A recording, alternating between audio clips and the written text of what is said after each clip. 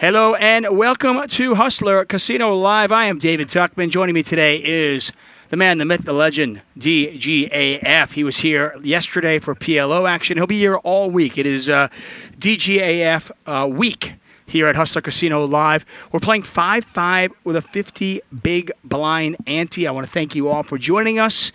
And Pablo was in the house. For those of you who missed him last week, he was on our very first show and is always entertaining. So Pablo in the house, DJ AF in the house as well. 5-5, 50, big blind ante for the next 5 odd hours or so.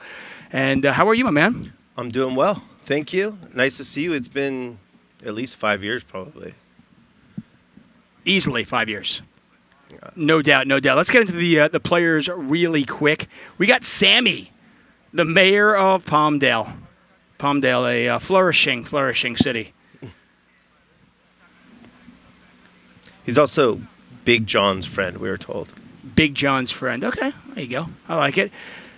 Here we go. GT, 9-5 of hearts. He's known for misreading hands and just tossing away $10,000. That was an ugly situation for everybody, really, except Barry Woods. It worked out quite well for him.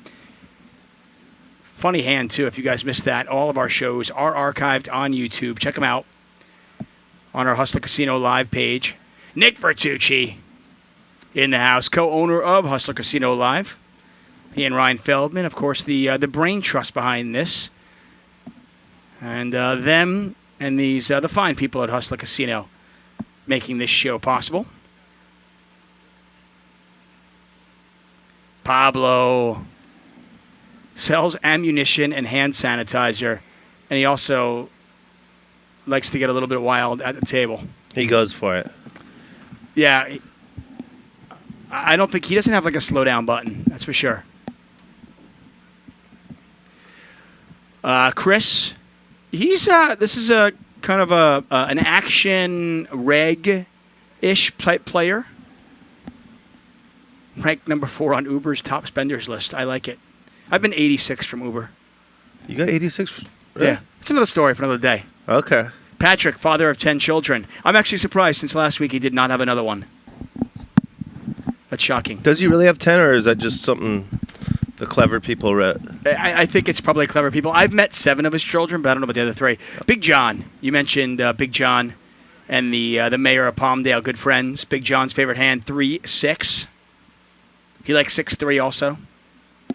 Suited, or it doesn't matter? I don't think it matters, but we'll find out. Eli Strickland had a heck of a day last week. He played last week in this game and was our big winner, real estate investor and a broker. And there is Jack. His favorite food is matzo ball soup. Whose favorite food isn't matzo ball soup? Jack looks serious. Yeah, he's a serious-looking guy. Have you played with a lot of these guys? I know, obviously, L.A. was your stomp grounds for a long time. Yeah, so Jack does look familiar. Eli, I've definitely played with. Ludacris looks familiar. And maybe Big John.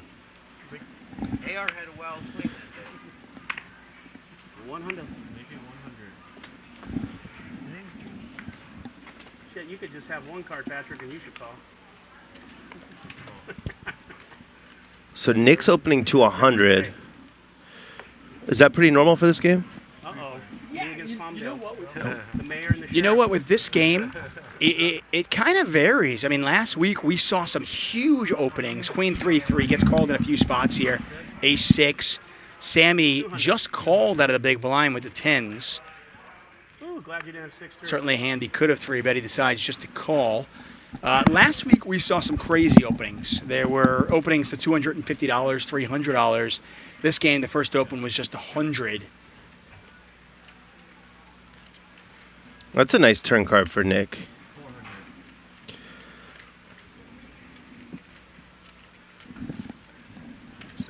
Yeah, that bet on the flop, you're kind of hoping, hey, I hope my opponent doesn't have me beat. Maybe he's just calling me with 7s. Now then the 9 turns. You're like, well, I hope he's got a 3. River's a blank. How much do I owe you? Okay, here. Oops, sorry. Nick's like, you know what? I just made a lot of money on this hand, so let me tip you. Let me tip you well. Not like he would need that to tip her, but you know what I mean. I just order 2 parries? David Tuckman, DGAF here in the house for 5-5-50 big blind ante. I want to thank all of you for joining us. I see you guys in the chat. Get a bet of 1,200. Yes. Oh, God. Thank you. Take 50 out of there. I agree. Sammy called. Nick got 3 streets of value there. Nice hand there. Yeah, there was a 9 on the flop, 2 3s. Oh no, 9 on the turn. It was 3 queen, 9 on the turn. Huge action ante game. Pablo, Ludacris, Nick Vertucci, Jack, all here. And how'd you like commentary last night, my man? You enjoy it? I enjoyed it a lot. Mark was great. Yeah, I had a lot of fun, even though it was PLO and that's not my game. I'm looking forward to actually discussing some stuff. I know what I'm talking about. Yeah, I want to climb inside your brain. For those of you who don't know, you should. DJAF he's an absolute beast on the poker table. He also hosts a podcast that you can subscribe to. Oh, yeah. Before the flop? No, at the river. How can people find you on Twitter and find your podcast? Searching DGAF is the best way to find my podcast. It's called Sessions, but for some reason when you search Sessions, it doesn't pop up. It's better to search DGAF, and then on Twitter, it's just DGAF Poker Player. Queen high flop here. Jack with the best of it on the button. Queen 9. Check.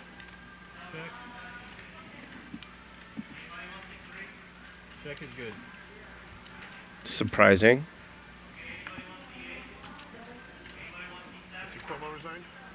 I told you this a few weeks ago, how much I was looking forward to commentate with you, because I've been playing cash games in LA for the last 15 years or so, and more.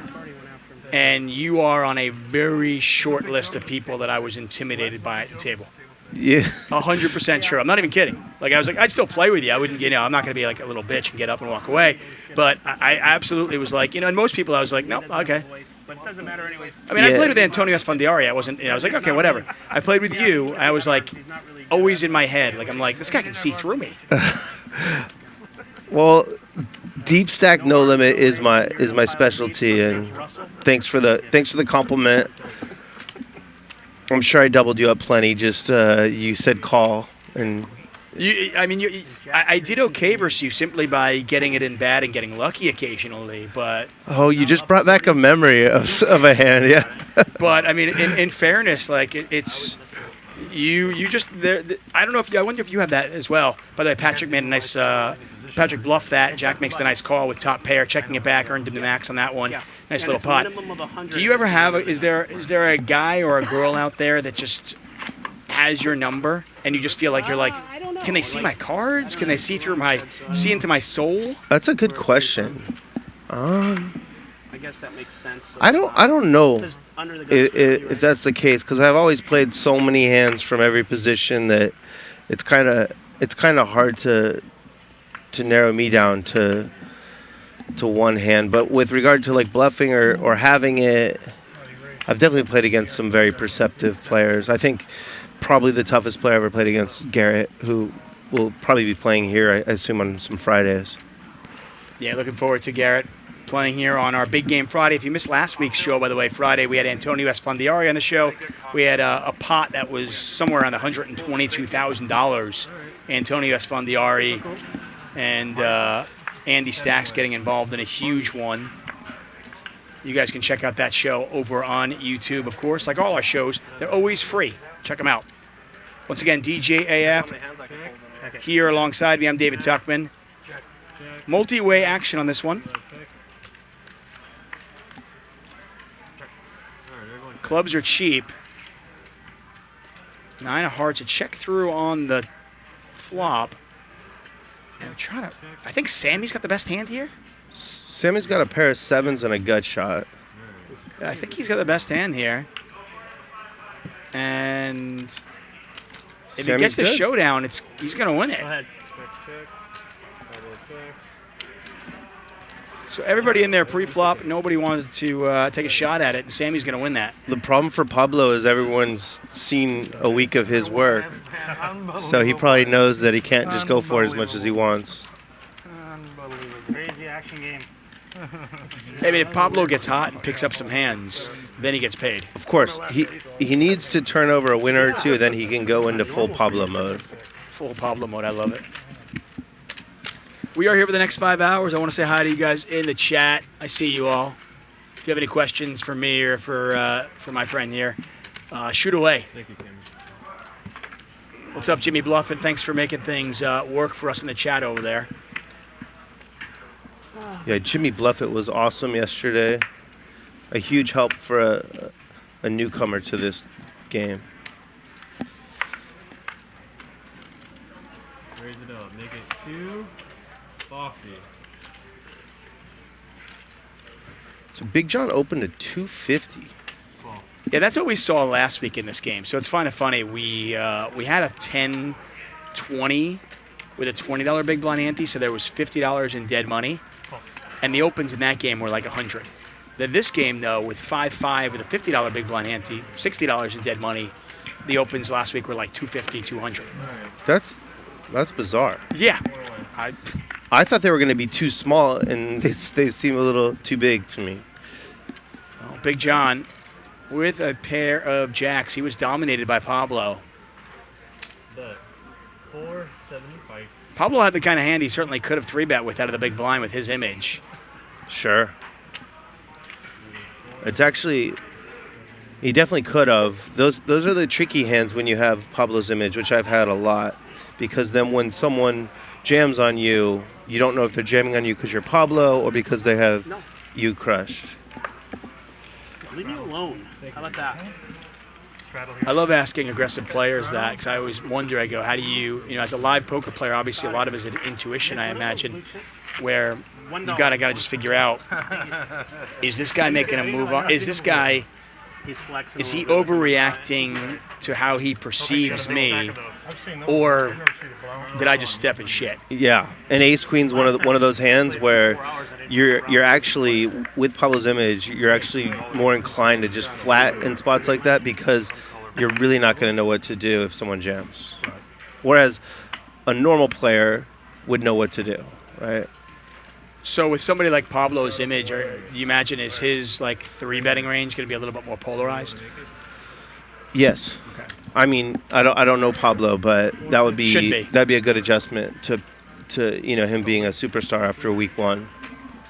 The aggressive bluffer guy. GT with 6s in the cutoff and the straddle, by the way. You can straddle from any spot in this game except the button. Ace high flop, 2 spades. Eli under the gun +2. Not only does he have the ace, he's got straight blockers. He's got a spade. Could I, when you get a chance, could I get 2 more of these? And then a Bloody Mary, please. The Bloody Mary easy. I don't see GT continuing.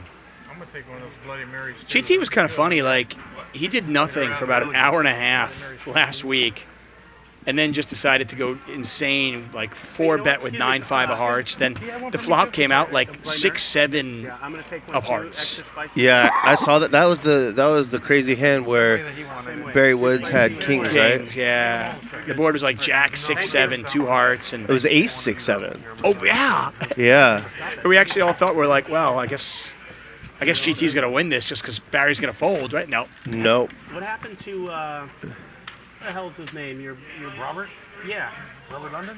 What's his nickname? Robert London, yeah. Mayhem? Mayhem. Mayhem, yeah. But he's been...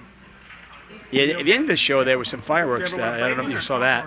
At the end of the show, no, I missed it. I understand that the guy did muck half the pot, which was 10K, right? GT did. Yeah, they decided to run it twice. All the money went on the flop. They ran it twice. Neither player revealed their cards.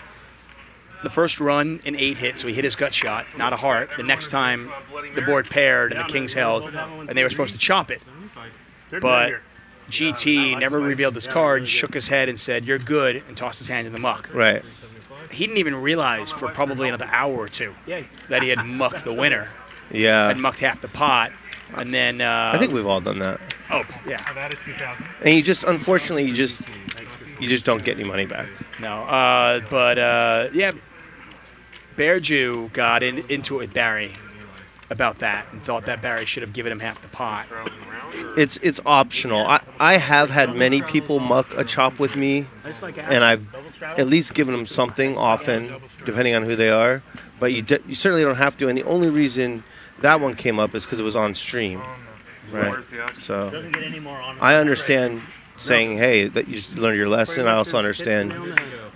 I don't know their relationship, but if it was someone that you have a good relationship with, say, all right, I'll give you half the pot, you know, and you call my name after that. Looks good. 100 total? Until I break my losing streak. So the straddle here. No, you don't want to. So this is now a 5-5 with a $50 big blind ante and a $50 straddle. Eli limps in.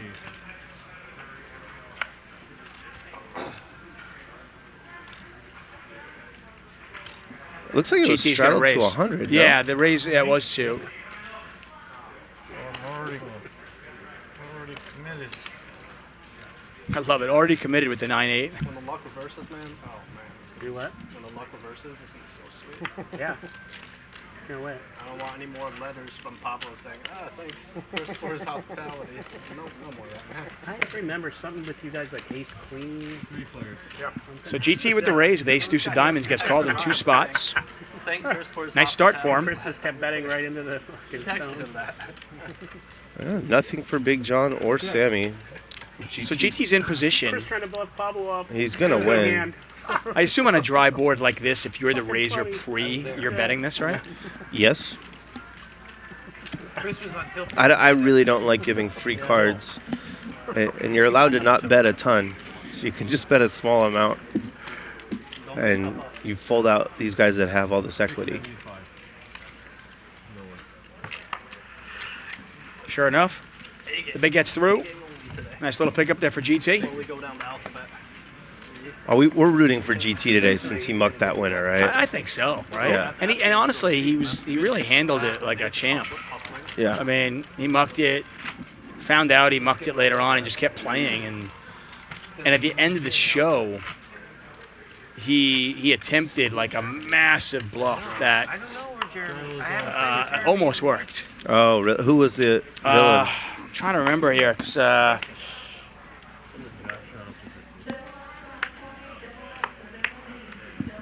want to say it was Bear Jew. But basically, the way the board ran, it was like a 4-bet pot pre. Heads up. And Bear Jew had kings. And the way the board ran out, it was like Jack. It was Jack, blank, blank, Queen, and then a run of the Queen. Right. And Bear Jew bet the flop and got called. Right. And then on the river, it went check, check, and then on the river, he moved all in. Tried to represent 3 queens. 3 queens, pocket jacks. Yeah. I mean, even aces. Yep. I give him credit for trying that. I mean, there wasn't much. I mean, I'll put it with kings. I mean, in a 4-bet pot, there wasn't much he could beat. Right. But He turned out he had ace king. Yeah, it is king. Yeah. But he called the flop of Jack XX with ace king. Yeah. Interesting. Top This pair is here, a- flush draw for Pablo. This is a cooler. Yeah, it'll be interesting to see how many chips go in the pot. Pablo just calls. Board pairs. Pablo's still in the lead here. You'll see he's a 3-1 favorite. Bottom left corner of your screen. Percentages, stack sizes.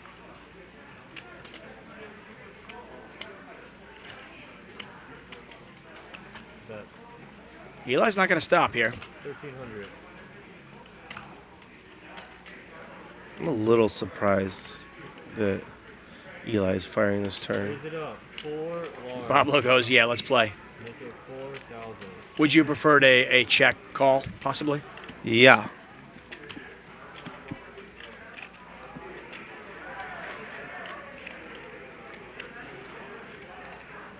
Is that specific against this player or just with the hand and the board texture?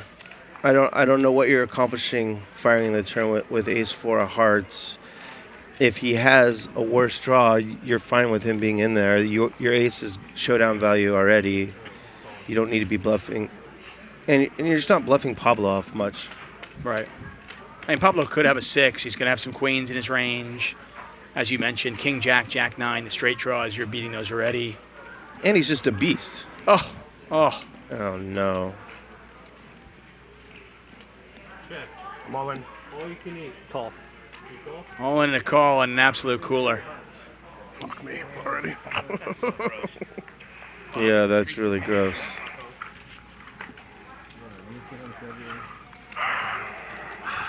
Top pair and a flush draw. That's Yeah, they're gonna count this out, but it does look like Eli's got him covered. It's super close. Either way, a $20,000 pot, real money if you're just tuning in. And that went bet call, bet raise call, and then check all in. Yeah. So, yeah.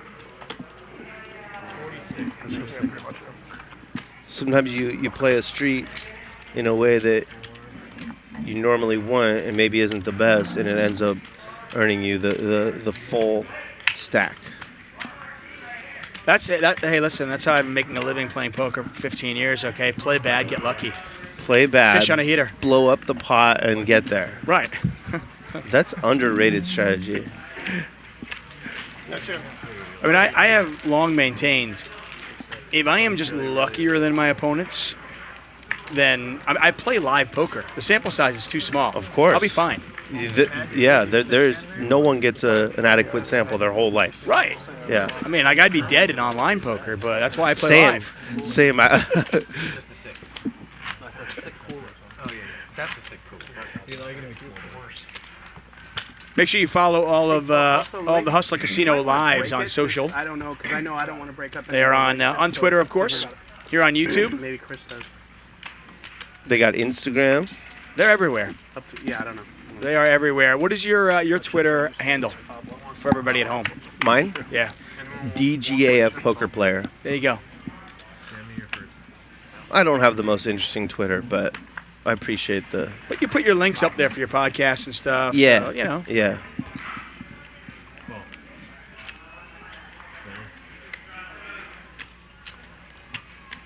I like this ludicrous limp with pocket deuces. I was thinking about this game last night when I was falling asleep, how I would play it, and I thought I would be limping a ton of hands. I mean, you're getting such a good price, right? You certainly are. I mean, you're getting 12-1 on these limps. I mean, obviously, you're not gonna get to see the flop for that $5 very often, but. Protect my good image, you know. But how about just flop a set and you don't have to worry about it? Yeah. Check. Very savvy. Check. Checks through. 9 of hearts on the turn, so Jack now with top pair. Check. Big John with a gutter.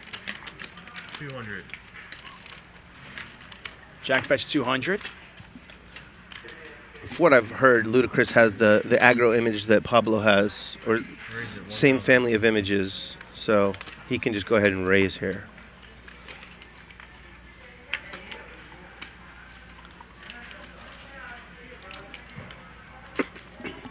I don't think Jack's gonna fold just yet. I mean, this is a pretty hefty sizing, but I think he might fold just because it was multi-way, right? If his head's up, no, he's gonna call.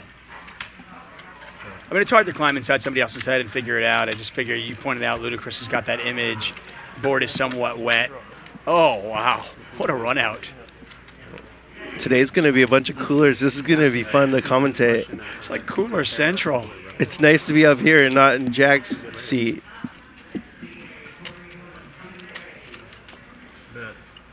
Okay, I want your opinion. I hate this bet. I mean, after you get raised in the turn. Yeah, I'm not a big fan of this bet. Like your opponent either had you crushed and has you crushed even further now, right? Unless he had 7-5 when you're not getting, you know. Yeah. But if he had 9-7, 9-5 somehow, a set of deuces, a set of fives, and if he's got that draw. Yeah, this isn't the best bet. The only time it would work is if, say, Ludacris had 2 pair, got counterfeited, and he thinks that you missed a draw, which is possible. I didn't like the call of the checkers on the turn, even against an aggressive player, because it's just hard to bluff with 4 or 5 people in there.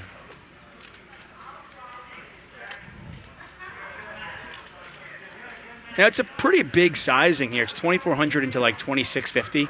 Are you always raising if you're Ludacris? I mean, obviously we can see the cards. You are. I'm always shoving with these stacks. You're not worried about 9-7. No. Okay. Because 9-7 probably would have wanted to bet the flop. Raise it up. 6,900. I call. Quick call. Yes, sir. How much? 69. And let's all give Jack a hand. He figured out a way to lose the absolute maximum on that one. Well, it could have been worse. Ludacris could have shoved, and I don't think Jack was folding for any amount. It took him like a second and a half to call. Yeah. Oh, this is 49. 2, 4, 5. Oh, sorry, my math is bad. Sorry. That's right. Right. Oh no, this is 59. 59. Yeah. 1 more 1,000. Oh, my math wasn't wrong. Do it. Yeah, 69. All right. That's good. Yeah. Not only was it that, but it was an offer. How are you at math? Okay, Chris? What's an I'm okay at math. Yeah. Yeah, I was always pretty good at math growing up. I'm always surprised when good poker players say they're terrible at math. I don't believe them. For everybody here. Yeah, they're probably either lying or they're not very good at poker players. Yeah, but I'm saying there are good poker players that say that. Really? Wow. Yeah. I mean, I'm not as good at math as like, Ike Axton or guys like that. But I would imagine that the vast majority of good poker players were the guys who just did really well on like math standardized testing as kid, and Yeah. were probably bored in math class because it was like, I know how to do this already. And then the teacher's yelling at you because they're like, show your work, and I'm like, I did it in my head. Fuck off. Yeah. Those do make the good poker players. They can do it in their head, and they're kind of rebellious. The best thing, so as we watch this unfold, my wife's a school teacher, and my son is my 8-year-old is pretty good at math, and he's like doing his math, and he's like, Dad, I can do this in my head. I'm like, that's cool. Go ahead then. And my wife's looking at me, no, he can't. I'm like, why? She's like, because his teacher needs to see the work, and I'm like, no, he's fine. Don't worry. It's a better life skill to be able to do it in your. I mean, yeah. I mean, if you're walking around life, who has a pad and paper and like, hold on, let me do my math here in front of you. Ace Queen here. We need Pablo to hold here. Yeah, we do. 1,400. I mean, the guy's got heart, though. I will tell you that despite he was down like 30K last week and then just kept reloading. And then he got it. He almost got all of it back. Oh, he did? He almost got all of it back and then bluffed at the end again. Oh, nice. I mean, that guy, he's got heart. I love this guy. Well, that's a blank. Call. Yeah. How many times you guys want to go? Once is fine. I'm gonna run it once. Sammy looking for a king or a diamond. One time. Nope. And this is a change. Pablo is getting it in good and losing. And winning, sorry. This time, so good for him.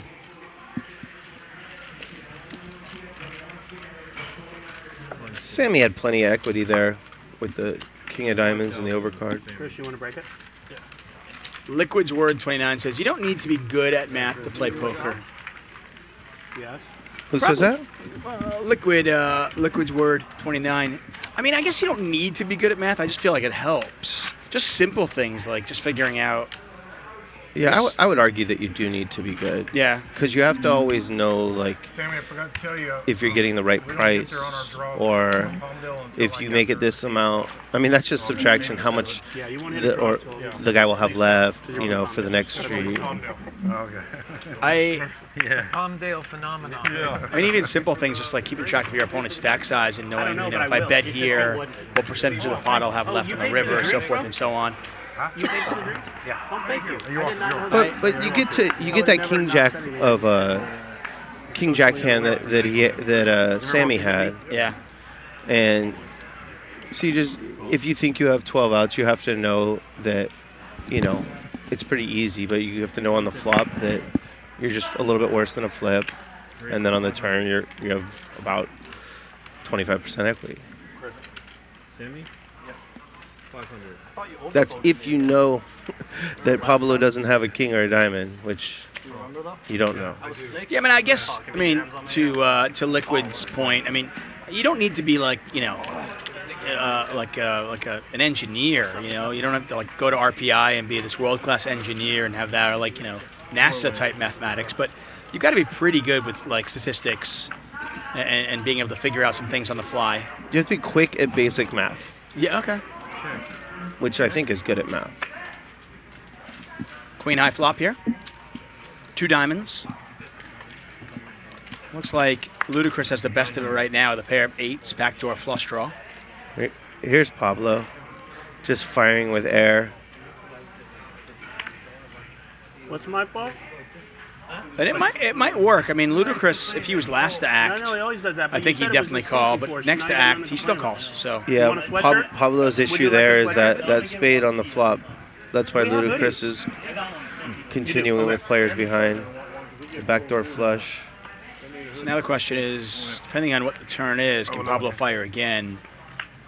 Well, No, that's unfortunate for Pablo. Pablo is drawing dead. Can't You win the either pot have unless great blood somehow pressure, gets or you have Ludacris bad to fold. circulation. I don't know. Which one do you think it is? Oh, okay. check. That's probably the best out of all the options. Oh, wow. Pablo hits the showdown value to lose more. Drawing dead and getting there is not great.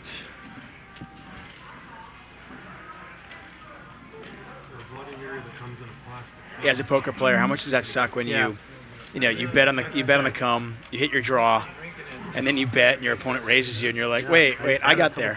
Yeah, and this is one of those cases where Pablo gave up on his bluff and then now rivered showdown a bluff catcher, and he's going to be inclined to call this small bet. I mean, the only question I have is he bet 900, and the player next to act called, and I started thinking of what hands Ludacris is doing that with, and now has nothing. I mean, diamonds got there, 7-5 got there. But that's Queen might bet for value. Yeah, you don't beat anything, but He's going to pay him up anyway. Did he check raise? 2,500. Wow. I'll have to get another letter from Pablo, I think.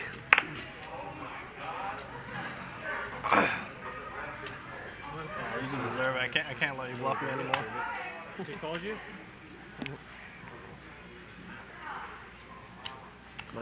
Sexy check raise from Pablo. Unfortunately, he walked into 2 pair. Ludacris wasn't going to fold it. Thank you, Chris. Chris, you gotta slow down. On my lucky hand. Service or gas? Yeah, that was an interesting hand. Ludacris does not seem like a great candidate for the small bluff. Do they have a menu, or could I mean, to your point from earlier on, they've seen this guy. Last week, he pulled off, I want to say, probably 5 or 6 bluffs in the first hour. And no showdowns, and they were almost all working. And then he started getting caught. And, the cat was out of the bag, and everybody knew what he's up to, and then he couldn't get anything through. People have always asked me why I've stayed anonymous in content, and that explains it right there. Once people know you, you just can't do what you want to do. I know you, and you still do it to me. Well, no, I only did it to you when I had the hand, and then you called and won. 3-bet from Sammy on the button.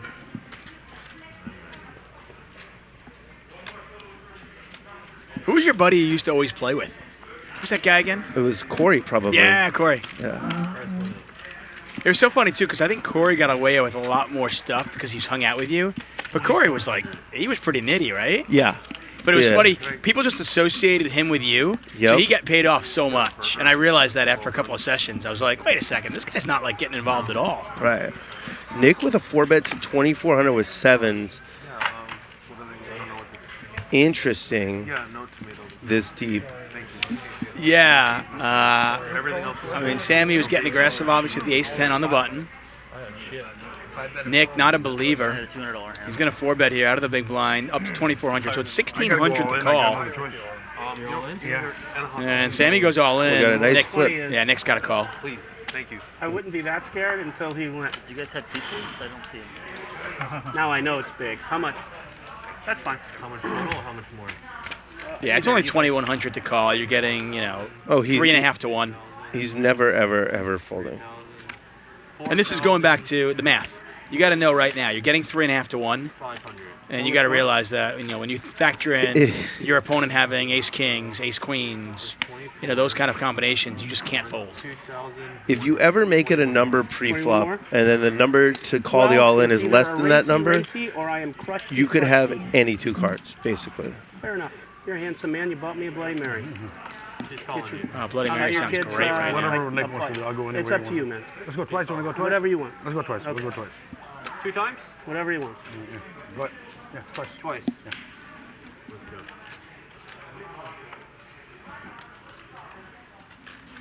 There's 1 diamond. There's 2 diamonds. There's an ace. It's a pretty ugly flop for Nick. That's not me. I believe someone folded a 7. So he's got 1 out. And that is not it. So, Sammy, Rivers, the absolute stones. Okay. Ace what? Ace 10. Okay. That's definitely you. They're going to run it twice. 2 boards. It's actually a pretty bad board because you hit your ace and your diamonds. Yeah, you did waste some cards. I do, sir. But you didn't need them all. Needs an ace here, or they'll chop it up. And they are going to chop it up. Choppy? That's fair. They both played their hands like men, getting 5K in with 7s and ace 10 suited. Like men. I love it. Or strong women. Just, they played them strong. Yeah, no, for sure. DGAF, David Tuckman in the booth here for Hustler Casino Live. Thanks for joining us. We're playing 5-5 with a $50 big blind ante. Ton of money on the table, and these players not shy about getting it in. We just had a 4-bet all in with 7s You know what I mean? versus ace 10. It's a button raise like I could. Yeah, I But, agree. I didn't. And sometimes that's how it goes, Another player that's going to struggle Thanks, man. Thanks. with doing what he wants next time he plays is Mickey from the Friday game. He was really You'd have doing had that, some Ace what? stuff that if people see it, Wow, they're going that'd to make That'd adjustments. have been something. See, I always wonder, you're a live player, so you know this. Then it just becomes a game of out adjusting, because now if you're Mickey and you look at it and go, well, okay, they're going to make adjustments. So then what adjustments can I make to kind of stay one step ahead? Yeah, but the adjustment he has to make is have it, Yeah. which means a lot of folding, and some of us aren't built for that. You sexy thing. Get a raise here from Eli. Ace King. He's under the gun +3. 11. Question for you, and feel free to kind of answer this throughout the evening. So if we get into the middle of a hand, don't worry about pausing, and we can continue it on. But I'm curious, as poker has kind of we've dealt with solvers and GTO and that whole, and then you've got the live, and we talked about math a little bit. And I feel like when I look at you as a poker player, you kind of you embody all of that. And I'm wondering, how has your game transformed over the last few years? And when you look at solvers and GTO, do you incorporate that into your game today, or have you always and not even known it? Yeah, I don't think it's not knowing it. How'd you know? The thing about solvers is What I know that they're what was my fantastic tell, for Chris? online play, Just a but hunch? for live play there are so many variables you got a good cannot hand? plug in A there. good buster hand. So I think there's value to them, but there's so much more information in the live game that you don't need to be playing against a wide range. We're going to get an all-in and a call here. Ace King versus Ace This is King. a Hearts chop. versus diamonds. I don't think so. Once. I told him one time. One time. Sammy, what do we need? Not too shabby. That's better than a stick to the eye. And they are going to chop this up. So for live, you think there's just too many variables? Yeah, I mean, it's definitely good to have solid fundamentals and a foundation. You're talking about GTO, but the best players, the best live players, factor in other stuff that makes them play against Want me much to move it? smaller ranges and take much different lines than a solver will tell you. You can put to take. glass doors up here? Yeah, they're coming. A little bit behind. Are they going from post Like, to post, or are they... You can't play a hand Like, against kinda like Pablo and plug it in a solver. The solver is going to spit out something that's going to be They're going to be doors right there. suboptimal against In the Pablo, front. right? You wa- Right. Or well, I don't know. Do we even have like a tight player that'll fold at this table? But you know there are plenty of them in poker, right? The guys you can run over. The solver's never going to spit that out correctly either. I don't think we have any at this table. I think They're not invited. No, Ryan and Nick rarely will invite that kind of guy that can be run over. yeah. I mean, Sam, you're first. 800. in this game. that's right. From what I have seen through the first week plus here at Hustler Casino Live, the best strategy is have it a lot. Just make the best hands. Yes. A ton. I got me a Looks like thinker to Jack's my right. straddling to 100. And so Sammy Got a I think our lot- thinking or is someone better than folding someone I agree. Sammy. I got a pot Sammy went to loading 800. donkey to my left. Yeah. So, yeah, they're $60 in huge- dead money. You pointed it out there, $100 straddle. So it's a pretty big straddle. And Sammy just goes, you know what, let's 8X it with 4 deuce. Sammy had ace 10. It's not pop loading. It's like the buzzer went off because he's like, okay, I've got to start playing hands. Ace 10, then he picked up ace king, of course. Here's 4 deuce. Keep from all the pressure. It's like somebody told him the rebuy period was over in 6 minutes. And he's like, okay, I got to gamble. Yeah, that Well, because it's him, it's That's- left card. that's Magic strong. comes Just back, opening it's, 8x bomb pot. first act. Got it. Take a look at the chip count here. Ludacris with 29,000, Nick with 26, Eli with 20, Jack with just 2,800. Been a tough day for him so far, and Pablo, of course, has already been felted. It's There's your 185 VPIP. with the tip. For those of you who are new to poker, I'm pretty sure. what's an optimal VPIP in Whatever a that full ring left card game? is, let's say it's a number 4. You would pay So or whoever, or it would be whatever much number, right? different in this game. I think your VPIP should actually be very, very high in this game due to the structure. But it's definitely not 75 or did we see it something in the 80s? Yeah, there was an 85? 85 in there. It's not quite that high, but it's very high. All 5 are face And cards.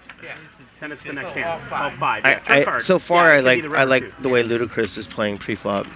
So will you never play on this show 5-5 ante because game you want to with stay a anonymous? 250 raise. So my story that you probably don't know is It's the best game ever. I kind of hit a rock bottom 4 years ago. I in do life. know that. Okay.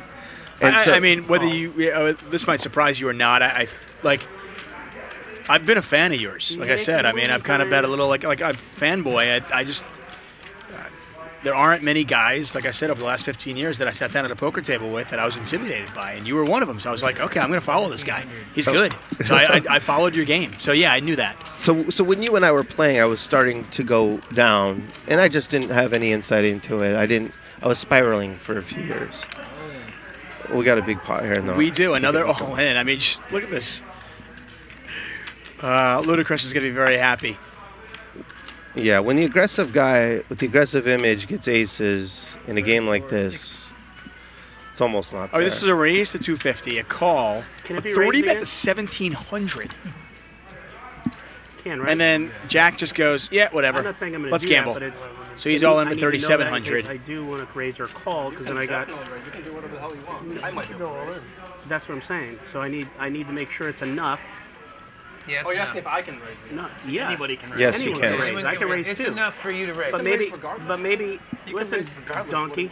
Not if he doesn't. He doesn't. If have it doesn't enough to if it raise doesn't you. equate, how can I raise? He's asking if its actions opened up again, which it obviously is. Yeah. As long as the raise is equal to what the first But raise you can is, raise, and that's then what I you can Yeah, the I raise. betting has been reopened. So not only obviously can Nick raise, who probably Nick gonna- just gonna called muck to it, start but I with, wanted to know. but Ludacris can re-raise as well 34.60. because they went 250 to Yes. 1,700, so that's You've got to muck at this point. I have to. 1,400 and plus Yeah. more. Up to. And then an all-in for another 2,300. There's the all-in, aces versus fours. So glad. Jack, who had an amazing week last week, off to a pretty rough start here. Looking for a 3 He's or got it. 4. There it is. Hits the gutter. You called it on the. It was still only 4 outs. Jack, if you weren't so big and And if hairy, you look at Chris, I'd come over there and sit on your that's lap how and kiss good you. players get to play in good games. I face straddle you. You lose all in with aces, and you smile and laugh and pay, and move on to the next hand. So you won the. You mean you don't like How much is it? you don't throw your cards at the dealer and then tell the guy who just beat you that he's a donkey? And Yeah, you don't say 4s. You're an Okay, you idiot. got it. what the hell's wrong with you, man? Yeah. was pretty safe because I had a 2 in them. But anyways, to give a quick summary, so when we were playing, I was still winning in poker, but I like didn't do it. You're the losing one. in every You're the one other way in blowing life. bucks on me. I folded And like a good boy. since 2017, I've been kind of grinding back in all ways. I got a huge monthly nut with that came with divorce and other expenses, and my goal is to kind of officially be back to It could be flush anything. sometime next year. telling me And it I has to plan be on aces? commentating regularly if Ryan will have me, and he said he's going to. And then when I get to that point, then I'll play on this show, hopefully in the biggest game. And then Will you reveal? I will. It'll I'll be a just. big reveal. I won't. It won't be a big. I'll reveal something else. I'll reveal my sexuality at that point. Which we all assumed already for years. No, Yeah. So that's kind of my plan. what I'm saying, when you play though, will you play as DJF or will you be an alias? Yeah, I would, but then people would see me, and that would be fine once I'm kind of out of the hole officially. But now I still count on going to a casino and people folding too much to me, right? That's how I'm keeping my kids in their house and me in my place and so on. Pablo's all in. This is just. And I've commentated on a lot of tournament poker, and we're basically. I feel like we're at the later stages of a tournament where the average stack is like 23 big bluff blinds. through on you though, since the cameras are rolling. I mean, keep in mind, guys, the blinds are 5-5. Yes, there's a $50 big blind ante, but the blinds are 5-5, and we're seeing all-ins of, how did he pick up $3,700. $900? Raise, couple of calls, then an all-in. Oh. Easy game, man. I chipped about half my tooth off right before I got here. Ouch. So Ow. tilting. Oh, Eating, yeah. nothing hard, just Oh, yeah, I eating. can see it. Right here. Yeah, So tilting. I bet. Yeah. Yeah. Where we at? I went from like a 10 to like an 8. It's horrible. Instantly. So tilting. That would tilt me. Do you think Nick went from a 10 to an 8 Yeah. with the chip I tooth? came from a bar fight. It doesn't make him look more rugged? I mean, it certainly makes him look more rugged. I like the self-confidence, though. I mean, I think it's strong to have that, high self-esteem. Sure. I mean, is he really a 10 before? See I'm it, sorry? believe it. Was he really a 10 Execute before? it. If you see it and believe I it, mean, he you're said he right. was. He's pretty handsome. Not a bad-looking guy. Get a raise here from GT. Ace-5 offsuit. Ludicrous, 3-betting. Jeremy Stark says Nick went from a 12 to a 10, so he's still a 10. By the way, we're going to have another all-in here. Right? Oh, no, Eli just called. Does Jack just shove? Jack's a little bit more on the conservative side when he has some chips. Until now. He just 4-bet Yeah. to 2K with 9s. So, wow, he and Eli are getting it all in pre-flop. Yeah, I was going to say, this is like our 5th hand in a row we've seen it all in. This game we have. It just always turns into like a 50. I like it. This is going to be like big hands and then story time with DJAF and then big hands and then story time. Yeah, oh yeah. There's the all-in. Or did you just call? I think he just called. Yeah. Just called, okay. This Jack's plays only got bigger 5,900 behind, so Out of we got position, just call is interesting. They are really deep. The small game. What was he going to do when the flop comes your out? head would Queen explode 8-6. You wouldn't know He what was to going to do. check fold, I think, unless there was a He had spade. like 84 buy-ins. Check, check. 400 apiece. Okay, let me pick your brain on this. I mean, the problem, you're out of position with ace-king. You would have shoved free, right? How big is the pot? 4K? I don't know. Yeah, 4,800? Jack has Like $6,000 left. Okay. So I was going to go, I mean, like, you hit, Thursday's a 10K I always cap. think of this, I'm like, when you hit your ace, you're not going to get full value. You're not going to get, yeah. And then, Well, but then see, I just never anticipate Jack betting here now. You can rebuy. Like if you go down to 7, you can add 3. Yeah. That type of thing. Well, I'm not a huge fan of any of these moves on this one. I don't know why. I guess he's worried about hearts, or he's What? Oh, wow. What do I know? You know nothing. I don't. So, like, He every played hand's ace king all in, huh? perfectly. Okay. He played it absolutely perfectly. He actually waited until he hit the ace and then You got like his it always opponent once, right? to stack off when he only had a 2-outer. I do. Well played by do you Eli. have, Jack? I guess, going back to live poker, knowing your opponent more important than anything else, huh? It really is. Yeah, Eli just. Stupid ace. You are watching Hustler Casino Live, DGAF. David Tuckman here for you. 5-5 on the blinds, $50 big blind antes to $60 in dead money. Our big winner from last week, Eli, once again, picking the chips in. I've been playing poker for probably 30 years in casinos. It's just a great hobby. I like the mental aspect of the game. I like having to put people on hands, see where they're at. And it's just the action. I love to gamble. Loves the action, loves it even more when he's stacking the chips. Well, he looks pretty good for 51 if he meant that he started. He said he's been in casinos for 30 years. Hey, maybe he went in there like an 18-year-old. Yeah, I guess. But yeah. Hold on, wait. I'm out of turn because I already looked and knew I was mucking, so just wait. Yeah, we're on mute. Not looking bad at all. Yeah, we just want to mute me. My big board? Yeah, Jack showed up late last week. This time he decides to show up on time. He might come late every week. So Jack is rebought. Looks like he's got 5K in front of him. So Jack's not a great candidate to try and bluff. It appears. I just love the fact that Eli, like, all he had to do was like, I'm just gonna check Ace King once. Right. That's all I have to do. I'm just gonna check Ace King once and then get my opponent to just go berserk. Yeah? Oh, nice. No, I don't. Maybe they have history. It's possible. I would assume so. Wow. I mean, they had history last week, and a lot of these guys are obviously very familiar with each other. Queen high flop, GT with top pair. Jack's got a gut shot. And a Patrick's backdoor got a gut diamond. shot. Oh, Patrick, I mean. Yeah, Patrick got the backdoor diamonds and a gut shot. Jack's got a gut shot as well.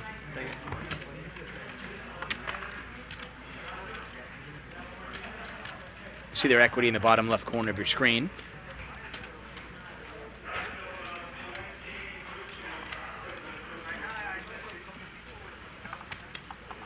Jack's going to give that up. GT not going to go anywhere.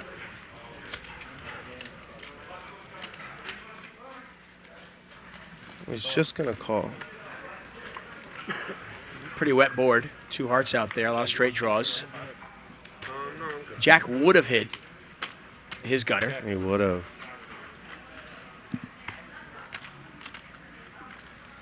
Are you surprised Patrick's going to bet here? That's the question I'm supposed to ask you. Are you surprised? I don't know any of these. I don't know him, Yeah. but it doesn't seem like a must bet unless he's going to. Well, these guys just don't fold. I would just check. Yeah, you're not. I mean, I don't know if you're ever going to get a better hand to fold. Maybe you can get value from hearts now. And if GT shoves, which he very well might, then you're wondering why you didn't just check back with your pair and got shot.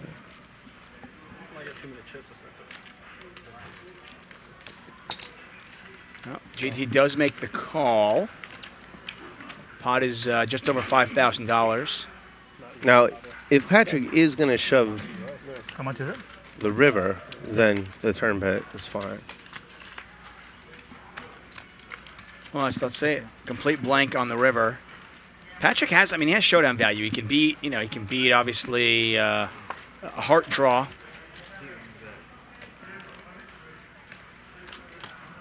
Can't beat much else.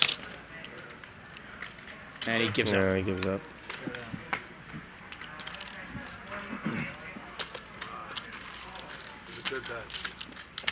So getting back to your rock bottom portion of your life, do you think was your personal life a big factor in your the things going on at the poker table?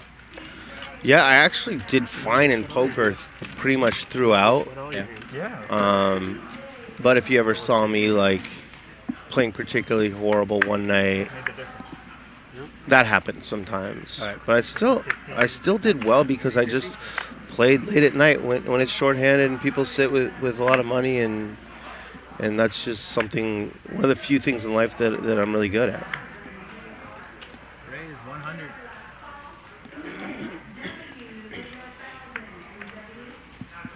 I've actually mentioned this to people, and I'm curious of your take. I've actually told people, I said, people that are like, how do you get better at how do you get better in like marginal situations and marginal spots? And I always sound like, well, if you play late at night, you're inevitably going to be playing in shorthanded games, and you're going to have to play a lot more hands. You're going to have to be, value betting with second pair more, calling down with king high, ace high type spots. So I always tell people to do that, and I know that's something you've done. Yeah, it's to me the less the fewer players at the table, the more poker is actually played. It's not just patience and memorization, and you have to adjust all the time, and you have to get in there. What my cards were. Yeah. Oh, okay. I could have. Well, the big day here for Eli. So when you're winning like Eli is, you can just bet flops and just take them down. He had the ace-7. I mean, he had the best hand, but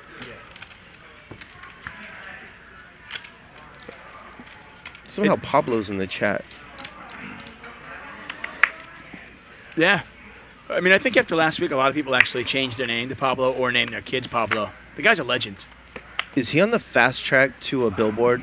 Oh, without a doubt. Has to be, right? I mean, all throughout LA, hand it to Hustler Casino, by the way. They have been, they've been promoting and marketing this show for a while, and I want to thank all of you for joining us.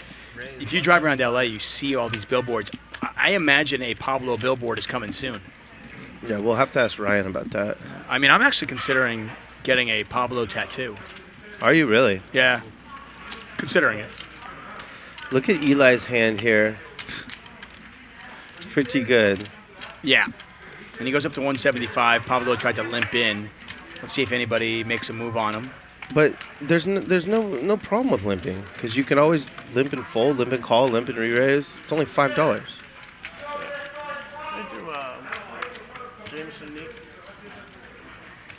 Five high flop, 5-4 deuce, 2 diamonds out there. Sammy's got a nice little hand here. He's got a pair of 4s as well as a diamond draw.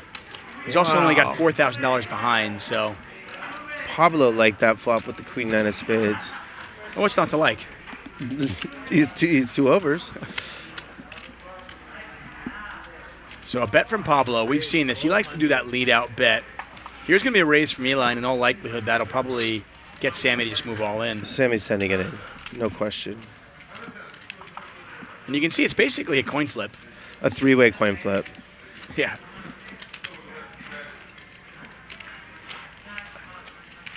Sammy has one of the most well-manicured beard I've ever seen. Look at that. There's not one hair out of place.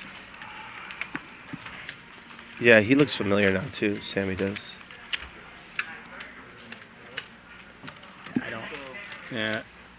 Eli just took a moment to kind of calculate the odds. Realized I can never fold. If you got me, you got me. Yeah, I mean, he's not folding. Cool. It's all in here? So pot is just about $6,400. Sammy looking for a queen, a 4, or a diamond.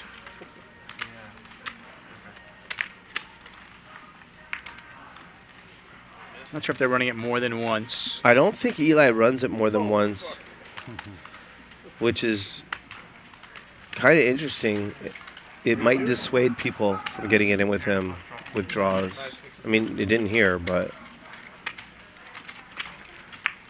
Yeah, we're gonna go all in, or Yeah, that's a really terrible turn card for Sammy. Yeah.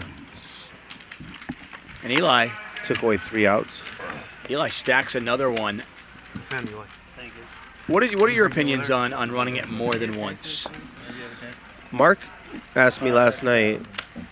I think I've gotten to the point where, as a professional poker player, if the other player is not a professional poker player, you should almost always do what they want to do. And sometimes you know, you'll get it in with someone who's making the game great, and if they bust, the game will die. And it's better to run twice in that situation because you're winning money off the other players. So I almost always just say, what do you want to do? Unless it's a pro, and then I still sometimes say it. Just getting old, man. Just don't really care. Right. I mean, there's a theory. I remember Barry Greenstein wrote about this in his book, Ace on the River. There's a theory of, you know, if you're known as the guy who's not running it more than once, can you be more intimidating at the table? You know, people know that if I'm at the table with this guy and that guy's not running it more than once, every time I'm at the table, my entire stack is at risk, and I can't just run it more than once. And maybe that's what you want. But if I'm playing in a game like this, where guys are calling off with, like, you know, some less than optimal draws, I want people just to keep calling off.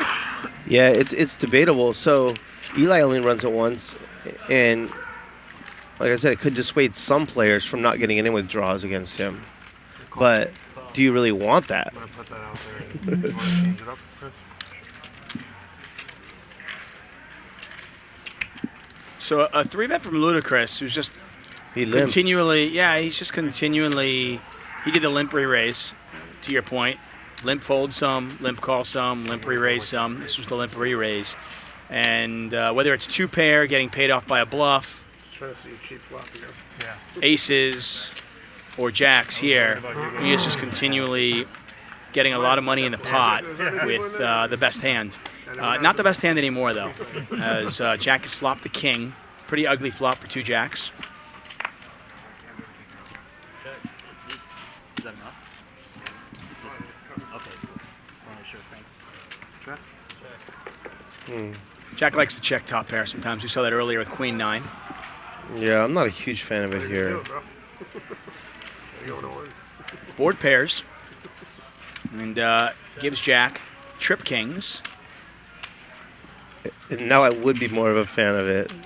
So, what do I know? 2,000. So he bets 2,000 into 3. Chris is going to fold. Get him looted. And this seems like it's kind of like Jack's MO, like check once, and then I can get some value. By the way, anybody who's wondering what the 5,000s look like, they are on top of Ludacris's stack right there. Kind of like brown purple. If you're just joining us, by the way, the yellows are 5. The 25s are purple. The whites are 100. Greens are 1,000. And you don't see many flags on the table. The 5,000 on Ludacris's table. Are the 5Ks here? Are they red, white, and blue? Are they what? Are they red, white, and blue? No, they're I never want to give a reaction. they're like purple brown. Oh, okay. Chocolate chips. Yeah. You have my number. Give it to Eli. Raise 150. Gotta get it back from Eli.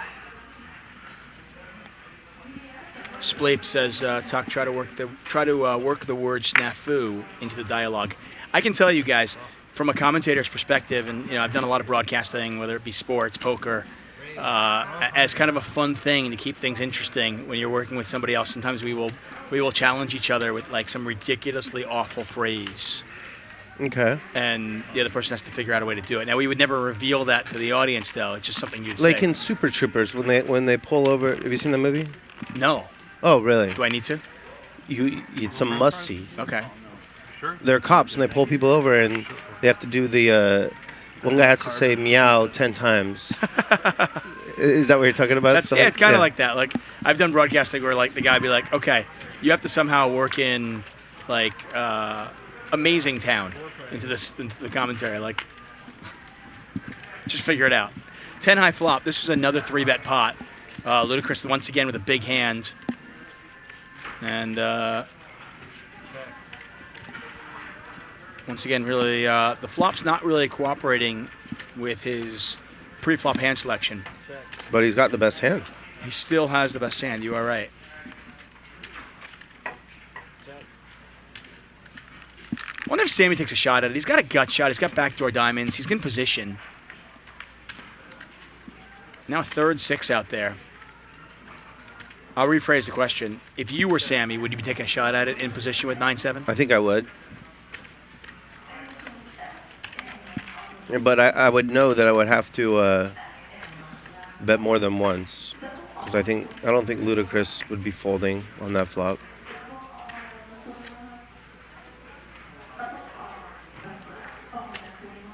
Now Ludacris is going to bet it. He still has the best hand, and once somebody makes a move, this is likely to work. Well, I like the way this guy plays. I was thinking small bet here just to deny equity. Big John, not a believer. He's going to call. Calls with Big King John's 9. been quiet.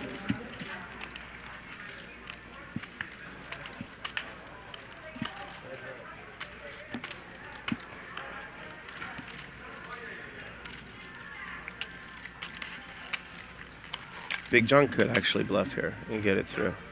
Ludacris checks. Oh, no.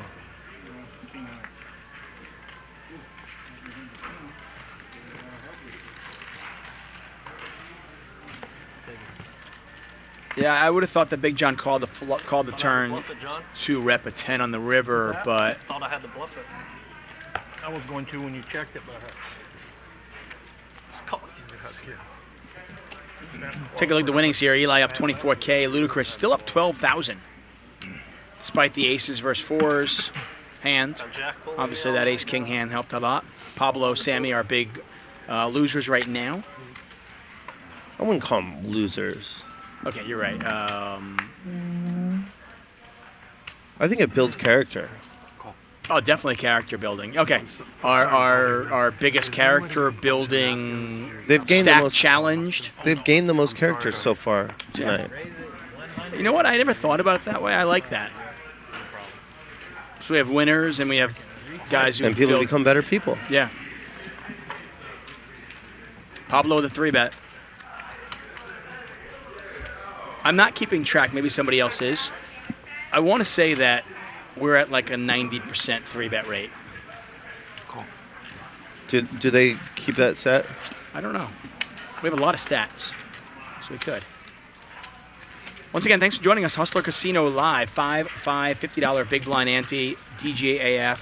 David Tuckman here calling the action. We'll be here until about 10 p.m. local time, give or take.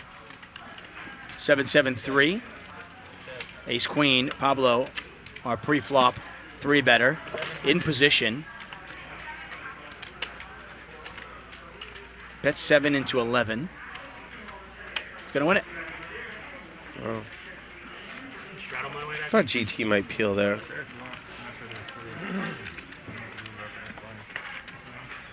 Straight draw, pair might be good, backdoor flush draw. Oh, no, I'm good. Keep it 2 big.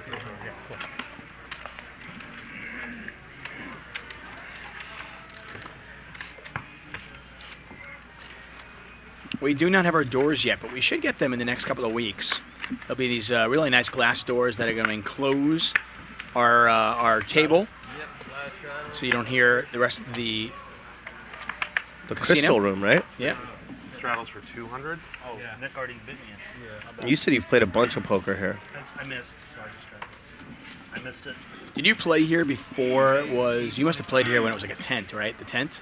I don't think I played here when it was a tent. No. It was a nice building. I only played here a couple of times late at night. It was a little blurry.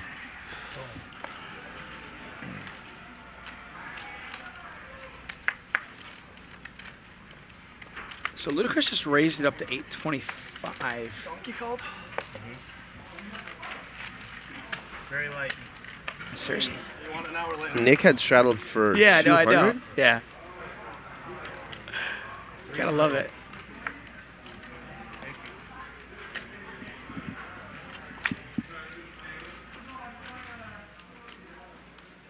Nick and Chris, a lot of history between these two. And as you said, Nick with the straddle, Ludacris with the raised 800, pots 25-30. Misses everybody. Nick with a gut shot. I just love the fact that he's in there for 200 on the straddle. I was like, well, I can't fold now. Yeah. What did he call him? Donkey? They call each other something. Queen on the turn. So Big John now with a gutter. The check back on the flop was the first thing I didn't like from Ludacris.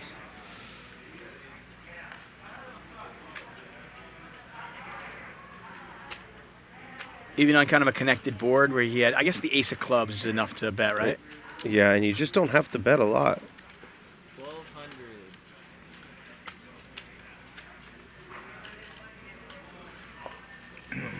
1,200 into 25.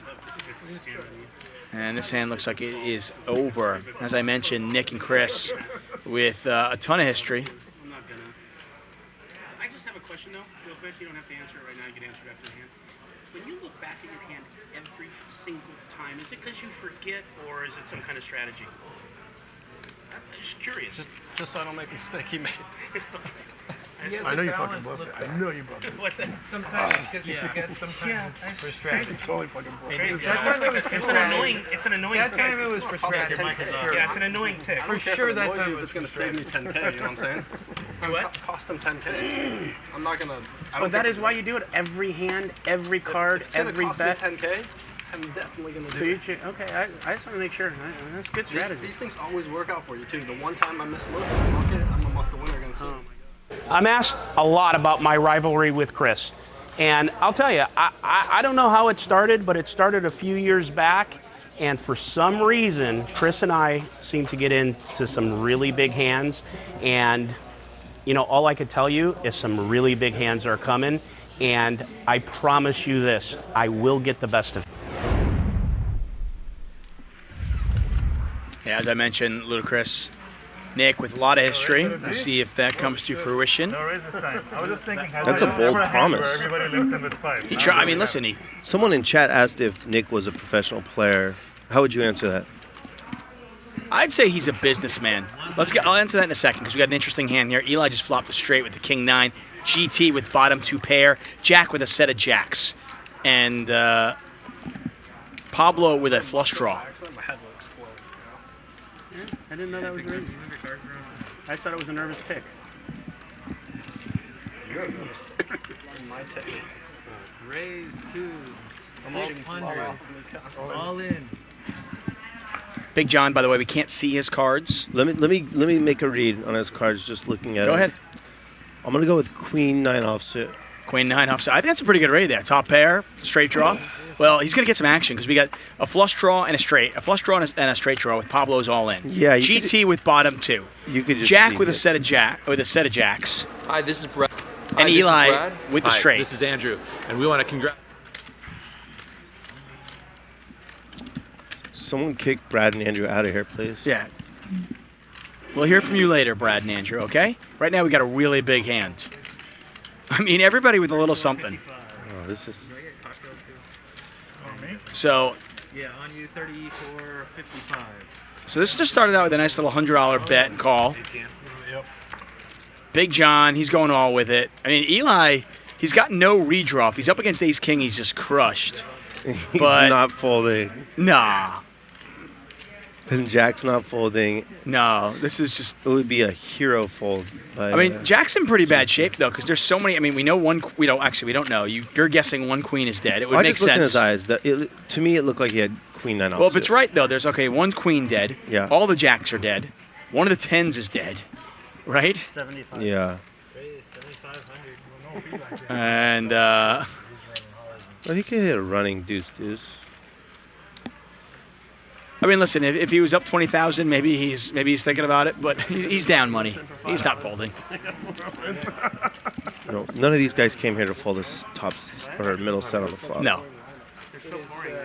Yeah, everyone should just watch that other place. I'm sure it's so juicy. And there's the all-in. What does GT do? Can GT fold? It would be a really good fold. I mean, you get I bottom think two. he You can. can't beat Queen Jack. I think he can, and he's going to. There's not even a spade out there. Look at him with bottom two. He's like, this is garbage, right? We all limped in with $5. But you got to put somebody on a straight This here, is a right? 25K pot right now. 25K. We still don't know what Big John has. My man, DJAF, has put him on Queen 9 offsuit. Well, I just looked in his eyes. I like his it. Glasses. Let's see what happens. I could be wrong. Yeah, I'll give you Well, if you're right, he's looking for running cards or a king to chop. Jack needs the board to pair. Pablo just needs a heart. Just give me a heart. Pablo could chop with a king as well. Yeah? I'm not going to lie. I'm kind of rooting for a heart here. How about a king on the turn would be great, and then Pablo's got the free roll. Called? So it is a four-way So I can. This is a 30K pot. Just your normal. I mean, you don't play in a 5-5 game where you get $29,000 pots. Only in LA. It's a beautiful thing. Oh, they're going to turn them over. Let's say King 9. Jacks, where it's going to confirm these. All right, now we can see. Let's see what Big John has. He's already got the straight. Give me a heart. Give me a heart. You got a real shot at this. Give me a fucking heart. You got a real shot at this, bro. Well, Pablo's calling for a heart. Have hearts. Yeah, that's good. Did you get it right? Shut up. I can't. Yep, it? Queen 9 on the button. Oh wow. That's sick. That's sick. See, that's why I don't like playing against you, man. You Yeah, like, that was one of my better reads. that's pretty sick. Oh, there's a heart. He's got a straight. He's got a redraw to the straight flush. Pablo. Pablo. Oh, the game just got so much better. Don't go anywhere. Okay, all you in the chat. Jimmy Burdette, all you guys. Final Cut Fish. J Rose, stick around, guys. This game just got a lot better. It was already good. But look at Pablo with the grin. They're going to count this out. I'm the one with least potential. Yeah. And by the way, Pablo isn't going to get all of that, okay? Is that what happened? Yeah.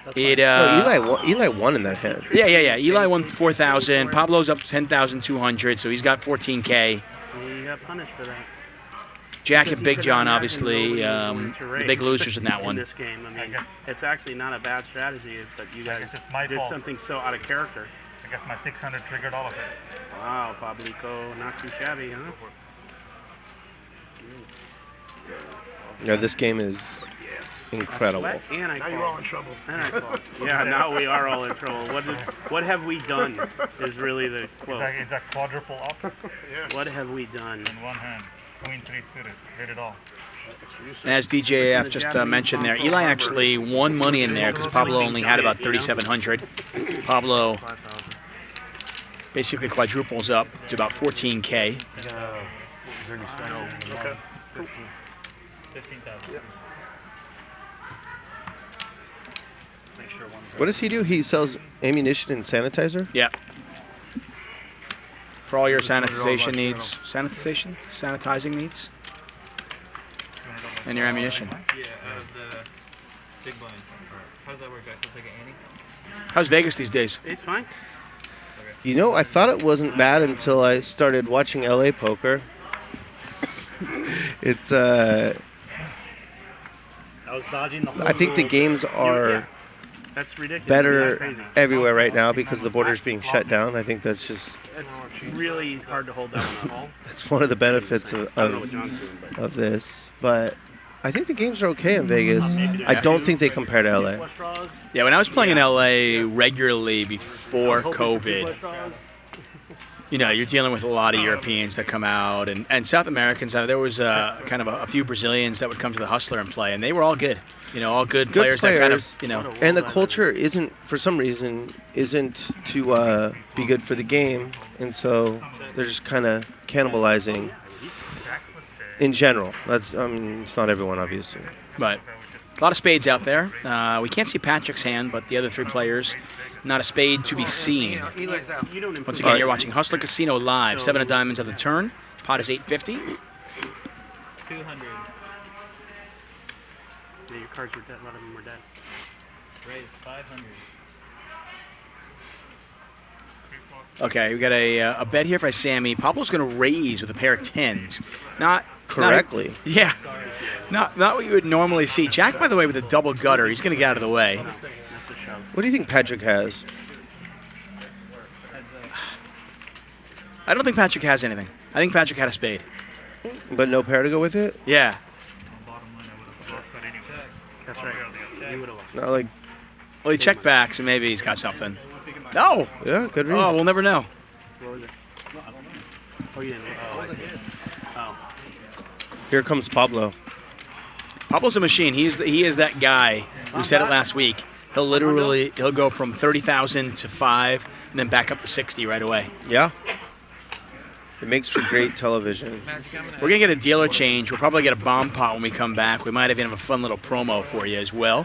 Take a look at our chip count here. Eli with 38K, Ludacris with 30, Nick with 25. This is a 5-5 game. Yeah, I know it's not your normal 5-5 game. 5-5 with a $50 big blind ante, but still, that is a lot of money for a game here. That is pretty insane. Jack down 20,000. Jack crushed last week. He did. Different week, different night. Jack, are you in for the bomb? Poker can be pretty humbling, huh? And then you said It certainly can. Nick's up $450 and Ludacris is up $13,000. But he did promise us that he's going to get him. He did that. We got a $100 bomb pot. What are your strategies when it comes to bomb pots and your theories behind bomb pots? So bomb pots at the beginning, A lot of the same players.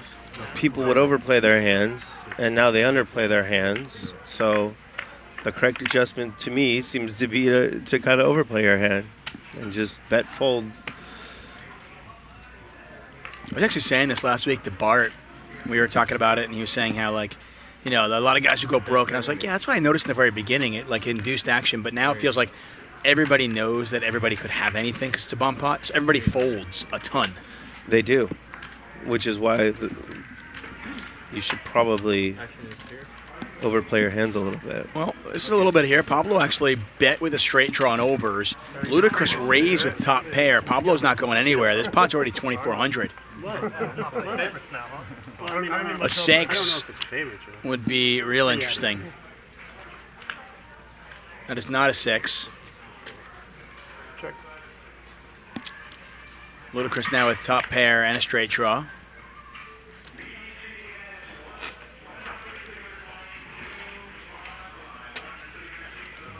Two spades out there, two hearts out there. He takes the free card. And it's going to work out really well for him because Pablo's going to be forced to bluff at it. He's not forced to, but It's all right. would you bluff here? If I'm Pablo, no. I mean, Chris did take a really interesting line. He raised the flop and checked back the turn, which is consistent with a draw. 1,400 is the bet. What do you do in Chris's spot here? Call. Just call. Not like min raise. You might. I mean, honestly, you might min raise, but then when your opponent goes all in, you got to call off. Yeah. You know, because you knew I'd induce that. Well, if your I don't mind that. A your little opponent's Pablo. little click back.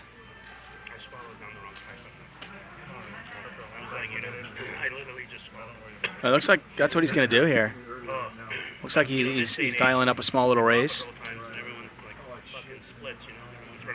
I mean, he's played the hand so in a strange manner. It looks like 3,500 and a quick fold from Pablo. I had it. Hearts missed, spades missed. Don't turn it over, Pablo. Just for you, buddy. Oh, yeah. He definitely fucking had it. But he had it. By the way, if you're ever in a game like this, guys, at home, and the pro shows, you know, one of the recreational players, the cards, don't be that guy and be like, I want to see now. Because I was on the draw. Don't be that guy. Never do that. Ladies, all the tattoos. John, how much you play? All the money. Show one, show all is not a real thing once you get to real money poker. For the ladies, you got married, motherfucker. This is more Yeah, me. no, not me. Maybe back in the day. Back a long time ago.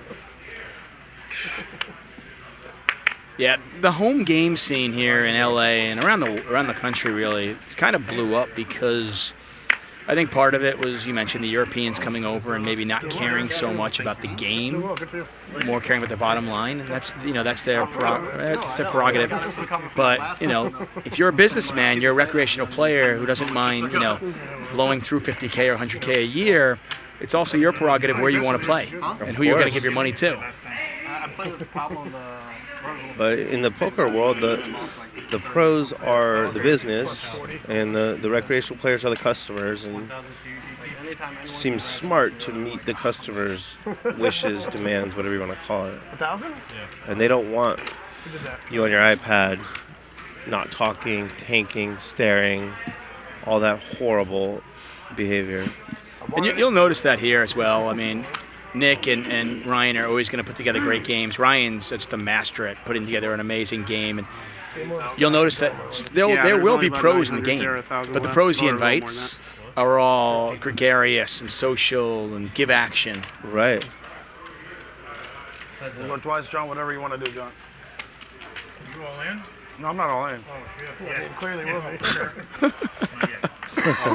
But they're good buddies. So. I don't know how you guys do. They're already talking about running it more than once. Yeah, they're going to check it down. That would also be fine. Who's first? Who's first? Check. I would have 2 pairs. Sounds good, John. Would have 2 pairs. Yeah, Big John 7's hold. Queen 4. Yeah, me and John. I never bet on John. If there He didn't actually there was nobody on the board, I was asking. you should have gone all in, bro. Fuck. You would have got him out. No way. Come on, you didn't have anything. What do you have? Oh, John. No, me and John. No, John. We'll call. Come on, bro. I mean, he's aggressive. That's stupid. It's another thing not to complain about is when people soft play each other. They're just friends. That's all there is to it. I mean, there's a difference between, like, you know, if you're ever in a spot where you suspect somebody that, you know, friends are colluding, that's Right. a very different thing. If people are raising to get you out, that's very different than just when they happen to be heads up, they check it down. Absolutely. If you suspect that, you should look into it and then do something about it. I assume, have you ever played with players? Sammy's all in here. And somebody's going to give, well, Pablo's definitely going to give him action. I was going to say, I was wondering if somebody would just give him action just for the heck of it. Yeah. Pablo just called? I don't mind that at all. It's kind of sneaky. Nice job, John. Yeah, he gets Jack along for the ride with his Jack 10 offsuit. Yep. Pot is 3,300 and change. Good luck all in. Thank you, John. Yeah, thank you. So Sammy's all in here with Queen 8. Pablo. Three-way, one all in. Heads up on the side. Well, I was investing in real estate for a long time, and then had a real estate training company where Yeah, this could get pretty ugly. invest. 3,000. And I've wound Wow. everything down now, and I pretty much. I don't think Jack's folding. Jack all in. How can you? Jack's moved all in. Yeah. And I don't think Pablo's folding. Remember, you got those. I'm old. I gotta tell you, the funny thing is, Pablo's actually gotten pretty unlucky today. Remember that flush over flush hand? Yes. The last one, 10-9 versus 8-6. I mean, it overcards in a straight draw, and he misses. Yeah. So we'll see if this holds up. I mean, obviously the 9-3 hearts hand that worked out well for him. Oh, God, I fucking hate folding. Is he really gonna fold? I don't. Wow, he's considering it. Look at Nick. Nick's sitting there going, "Don't fold. Don't fold. Don't do it. Don't do it. Don't fold." I mean, 2 spades out there, straight draws out there, plus your opponents might just play a jack. Yeah, I would be shocked if he folds. But it was also pretty shocking all in with Jack 10.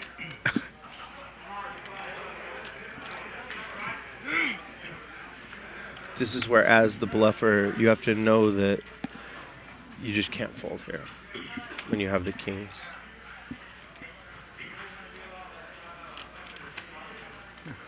But it's definitely not easy.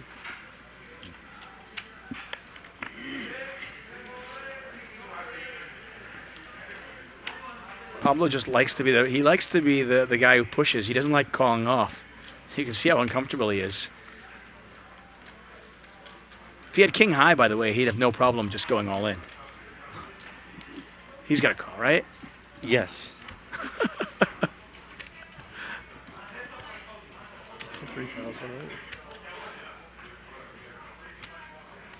That's already in. Okay, he eventually does make the call. He hasn't called yet. Or he just put the 3,000 in? Yeah, because he said 3,000. And then Jack insta moved all in. Yeah. Are you calling? I don't know yet. He doesn't know I yet. don't know yet. And also, don't make this a call. Very careful. No, he hasn't called. I haven't called yet. Just be careful because it's Yeah. be forward motion. My apologies. No, don't. No don't forward call it. motion. You're good. You're good. You haven't done anything. Definitely got Protect him. By the way, if you try that in your home game, in your game in a local casino, that somebody may call you on it. If you do that in a casino, It's in a a call. regular game, they're making that a call. Yeah. And of course, if you have the Jack 10, you say, no, he can do whatever he wants. Yeah, give him more time. I'm going to fold. He's going to fold. He just said it. I'm folding, by the way. Oh, I would have went broke with that hand. I Wow. would have went broke with that. Sammy, by the way, has a gut shot. It might be the greatest fold ever, but I just put him on a draw. I don't know why. He goes one time. Jack does not have a draw. That's a tough fucking fold. I need a I 10. feel better about it now. Oh, wow. And Jack just won a monster pot. Love you, bro. Oh, my fucking God. Yeah, that was your hand.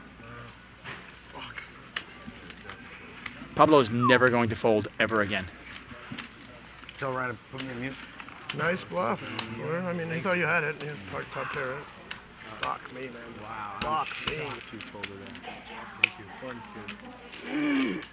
You never. I thought he might have flopped the set. I mean, you go all in on a fucking top pair. It's fucking crazy. Tough spot for Pablo. So it's not gonna happen again. Fucking Christ. It's not gonna happen again. That's really funny. That's not gonna happen again. That's really funny. And he was serious, Jack. Because he really meant it. Like, Yeah, fuck's fuck fucking yeah, not gonna happen goddamn again. right, I'll just right now. So he slow played his kings, which we both liked. Oh shit. Is Sonny gone? He just flatted the all in, but then he kind of forgot that he was very under-repped. You know, listen, Pablo, if you're listening to this, I'm going to put you in the same category as Phil Hellmuth right now, okay? So you should feel good about this. I have seen Hellmuth do this, where like Hellmuth like tries to play like trap play, and then he kind of backs himself into making a big fold, and almost forgets that he's like, no, you induced this, you set this up, you played it perfectly. I mean, you played your opponent like a fiddle, and then you just forgot to hit the call button. Yeah. But it's a tough spot. It's pretty common. Go look somewhere else. 1,400. For the record, I'm still considering getting the Pablo tattoo, okay? Despite that hiccup. I think Pablo's going to show us. I just have a feeling he's going to go for it soon. Yeah, you think so? Yeah. No, I get it. You're going on a limb there. Though, I really thought you folded. I was I mean, just with air against. By the way, that was a monster shove, too. I mean, that was 13,000, right? I thought he flopped the set. Jack is a beast. Jack thought he was ahead. 12 more. Jack's going to call 1,200 more with Queen 8 suited. Fucking crushed me last week. Jack's down 20K. You don't No, you don't get unstuck folding. I respect the gamble a ton. And he has the best hand, by the way. Ace high flop. I think Nick's gonna win this though. Time for that drink. Yeah, he is. He's gonna continuation bet and win the No, pot. no, you felt less. Well, that's the thing about cash games. Oh, you didn't have Unlike much. tournaments, you will never. You're not gonna win money by folding.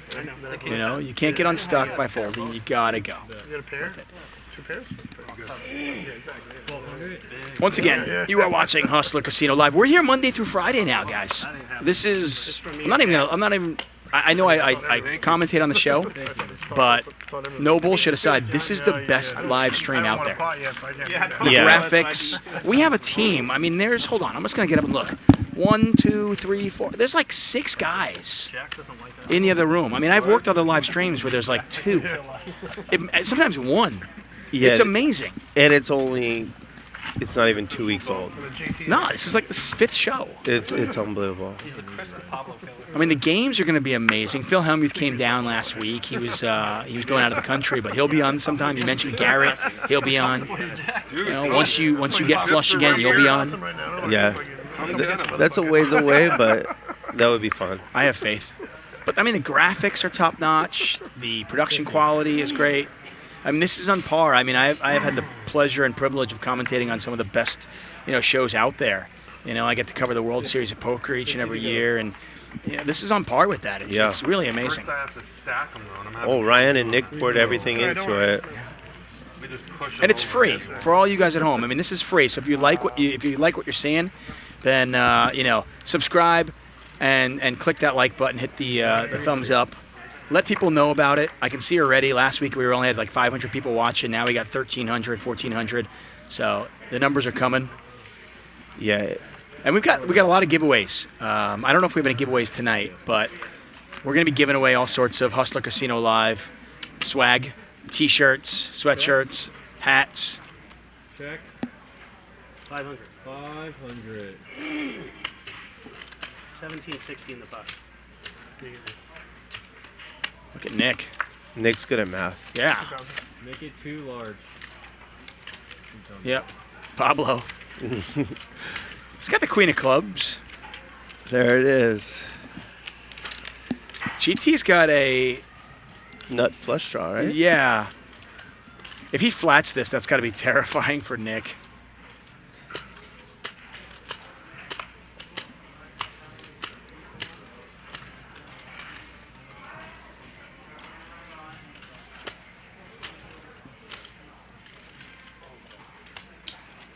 Call.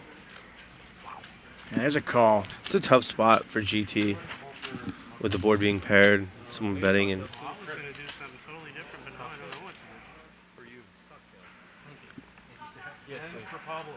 Yeah, Nick may be giving a little bit away here. And yeah, that just a call from GT was terrifying. it was really good. You could think to go all in, but it was really good. What a turn card here. Pablo's got a pair of 8s now. He was drawing really slim, and now suddenly he's a 70% favorite to win the pot. Check, check. Blank.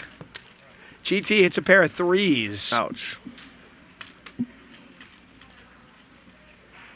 There's a check mark next to Pablo's hand. Does GT bluff at it? Nope. He checks. And I by the way, I like that check. I really do. I mean, obviously I'm being results oriented, but I mean, I don't think after Pablo folds kings, he's in the folding mood right now. Oh yeah, yeah. No, I wouldn't be bluffing. Okay. If I was GT. What can I do? King 10. Because you have ace high. Maybe if you have a small Yeah. flush draw. There's Jack, 2 Oh, Jacks. Jack. Yeah, he had a 3 on the river, so. Oh, and he hit a pair, yeah. You just don't see that 8 coming. Alright, Sammy's playing 10K behind. Norman Chad in the chat. We're gonna have Norman on, by the way. I believe Norman is on next week Either way, that's happening. in his Hustler Casino Live debut. My advice, that show, for all of you watching, is watch the show on mute. It'll be much better that way. When Norman's in the Yeah. booth. Yeah, you watch the show on mute. It'll still be an amazing spectacle. You can really enjoy it. The graphics basically tell the whole show anyway. But Sammy's playing 5K. He called. Turn like 4 off. 5,000. so what's your game of choice right now? What's your poison? So lately I've been playing, well, all no limit, but just pretty much what's going on after midnight that I can afford at the time. So I've been stuck playing a lot of 2-5 in the last few years, but lately I've been playing bigger. I've been playing some 10, 20, 40 here and there, and just trying to push the envelope. How about you? I haven't been playing much. I mean, I was kind of out of the mix with COVID. Played a couple of like 5-10 games, 5-10, 20 games, but That's been pretty much it. I am going to start playing at the Hustler, though. I might even, maybe I'll play tonight after this is over. I think I'm going to play later. Oh, then I'm not playing. I'm going to drink a lot. Oh, then maybe I'll play.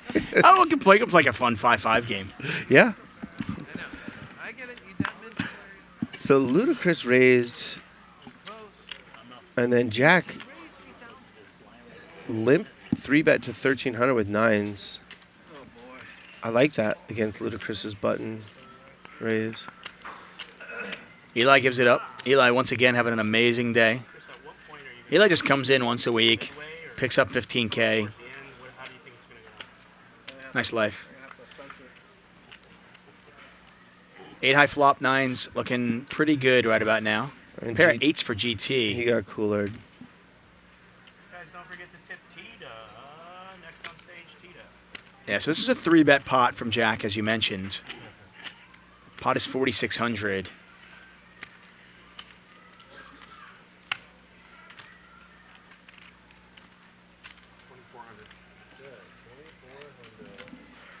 You mentioned earlier, you can bet small.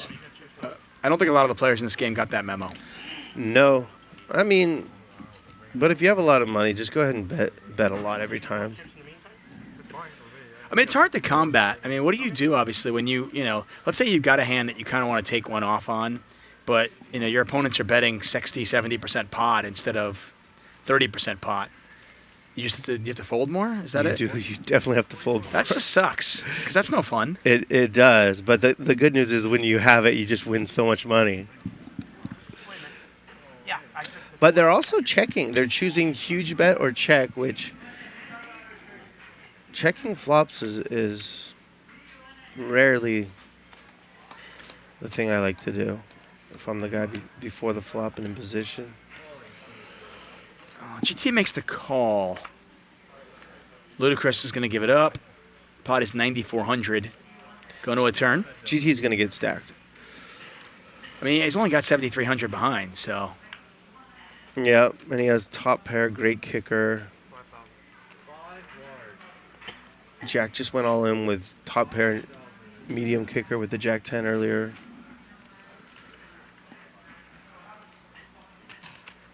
Yeah, I mean, you don't block straight draws. You don't block spade draws. If you're GT, this is a tough spot. You're getting it in.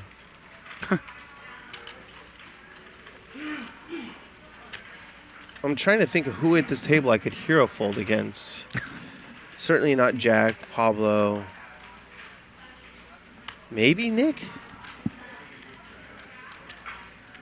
Yeah, Nick's one of those guys, he changes gears a lot, though. Sometimes you can never fold against him, and then sometimes you have to. Good luck figuring out when that is the case. Now, it says bet 5,000. I thought Jack actually moved all in. Give that to Nick. But Yeah, 5,000 here. And just give them here 5,000. Right. Is it okay if I give you all? I don't care how you do it.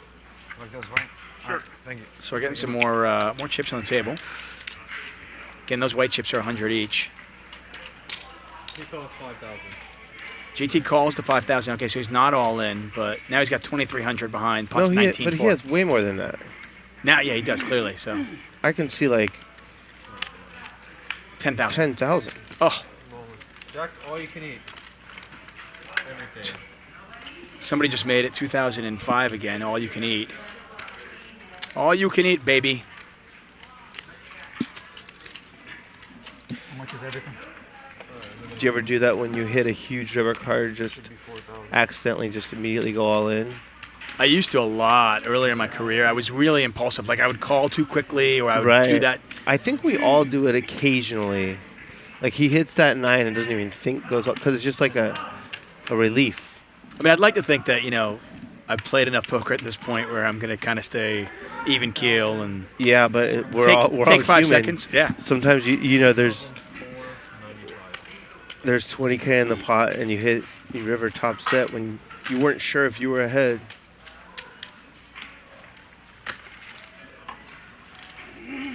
GT with a pair of 8s here. At this point, even though we saw Jack kind of, overplay the Jack 10 earlier, at this point, I think it's pretty clear that GT's can only beat a bluff. Can I give you this? And if he could, I don't think Jack's going to triple barrel a hand worse. When I said he was getting stacked, like you, I thought he only had 7K going to the turn. Sure. But he's deep. Never been more. Yeah, each one of those stacks is 20, so each one of those stacks of white is 2,000. The smaller one is probably 1,500, and the stacks of 25s are 500 each. So you do the math, and that's over 10,000 behind. I fold. Good fold, GT. You kind of put the hand perfectly, right? Call, fold. Yeah, I mean, some would argue that pre-flop wasn't perfect. Sure. Calling the 1,400 or whatever. Is it nothing? But Oh yeah, is that? from then on, I mean, I think if you didn't 5, ask for 6, water, I yes. would have called. You like that hand? They got And the comeback of Jack is underway. very So still. 5, nervousness 6 is only hand that could. Do you think people are more nervous if they have it? What's that? Do you think Second more nut. nervous if they have it? Matzo ball soup is What I a write it as? quality soup. Project unnecessary beats. I've never even had that soup. Are you kidding me? I didn't. What was it? Matzo ball soup? No. You've never had a matzo ball soup? No, is it like a play on words or something, or is it an actual soup? No, it's kind of it's an ethnic food. It's like a Jewish soup. Oh, okay. So like matzah. Not that I know of. No, I can't. But I'm just amazed throughout your whole life. You should at some point go to a Jewish deli. Yeah. Get yourself some matzo ball soup. All right. It's pretty quality. Those of you in the chat, let me know. What do you guys think? You guys like matzo ball soup or not? Well, all the stuff Ryan was writing yesterday was a troll, so I wasn't sure. Before the river, you were good, right? just laughing. Before the river, you were Rick good. says they've never seen matzo ball soup or seen Super Troopers. Horrible commentators. Bring on Norman Chad. Norman Chad is recommending Nathan Owls in Beverly Hills for their matzo ball soup. Pablo, you were definitely ahead, Jack. N2 says matzo ball soup Ace sucks. king or something. Nice. That's why I kept calling. Orange Margin says matzo ball soup is like the third nut low. It's gonna be really bad. But are we playing? Master, Jack. That's always Are we playing like deuce to seven? It's always a good sign when you have a big Yeah. That's a good question. Who knows? You don't play any mixed games, man? I mean, I do occasionally, but not well. I was going to ask you though. I mean, with Get me. stacks are getting huge. with some of the action players wanting to play more and more PLO, have you Yeah. kind of been forced to? I mean, if you want to play with the action players, you got to play PLO, right? I've had to play a decent amount of half and half.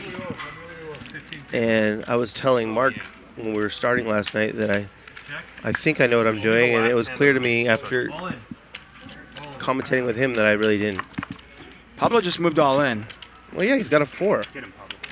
Yeah, but I mean, Oh, Christian, yeah. the pot has $1,300 in it. He just moved all in for 11.5. Ludacris has top pair, no kicker. And what do you do here? He has to call. When you're putting your foot on the gas, though. It sucks that Sammy's behind him, but he has to call.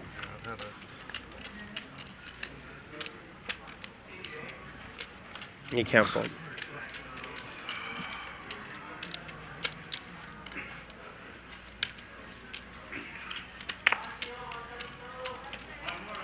I mean, he just like 10x the pot. I don't want that lever. It's Pablo. He's pretty stoic, though, isn't he? Yeah, and it's an interesting hand to do it with. I mean, you'd think he might have like a combo draw, like some sort of like Jack 10 of clubs or something like that, but or even like 5-4 of clubs. Chris is gonna call, right? I don't. It's a lot of money, man. God, tightest. Louis. No, he's Wow. gonna give it up. The legend of Pablo continues. I have 21 in green. Stoic. He was folding? No. 21 in green. You can bring me 30. It's up to you. I mean, I'd like to think I'd call. I mean, I'm sitting in the booth, but I don't know if I'm sitting down at the table. I don't know if I can pull the trigger. I mean, Well, 10x the pot. I've got a king with no kick. I've got a king with no kicker and no backdoor clubs. And no, I'm like, Was it King 9-4 with 2 clubs? yeah. Yeah, but the over jam, it's just so often a draw Yeah. with mortals, and with Pablo, it just could be many things. Yeah, no, I agree. I mean, I guess when you have top pair, you're not really all that worried about, like, if he has queen 10 or jack. Yeah, he might have a lot of outs against you, but it's not just, he doesn't have the random, like, pair outs. Yeah. Probably. Someone says Pablo is Garrett's brother from another mother. And people are telling me to stop. That isn't a call, but I promise you that's a call. Yeah, and like I said, I don't even doubt that you would call there. I think. Well, just the huge all-in is just so often a draw. We got a pretty interesting spot here. Nick, by the way, was $46,000 behind. Wanted to make sure he's got everybody covered, so he added some money on the table. Big John with king with a king-jack, so he's got the kicker. Nick has the flush draw, and you can see that Big John is a slight favorite. 1475. Or 1450. 1450. Yeah, I tend to agree with you. I think it's a call against a recreational player. I think that's a call. I mean, if you're not playing against somebody who's really tricky, pro, I just don't know if I could pull the trigger. I'll be honest. I mean, that's, Well, it's a lot of money. Yeah. It's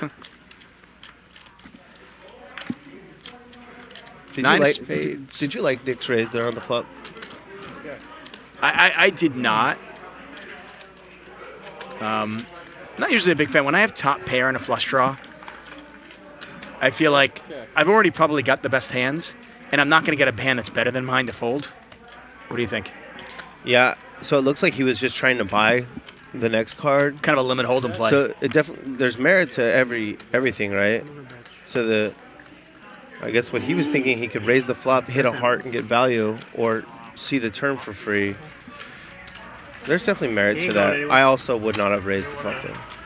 I'm more apt to raise, like, let's say the board is king, 7, deuce, and the king and the 7 are hearts, and I have, I have like ace, deuce of hearts. So I've got a bottom pair. So I'm trying to actually put pressure on a king. And you know what? When it looks really cool is the turn. That really confuses your opponent if you wait, right? Like with Nick's hand. You can't get mad at it. You don't. Never played deuce 7. But he might know his opponent better, and maybe buying that free card is worth it. Sure. Thanks for joining us here, Hustling Casino Live. My co-commentator tonight is DGAF. He'll be here all week long. And I'm looking forward to Friday. Friday's big game. It'll be me and DGAF calling it again. All around that 8, right? And if you want to hear more of DGAF, you can follow him on Twitter. He is at DGAF Poker Player. Yeah. And you can also subscribe to his podcast called Sessions, where, and tell me if I'm wrong here, you basically chronicle your game, your sessions, right? I review every session I play, which is 2 a week currently, and I also tell the story of my life every single day of it, pretty intimately. And that's what the podcast is currently. It changes every year, but that's what it is currently. Patrick? I mean, like I said, from a poker player's perspective, if you're not in this world, I think it's kind of interesting. A professional poker player. I know you were married, got kids. Dealing with all of that and playing poker, and the ups and downs of not just your personal life, but your life on the felt. Yeah. Cards here, man. My cards are dead. I've never been good at money, so I had to make a comeback, a financial comeback in 2012. But I only had one kid, and it was easy, right? I was younger, and then I made a lot of money that year and the next several years, and lit it on fire again, not really consciously, and this time it's been harder to make the full comeback. So. The game's harder too. Right? Game's harder, and the longer you're in it, there are things. Oh, Pablo in 20 years. Well played. I don't know if they love you like that. Hey, you got more expenses. Yeah, just the swings start to wear on you more, and I would imagine as well. I mean, having your children in Southern California and you being in Vegas and, not having that support. I remember talking to Danielle Moon about this, and somebody was saying to her, like, I don't know how you play poker with a family. And her attitude was, after a bad session, I don't know how you guys do it without a family. Yeah. Like that support. Like I love going home, and my boys run into my arms. Whether I win or lose, they don't care. Yeah. No, any father would agree with you. Eli's going to bet middle pair here. Sammy with a flush draw. Now, I don't think, unless I'm mistaken here, unless that's a 5K, and it's not, it's a 1K. Sammy is not as deep as our board indicates. Nice little turn card there for Eli. Had a gut shot with middle pair, turns to straight. Yeah, Eli's just playing pretty solid.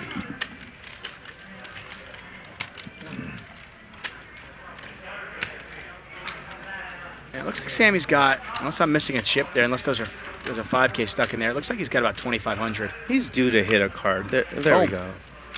All in. All of it. Good luck, man. What's the play when you hit your flush on the river like that? Do you move all in? We see that when people hit, they're just immediately all in. I don't know. Yeah, so we got a correct count here. So yeah, it is very small. So yeah, maybe it doesn't matter. If it's really small, it doesn't matter. 2,200 is the actual bet here. So the pot is, yeah. So the pot was actually about 7,000, 2 to call. Yeah. So when it's the small amount, yeah, I like that. I respect Sammy for not wasting time. Just get it in there. The other guy has to call because the pot's so big already. That's funny what you were saying about Danielle. I know her. I bet, yeah, you're in the Vegas scene. Yeah, I knew her from before then in LA. But that's how my podcast became more than poker. I just was so on tilt from running bad for a while. I just did a whole episode on my daughter's basketball team that I was coaching. And people were like, man, this is it, right? And then ever since then, it's been life story and poker. No, I know. I'm surprised. I mean, I think that's, for at least for me, I can't speak for everybody else, but one of the reasons why I'm a fan of yours and is because you're not afraid to like put yourself out there. And like, a lot of people, especially in today's world, like, if you look at people's Instagram or social media, Facebook, everybody's just like, look at me, look how wonderful my life is, look at my beautiful family, and it's all fake bullshit, right? Yeah. It's all fake.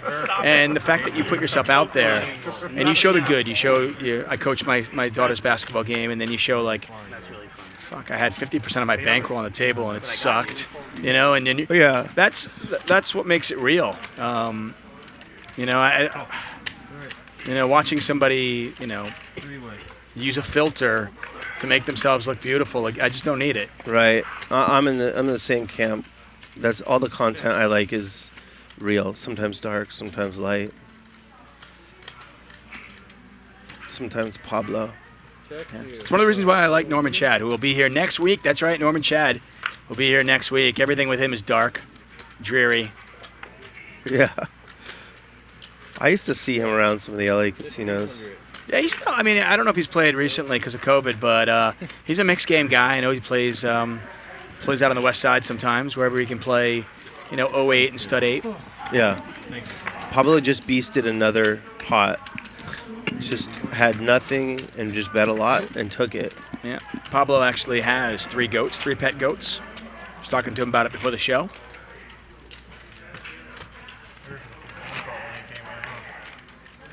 Patrick, what time is it? 6 o'clock. I assume you and Norman Chad are pretty good friends. We've become better friends over the last couple of years. Yeah. Yeah. I get that. I'm ashamed to say. You're ashamed, yeah. Yeah, no. During COVID, he actually he would my donut delivery guy. He would go to Randy's Donuts and drop off a dozen donuts for my family. Right. Full in mask and everything. So. Nice. Is he in the Poker Hall of Fame? He's not. He's not? He's not yet. And he will be, right? I think he should. Yeah. I don't know. The Poker Hall of Fame is so weird. It's like it's a topic unto itself. They only put like one person in this year. And if they're only putting in one person a year, well, then it's going to be really hard for, Yeah. I think Norman, Chad, and Lon McCarron both deserve a place in the Hall of Fame for what they've done. Part of the boom. Yeah. But it's like the Hall of Fame started so late that there's a lot of catch up. This is a raise to 300 from Patrick and then called in everywhere. I mean, two guys from like the table down the street just called. Big John's flop top 2, and he's going to get action because Sammy's got top and bottom. And Patrick, by the way, has an ace as well. John's been awful quiet today. Yeah, Big John betting big. Yeah, until right now. Not messing around. What might save Sammy is that they're friends, Big John and Sammy. Otherwise, it's a cooler 2-pair against 2-pair. Yeah, if Patrick gets out of the way, then they get it. They could just. I can double up again, man. They could check it down, maybe. Yeah, I think they would. Selling money. Oh, this is yours, though, the lines, right? No. Big John is one of the few players at the table that I might fold. Remember you said earlier? Oh, yeah? Okay, cool. I think so. I mean, I don't know Big John that well, He but was all in there with the Queen 9 on Queen Jack 10. yeah. That was pretty intense. Yeah. That's a good bet, John. Very good bet.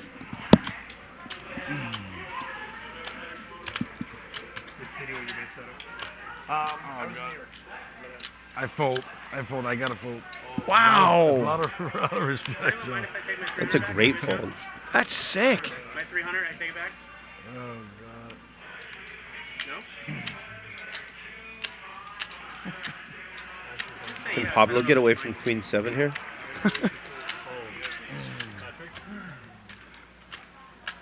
I mean, there are diamond draws out there. You know, Pablo is a pouncer. He pounces on weakness. He doesn't call it off bad. Patrick gets rid of it as well, and Big John is going to win himself a nice little pot. Could have been bigger. I'm going to move the button, Magic. Very friendly game. Passing your cards to your neighbors so they can see. Oh, he's king? Oh, I had 2 I pair. like the diamonds. That made me nervous. And he said he didn't like diamonds, made him nervous. Let's take a look at the chip count here. Nick's got the table covered, 45,000. Eli with 33. Flop the 2 pair. Ludacris on 30. Jack with 29. GT 27. Big John and Sammy even with 12,000 apiece. Like a tsunami. That would have 73% like VPIP. Ace 5. I had ace 5. And king 5 here. You mentioned earlier, play a lot of hands, right? Yeah, I was thinking how I would play this game, and I think I'd be in there a ton, at least for $5. Just a But ton. then what are you going to I do? know I should just You're- get out of I it. don't think we've Minus seen the any. thing, Right. I don't think we've seen any limp drawn pots $5. Ludacris was limping for a while. Right, but I mean, it always got raised at some point. You had to Yeah. call 150 or something. Yeah, but if you limp re-raise a couple times, then it freezes people. Yeah.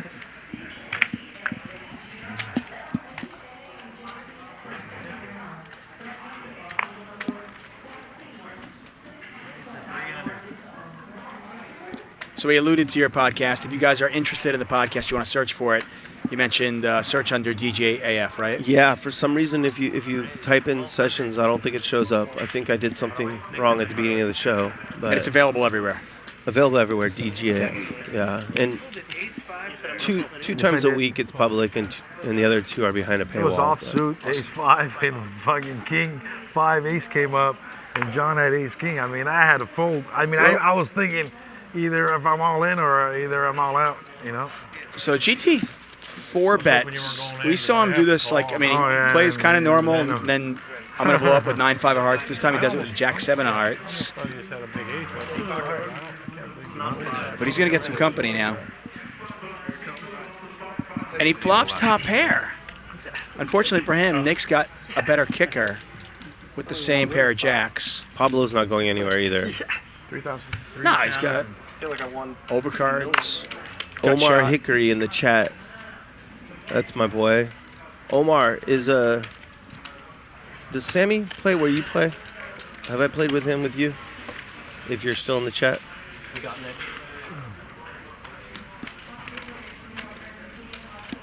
So what are they going to do against this Pablo bomb?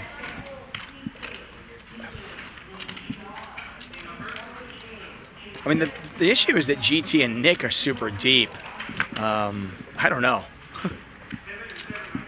I mean, that's what makes it interesting. And I know you played a ton with guys where you've got one guy in there who's kind of just like crazy action, but you've got to worry about the other players at the table too. Yeah.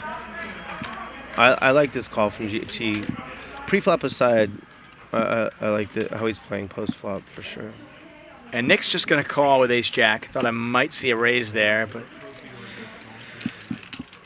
He just calls. Pot is 15,000. I think he just wanted to see a safe card, which that is a safe card. Pablo checks. This could, I mean, I don't know. At this point, I'm not even sure what's going to happen. Nickel bet. Pot is 15-1.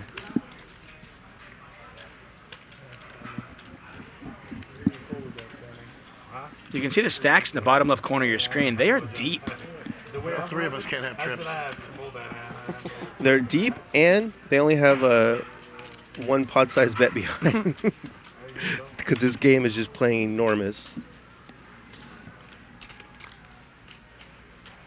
46. Wow. 4,600. Now, the interesting thing is that GT is going to have more 10s in his range than Nick, I think. GT also has some overpairs in his range as well.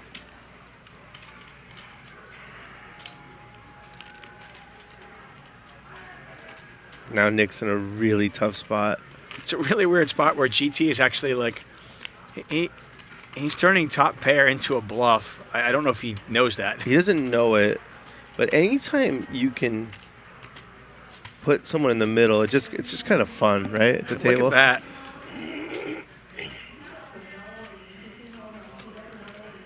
Now Pablo's getting a really good price. And we can see that he's getting, I think, the right price, right? Yeah, I mean, he can catch an ace, a queen, or a king. He needs about 3-1. And again, if you're good at math, you can figure out he's getting a little bit more than 3-1. Yeah, he just doesn't know that all those cards are good for him. Because GT could easily have, he could have him drawing dead. But Pablo's not scared. No. 24,300 in there, and Pablo is looking for a face card or an ace. Obviously, a jack's no good, but a queen, king, or ace will do it for him.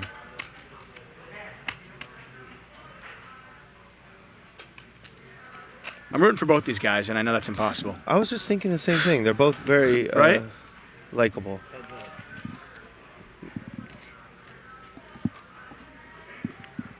King, queen got there. Just don't. Okay, good. I was gonna say just don't bluff small. But it is small. Yeah. Unfortunately, he just doesn't have enough.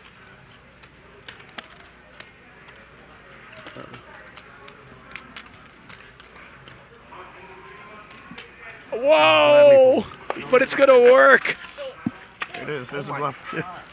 Beast. I knew I was gonna hate myself after that hand. King Queen, Nick? You totally folded King Queen, right? What was King Queen? Nice hand, man. Yeah. Well played. What was King Queen? A draw? Yeah, the 9 king. No, no. I folded the best hand now that I think, unless I don't know what he had. You did. I know what you have. What's that, Patrick? I'm guessing king. The chat is going crazy for Pablo, rightfully so. Pablo. Patrick, you can needle me after. What's that? I like the shove, but I thought he had more. He only had 5,000 behind. GT was getting 6-1. Again, So now all these people that were saying I was crazy for calling with King 7 on the King 9-4, it makes sense, right? This guy's just a beast. Once you know he's a beast, he's just one of those guys, and it's frustrating because when he hits, you know, when his cards connect with the flop and the turn and the river, you're going to lose a lot of money to him because you can't fold. And, you know, we've all played against guys like that. I mean, we played against you. You're that guy sometimes. You're not, obviously, you're a professional, so you're not Pablo. But still, though, you get paid off a lot because people feel like they can't fold to you. Yeah, I know. yeah, I don't even know that I've ever 10x jammed the flop before. It's a little overkill, but hey. I want to try that tonight. You had maximum pressure to apply it. You're going to have to play a game that has no max buy-in, I think. Or just run really hot early on. Yeah. 5 to 8? Yeah, something. No, a 10 at least. By the way, the Jack 7 on the river, there's really nothing he could beat, but at the same time, it's Pablo, and if you're getting 6-1, you just can't fold. Oh my God. Yeah? Right? You know. I know. Agreed. It's just so tough because you only beat a bluff. And people rarely bluff in that spot for 5K. But it's Pablo. I get it. Yeah, call. Well, Pablo now, look at this, though. Look how much money Pablo's got in front of him. Bottom left corner of your screen, 29K. At minimum. That's right. I don't put him on a 10. And who knows what Pair of 8s here for Curran's Ludacris. doing here. Could be anything, Not much right? for anybody else. Trip 8s now for Ludacris. So tilting, that's 2 in a row. 300. Really not a fan of that bet. Too, bro. You had position, you had the big stack. You had No, actually, I didn't have great position there. I was in the middle. What do I know? Sammy's going to raise with the Theoretically, fours. well, that position. That's 4,600, and I got fucking. Hey, check. Check raise all in. Yeah.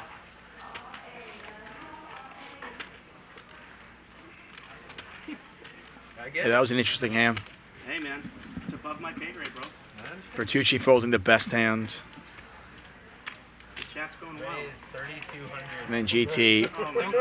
They love you so folding much. to a $5,000 bet on the river, getting 6 to 1. Pablo for everything. This is a really interesting line by Ludacris. Wow, and it's so hard to push that through with only another 4K left. What do you think about this? Saying, like, it's so valuey no matter what you have. Leading the term when you make trips, when you have Pablo on the button, For 4,000 more, right? and then But I'm just not. 3-betting. Yeah, you'd think you'd give Pablo enough rope to hang himself. I mean, he was stacking chips, so maybe you think he's not really involved.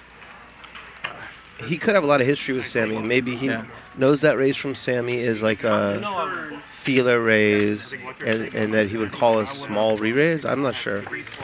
I mean, the other thought, if your opponent does have an 8, you know, you think of the cards that there are a lot more combinations of 8s that are lower than Queen 8. I mean, you lose to Ace 8, but you're beating 8-7, you beat 9-8, you beat 10-8, you beat 6. So the other likely combinations, if he happens to have trips, Sure. maybe. So yeah, maybe, yeah. You don't care if you have low pair. If you had 9s, you have You can also call and then check raise all in on the river. The guy's going to bet the 8 then. Right, if he has the 8, he's going to bet the river anyway, so you're going to get value, and then you can get it all in then. Yeah, that's a good point.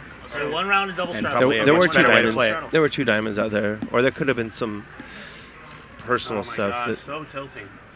that could make that the Let it go, river. bro. It's gone, bro. It's already gone. I want to welcome all of Yeah, you. You see my demeanor. I'm fine. I see 1,500 of you watching the show. Thank you so much. We're going to be here Monday through Friday. That's right. Raise 6. We've got a pretty cool assortment of commentators coming in through here. Last night, I know you guys listened to Mark Goon. I call him Squishy Tomato. Got Bart Hansen. It was Bart Hansen week last week. DJF is going to be coming in a lot to do commentary. Nicole Juergens, she'll be doing commentary occasionally. I think Johnny Vibes is going to do commentary once and twice here and there. So I've known Ryan Feldman a long time, and I promise you he's going to get the best out there. All those people, and then, of course, my apologies, Norman Shad, too. No, you can't say all the best and then say that Norman Chad's going to be sitting in here sometimes. It's all the best, and Norman Shad. Get it in there So fast enough, 1,500 man. people watching and only 272 blue thumbs? That's not right? No. We need more blue thumbs. For a free show that is, no one's putting the amount of resources into their show as Ryan and Nick are. And look at this game. I mean, we have been stuck with live streams where there's like, you know, $6,000 on the table total. Yeah.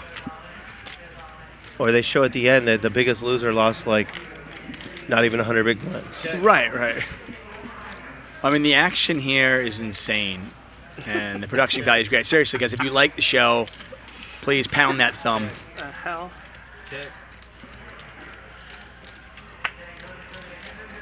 Josh Macchiello just thumbed.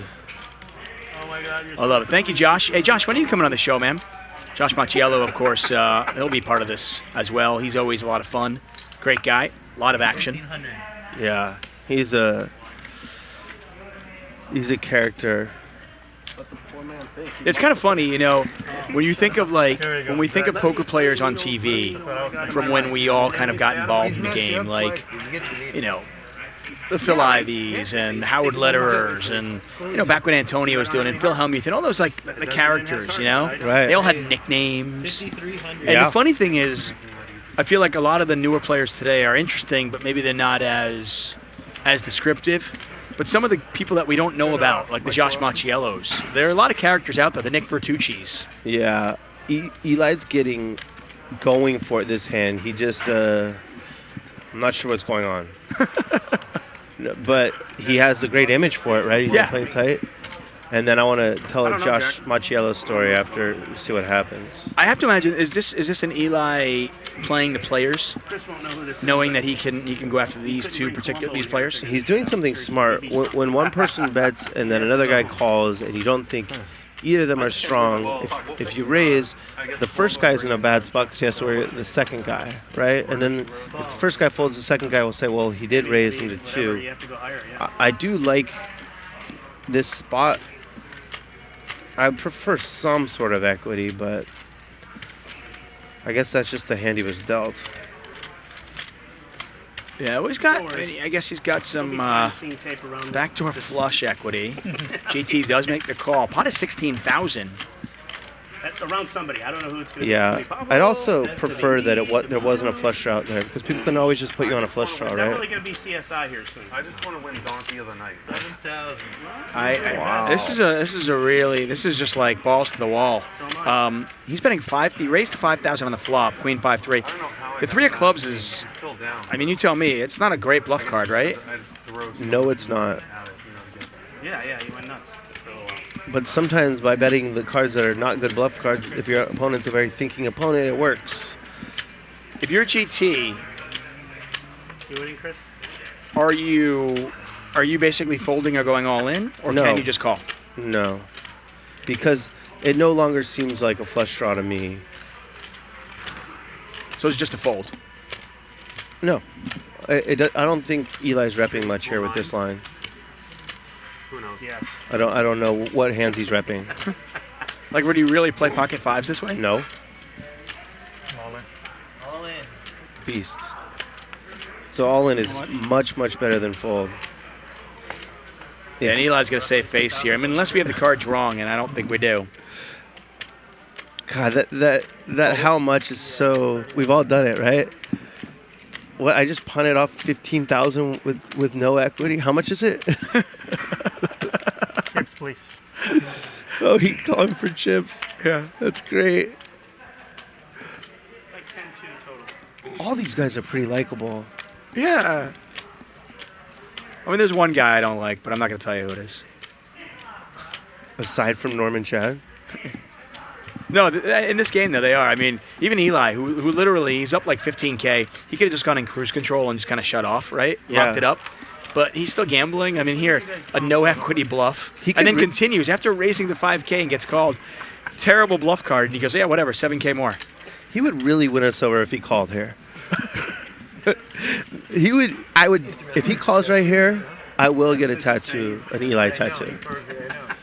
I mean, I'm actually calling for it. If you have endless money, why See, not? part of me, I wish we weren't an hour delay because I would love to run downstairs, give him $5,500 Yeah. to make the call, just to see you get the tattoo. I mean, Yeah. for you to get Eli's likeness tattooed on you, it might be worth $5,500. I mean, but no one thinks about that calling with just when you can't win, just to like troll the entire audience, right? Right. If you have enough money, why not?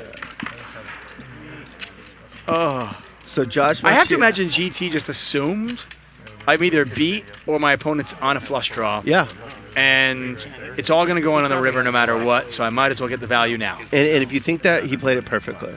I mean, you don't assume that your opponent's on just stone cold air. And I actually wasn't doing the math that if he calls the 7K, he only has 5K left. So yes, it is all in or fold. I wasn't thinking of how shallow he was, but the spot wasn't all in or fold, but the stack was, yeah. But I used to play with Josh Macchiello, and one time I beat him a hand, and he was so tilted he tipped the dealer 100, right when he lost. Nick's got kings, makes it 500 to go. I don't think there's a straddle here. Nick's been folding the best hand decent. No, okay, there's a straddle. Jack made it 50. Okay, that makes more sense, but still. No, he made it 100. Because it was only 400 for Sammy. Okay, fair enough.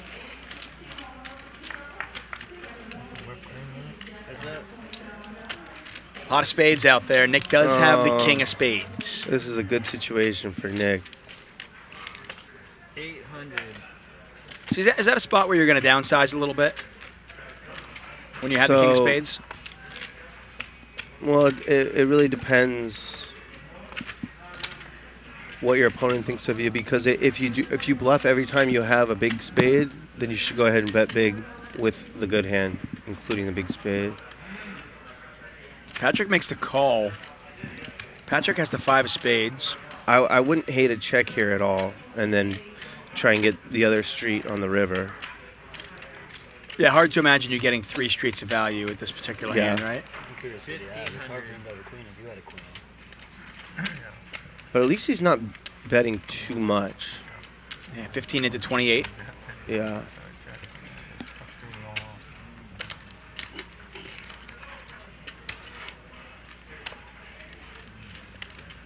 Gotta imagine this hand is over. And I know nothing.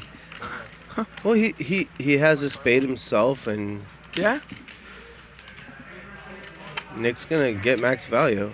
Absolutely, and the board pairs. I mean, that's a really nice run out. If your opponent got stubborn with a 9, you know, if your opponent got stubborn with a 9, they might call off. Or pocket five. Nick's gonna bet. Yeah. Oh, 3K might be a little too big.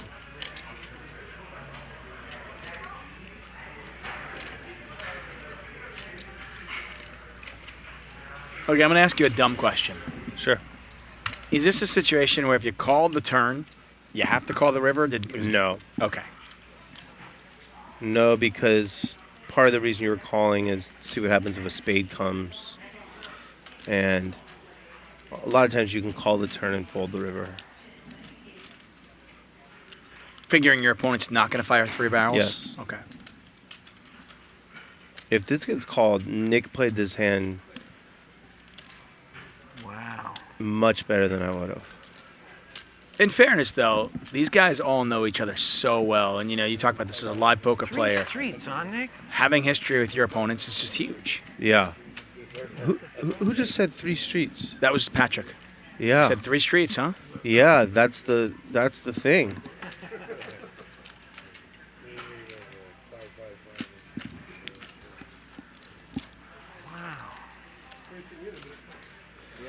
But he's going to pay him off. He's going to pay him off. He's putting him on like an ace of spades or king of spades. Yeah. Nice value bet. Oh, no, I wouldn't call your hand. I'm telling you what I have. Yeah, I got you. Yeah. Apologize. I didn't mean to do that. That's how you play kids, Yeah, I guess. fault. Yeah. That was He's horrible. staying. He's staying. That's the perfect example of Nick knowing his opponent, knowing what his opponent thinks of him. Right. I've seen. Don't fold. Don't See, I would have thought on the river, well, if I was going to bluff, I would bet more than 3K. Or if I wanted to just price him in where he couldn't fold, I would bet like 2,300. But he got the max. Patrick, interests include breeding children. I know. Look at our straddles. First time I read that, I thought it was chicken. Patrick is literally a stud. Yeah, I mean, like they have literally, they put him out the pasture and he just breeds children. And honestly, if you're as good looking as him, why not? Yeah. No, now your turn. Me? So the other Josh Marcello story real quick was I was playing at the bike, I think it was, one night, and just like in a bad mood, and the game was bad, and Magna Carta, the Jay-Z album had just come out, and Josh just started singing the Justin Timberlake verse, and it was beautiful, actually. I'm not kidding. It was actually beautiful, and it just kind of made my night. I don't know. The game was just starting, and I was just randomly just singing the song. That had just come out, the Jay-Z and Justin Timberlake, and maybe they were playing it, and he sang beautifully. He really did. It was great. We're just really trying to make the 450 bet better. definitely should have Yeah, like 8. But it was at an angle. Yeah, you mentioned Josh tipping $100 when he lost the pot. I've seen him actually like lose a huge pot I like that. and then tip the dealer his remaining 700. Yeah. Pushed all in. Here. I'm like, And I then don't leave. think I've done that without the 10. I think you have the ace of spades. Yeah. And that's why I didn't do The it. 10 makes it easier because they say two pair if you have two Nick, pair. you're straddling 100. Yeah. Pablo's first. I thought it was my turn. Nick is such a pro. That's funny. Jimmy Bluffett says he calls those spots in his game Eddie Money. The 3 tickets to paradise, Rate is 375. 3 tickets of value. Jimmy Bluffett, of course, our mod in the chat. You guys be nice to him. He's our sheriff in there. Queens against Ace King 2200. Yeah, and big- Ace King again. Sorry, $7,400. You're welcome. Yeah, this is going to get pretty big. I think Big John's just gonna flat. He does. Just flat. And I imagine if we saw Eli earlier on, against these two particular players, I think he might just call, yeah. And he realizes that he's up against some good hands. Yeah, he called with the Ace King suited earlier. Nothing's ever going to work, you know. Sammy's in there with ace 10, so very few aces left. What's going on Like here? one. What kind of world am I living in? And not surprisingly, it did not come on the flop. 9 high flop, queen still in the lead. 2 hearts out there. Big John has the queen of hearts. Sammy has the ace of hearts. Nice bet. Big John's going to bet 4K. It's interesting, leaving himself with 4,400 behind. I'd be off if I was at the table. When Big John cold calls the 3-bet for 2,200, I'd put him on something like, 10s or jacks. I would have thought that he'd probably 4-bet with queens, kings, or aces, but Queens or whatever it is you got over there. Oh, he called his hand. I think more often than not, you'd think, okay, overpair here. Nice hand, John. You're welcome for building that pot for you, buddy. This from You Nick. should- you- All from Nick. You should have shoved. I'd have called. Be pre-flop. I didn't want you to call. Ooh. Ooh. Okay. Okay. If you had kings again, I didn't want you to call. Oh yeah, I had kings and I folded there. Straddle, double straddle. I may look like Pablo. I would have. Even I said that. God, can you imagine? Straddle's gonna be 200 this time. Nick with the needle to Pablo. Pablo folded kings earlier on to jacks. Shove all in when Jack just had a pair of jacks. What's the straddle? I don't think Nick's This is needling not Pablo straddle. if he's We're Pablo supposed to be- doesn't have yeah, 29,000 in yeah, front of him though. I'm going along with like the program. For Pablo and 200. No. You made that a 200 straddle? Right. It's a very friendly needle, too. Yeah. Guys, I gotta get a new tooth Thursday, so be nice to me. You know what I mean? They're Oh. very expensive. All in. Ooh, Cowboys for Cocktail guy's Sammy. got a lot of heart, huh? Again, I don't think he has 8,300 in front of him. How much is No. fucking become If he does, that would be right? quite the massive overbet. When he did that. Oh, Eli has queens. Oh wow. One time, please. Everything was going so great for Eli. It's kind of shifted.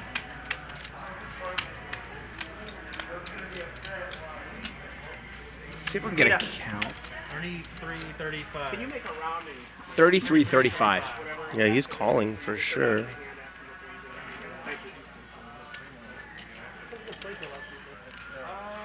You know, I don't remember. That's the truth. I think you see this game go on after the Yeah. You like to see this go on a week. 33, 35. That hand with the 10-8. I know you've been there before. I've that been there something- so many times. Do you relive it in your head like over and over again, and just start thinking, what the heck was I doing? No, Why did I do that? I just scream cocktails and just try and forget it. Best answer. No, but that 10-8 was. You want to have some equity, but I respect the play. Queens versus kings. Is that a limit game, John? Killed you. Queens? I had trips. Nice spot there for Sammy. Taking that fucker down. And I think now he finally does have 7,300 in front of him.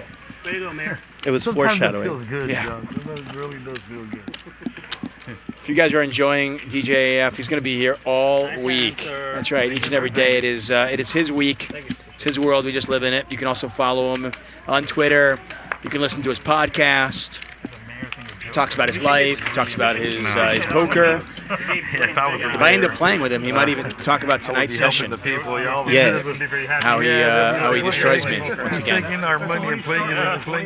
Yeah, I talk about every session I play. So if I play tonight, you'll be in there. 3 or 4 betting anymore on this game. I'm just gonna limp. That's the strategy. It has to be. I can't do it. I think 16. 16? Oh, that's right. Yeah. You still have to. About halfway through our show tonight.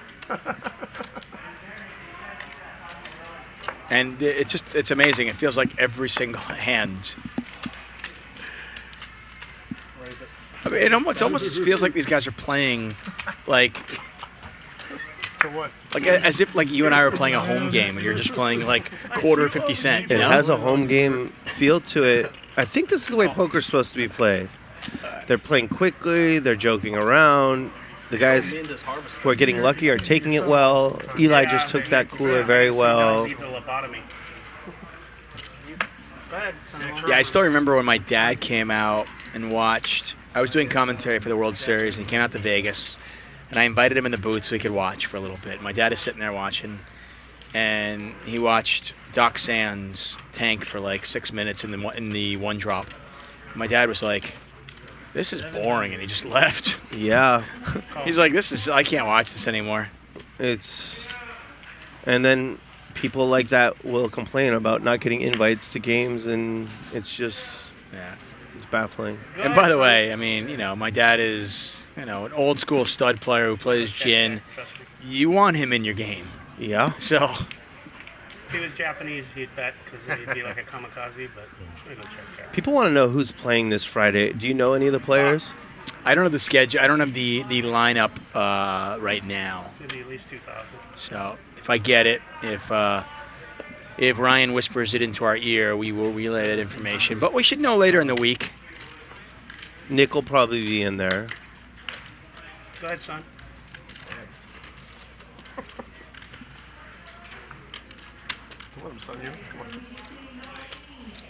Look at Nick and Ludacris. These guys, like I said, they have history. They're battling. Well, he promised to get him, too. Yeah. True to his word. I mean, I feel like Nick probably... Wow. 5,000. Oh. Ludacris. Clearly turning his pair of sevens into a bluff, trying to put some pressure on a queen, maybe. Smells like ace-queen now. I don't think Nick's folding. That 3 just makes you feel so much better about your kicker. Cool. Chris, you're going to finally get your day. Yeah, there it is, buddy. You're getting your day. You bet. Push you around. And I'm going to give it to you. I'm going to pay you off. He's going to get him. He came through on his promise. You feel good about that? God, he has it. He fucking has it. I would rather. I'd fucking rather swallow the 5K chip right here and fucking choke to death than to give it to him too. That's really the truth. Well, I don't know. This is a good, healthy poker game. I like this. That's great. Hold on a second, Pablo. Let me have my minute here. It's better talking more than I am. Better for the game if Nick like a folds. fucking chatterbox. This is how I figure out shit. How I lose. Let me lose in peace. Fuck.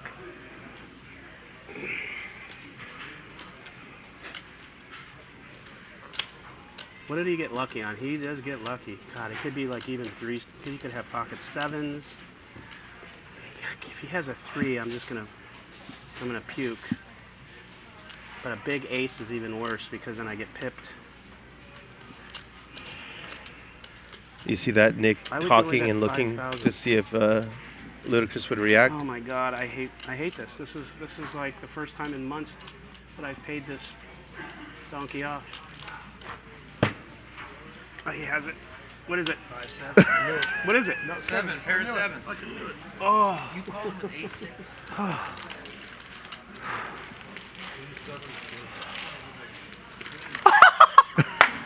Woo! God, the streak continues.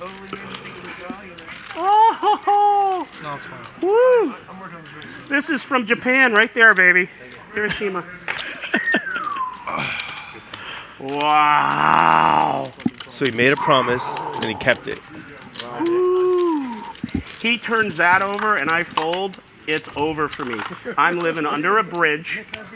Yeah, it would have been great for the game if Nick got bluffed there. Woo. Oh my god. Oh my god. Which gas station do you stop at? Listen, 5,000 is like fucking 105,000 from any other person here. I would rather have the 5. I'm not even kidding you. Now, everyone watching, they have to know that Chris and I do this. And I know it's bad form in poker, but it's not here because this is our thing. Oh, it's absolutely not bad don't form. feel bad for him. If it was a stranger, yes. Gosh, wait a minute. Hold on. Okay, I nutted. Go. It's your turn. Raise 1,000. Yeah, if you're watching this and you're thinking you can do this in your local casino with a bunch of guys you don't know, don't. But this is a great game. This is just a ton of fun. And as you said before, I'll echo your sentiment. This is how poker should be. It is. And should we cut a ribbon Nick or something? and Ludacris are two of the better players at the table. And it's really good for a game when two of the better players are battling verbally and I'm otherwise. thinking to myself, is it worse to get bluffed by this donkey, or is it worse The to more get 5K? recreational And players both didn't feel sound better very about good the at all. game. Oh, I don't care who's watching. This seriously, if we were alone. Look at this here. So in right an alley, it next would hand still here, be Ludacris makes it $1,000 in the straddle with 8-7. Patrick moves all in. Yes, he's a pot bloating donkey. Hey, Jared. Yeah. I don't think he's a donkey. That's not fair. He straddled for 1K? No, he raised to 1,000. Oh, He raised. was in the straddle Yeah. and raised it up to 1,000, and then Patrick moved all in with ace queen. Honestly, I couldn't even see what it was. I thought it was like a string. You gotta know. So Patrick limped and then jammed? Yeah, Ludacris is he's bringing the V-neck back. How are the fries? Well, he's kind of hoarding them, it looks I like. swear, I would never do this to anyone else at the table. He owns I have 37%. I have a real affection for this kid. Believe it or not. No, I did. What did I do? I tell you, I watch this game, and I mean, I love our seat, and I but love doing didn't what I'm celebrate when doing. I had those jacks. But how badly do I you would want to never sit in this celebrate on game? you when It's you- fun, right? It would be a lot of Yeah, fun. no, when I made that great call against I you, do love when there's a player at the table where I have that relationship where I can 400. needle them every time they lose, and they do the same for me. Oh my god, that's the fucking best thing. I might as well just go home. How do I beat? I can beat that. I can't. Raise 1,800. I mean, probably like, you know, reason number 79 why you shouldn't have your entire bankroll on the table when you play, so you can actually have fun with it and needle. Yeah. 3,800 in two hands, just so you know he's putting. None of these guys seem like they have their bankroll on the table. Doesn't seem like it. Can I get 2 random cards, please? So just another 3-bet pot with your old King Jack, and 14 people call. So Ludacris is steaming here. He's kind of the last couple hands. Yeah, a little bit. What the fuck? How can I not call? Just like a deep God, if I breath could there. just fucking I think flop maybe it he's under realizing it butter, himself. have him go crazy. He's like, I can't run this table over. Fuck, you kidding me? But Patrick played the last hand great. Oh, how about a set of 7s here for Big John? He's got a full house. Nick with a 7 as well. That is the case 7 out there.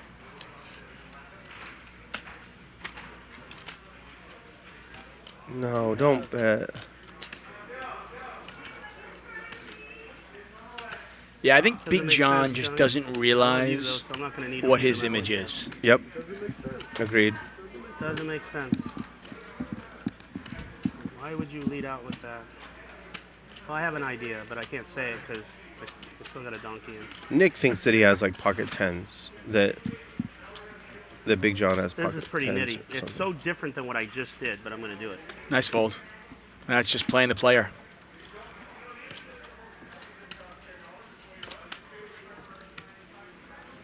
That's something that I think you're really good at. And I haven't played with you in a while, but something you were really good at, and I assume you probably still have that, is having a really keen understanding of how each player, what your image is, but not just what your image is, like, you know, this is my image, but how each player thinks about you. Yeah, that's very important. Also recognizing when a player's on tilt, as Patrick did the previous hand where he just limped an all-in hand, probably suspecting that Ludacris, who just lost a big pot, got needled, might squeeze the straddle and set him up perfectly to go all in. That's the kind of stuff in live poker that you can't put in any solver. Look who our big winner is. Pablo. The crowd cheers. Pablo, Pablo, Pablo. Can't wait to see that one, though. Big John up a cool 8,700 as well. I mean, it's pretty amazing, actually, that the big winner and big loser is only like 12,000 and 11,000 with the size of the pots we've seen. Yeah. Cheesecake, okay, that's fine, yeah. The guys who were crushing early gave a bunch back. Nick might want one too. I mean, Jack was down 20K like 40 minutes in. Yeah, and Eli was crushing.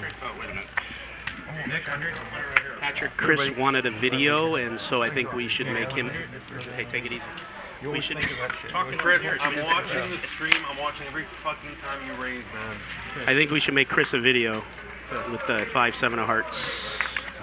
You guys let me know if you agree. 400. Should make a video of the Jack 6 flop I did. That should be a highlight Which one's Jack 6? video. Do you agree? Did you? The 7-5 of hearts? Yeah, for sure.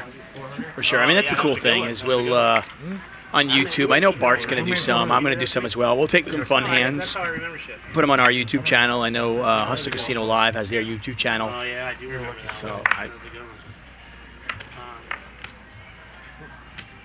Big flop for Sammy, in theory. yeah, straight draw, flush draw. It looks bigger than it is. He's just up against a bad hand to be up against, but If anybody. Yeah, it's kind of luckily funny. they're friends, so it's not going to matter. Yeah, normally when you have 6-5 of hearts, you're thinking, okay, well, I can't be way behind, can I? And that's the ones, except literally you're up against ace-8 of hearts. Until the day I'm dead, which probably isn't too hard. He has a 6. That's not straight. Oh, no. No, he has a 6. Oh, sorry. Everything going Big John's way right now. Sorry, John. I thought I had. We needed hearts. Yeah. And I still turned out. I'm sorry. I thought. Thanks for watching here. Hustler Casino Live, Monday through Friday, 5 p.m. to 10 p.m. local time here, Pacific time.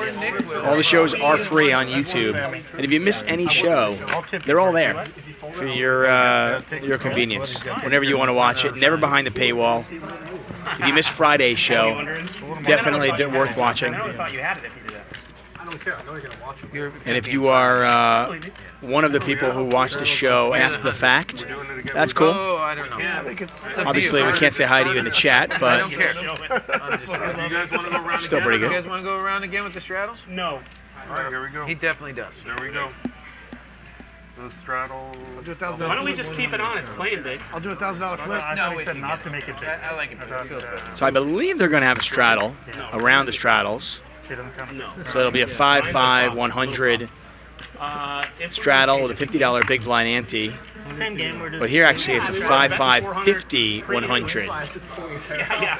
Yes, his headset's off. He's telling Patrick, tone no.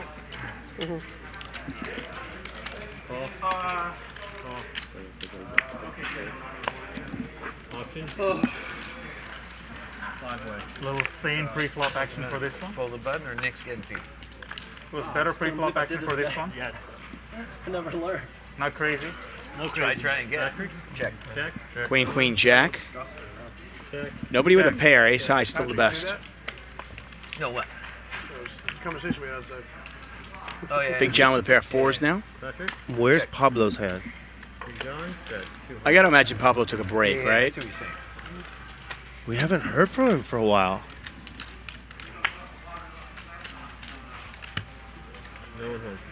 Double down hand. You had the nuts, dude. And the 7 conscience. You just got better. Turn 3 pair. Yeah. So Big John's just playing solid and winning a lot. Yeah, he's been picking up some big hands, and fortunately for him, they've been holding up. Mark Goon has a comment for you here. Goon asking for a kiss. Well, when I see you in the booth, man, I'm all for it. It's good. He's a handsome guy. Oh, Yeah. he's all tatted up too. Yeah. Handsome and sexy. Yeah, I like the tat. I mean, he's got that bad boy vibe going, you know. Sure. Thank you, Jennifer. Appreciate your kind comments. Yeah, it is DJAF's week. That's right. He is here all week. And, you know, if hopefully he'll be here a lot because he is a great addition to the team here at Hustler Casino Live. I hope to be.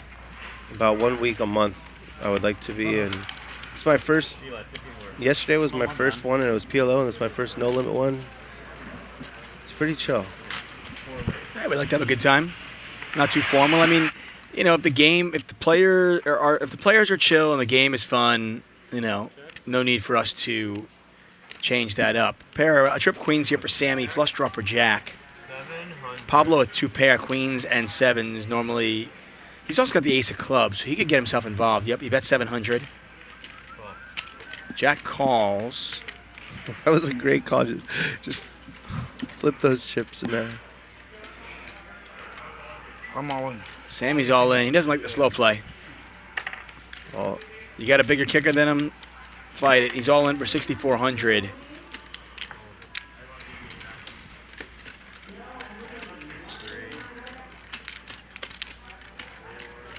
Sometimes a player like Pablo does this to people. They think he's on a draw every time. Oh, Pablo wow. likes to call. Yeah, I mean, remember, he folded kings earlier. He's not folding anymore. And the shove can look, and to Pablo, that shove looked like a draw. Yeah, the only issue, of course, is that Pablo's got the ace of clubs, so. Right.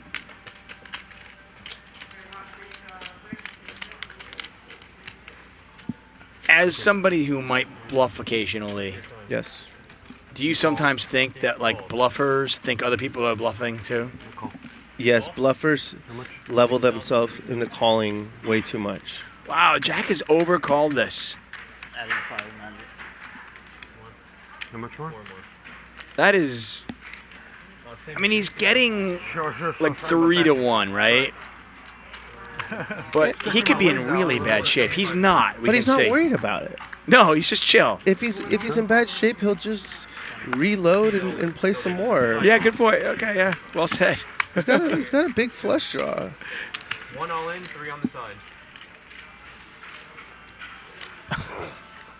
Sammy in great shape to triple up. Oh, there's a club. Pablo's got the redraw. Check. Why, just because you're giving me money and I have to keep your billboard up? Oh, that's bad for Pablo. Oh, wow.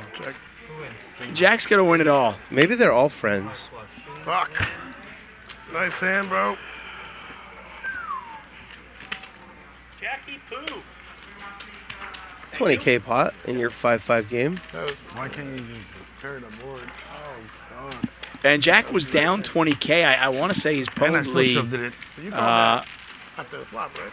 in the black now. Thanks for watching Hustler Casino Live. David Tuckman, DJAF. We're watching a 5-5 game, but, okay, it's not a 5-5 game. We're watching, like, you know, basically a 50-100 game with straddles, with antes. Oh, the only thing 5-5 about this game is the small blind and the big blinds. Down, right? Yeah. I bet you call. You're gonna see it either way, right? I would have called. I would not have Here, called that. here. What do you want? You want greens? Here.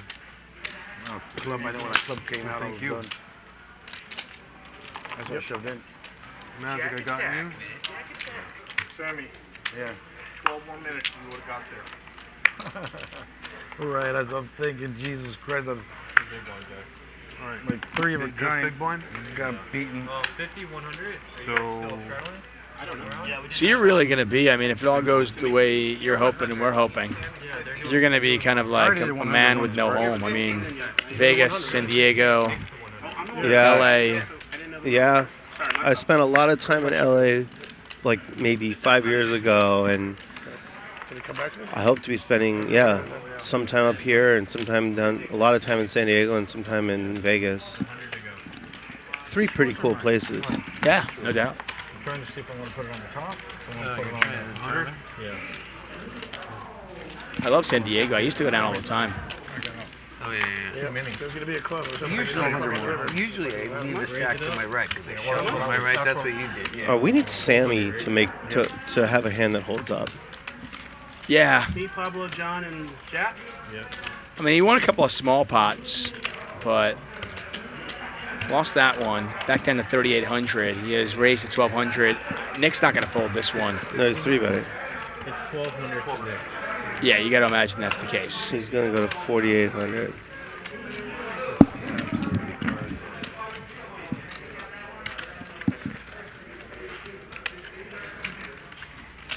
Make it 4,100. Thank you, brother. Hey, Chris, calm down. Pretty good read. Calm down, Chris, all right? This is a friendly game of poker. I just figure we're going to be all in, that's all. That's what I figured. It's got to be sickening for Sammy. I mean, he's already put 1,200 in. He's only got 38 behind. Couple of them, right? Oh, I yeah. have a pretty good hand, Mayor, so I don't know if I want to take all your money. It's up to you. Want to see it? Want to see it? Okay. I think it's good, right? Nick is such a pro. Gotta love that. Yeah, I asked you if he was a pro, and it seems like he's become a pro. Well, I mean, I don't know if he's a professional poker player. I meant like just a pro in the way he handles himself at the table. Yeah, Yeah. but that makes him a pro, Yeah, good professional point. poker player. Jacks. Like, Queens. people love playing with him, and he's pretty good at the I got some game. bullet. I don't even think I should tip you, Sammy. Or Sammy. Magic. I did all the work, man. Exactly. Jesus Wow, Christ. sorry about that. I really thought I was good. I wasn't trying to fuck with you. No, your jacks were good. Oh, they were good. I had Jack Queen. Oh, I misunderstood you. I thought you said Jack Queens. Yeah, no, Jack Oh, Queens. okay, so that was good for you then. Jack Queens. You don't want to call it just one over. No. John Gerry is saying he apparently does not like the San Diego poker scene. I believe you. When I said I like San Diego, I wasn't talking about the poker. I just like the city. I think it's a pretty cool spot. Yeah, it's not the best. I mean, it doesn't compare to LA. Right. Yeah. No. When I go to San Diego, I was in Carlsbad earlier this summer. 100 only? Just cool, just like going boogie boarding and along the coast and drinking beers. I like the vibe of Southern California, especially when you get a little bit further south. Yeah. Pair of queens here for Sammy. And a bigger pair of queens for Jack, as he's got ace queen. So once again, Sammy up against it, and Sammy not very deep. So on a two-heart board, we could see some action. Pablo raising it up to 900. That's an interesting raise. Oh, Nick bet 300 with the gut shot? 300 then 900? Yeah.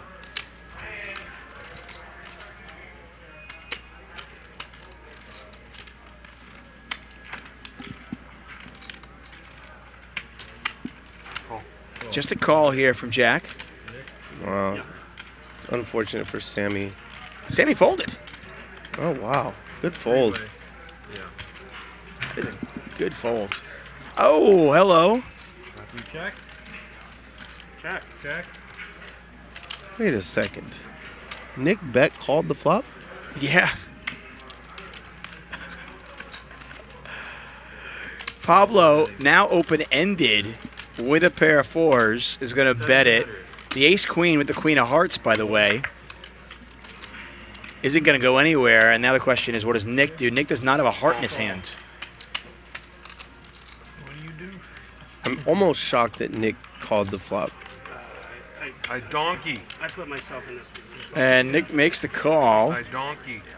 Pot 83.50. I got no one to blame. Just another hand here on Hustler Casino Live. Am I allowed to tell you guys what I have to slow you down, or is that just not a good idea? Do what you want. River's a blank. Check. Checks through. 6 deuce is going to win it.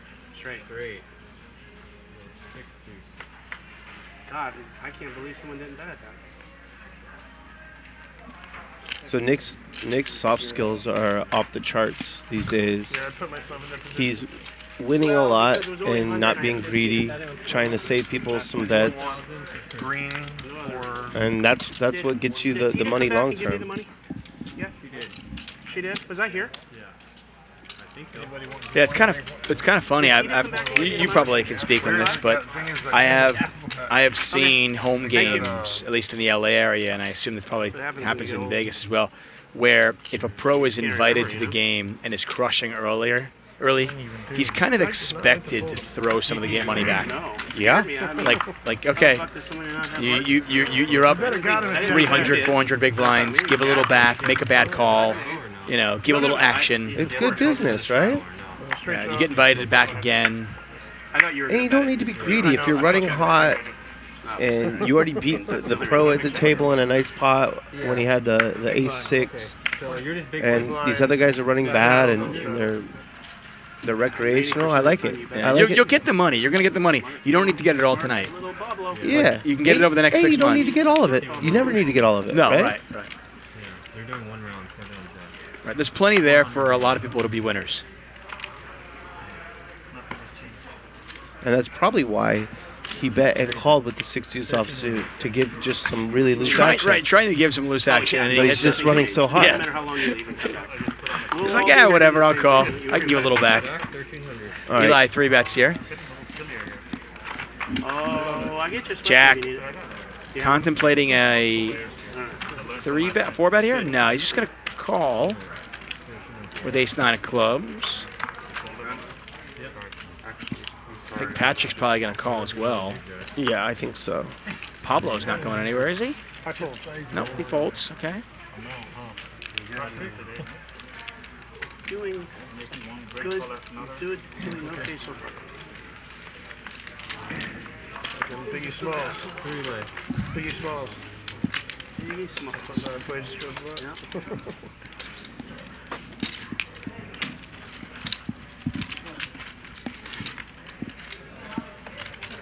Check. We're going to see a big pot here. Yeah, we are. Yeah, and you wonder, you know, how the previous hands with Eli affects. The good news for Jack is he never misses flushes. But he usually just calls with them, so maybe we won't see a... But he's on a button and he's got a nut flush. I mean... He called, right? Yeah. And he's, by the way, I know the stats say that he's 39% to make the flush, but we know Jack is more like 63% to make it. Yeah, I kind of feel like Eli's in trouble, too. Oh, sorry. Well.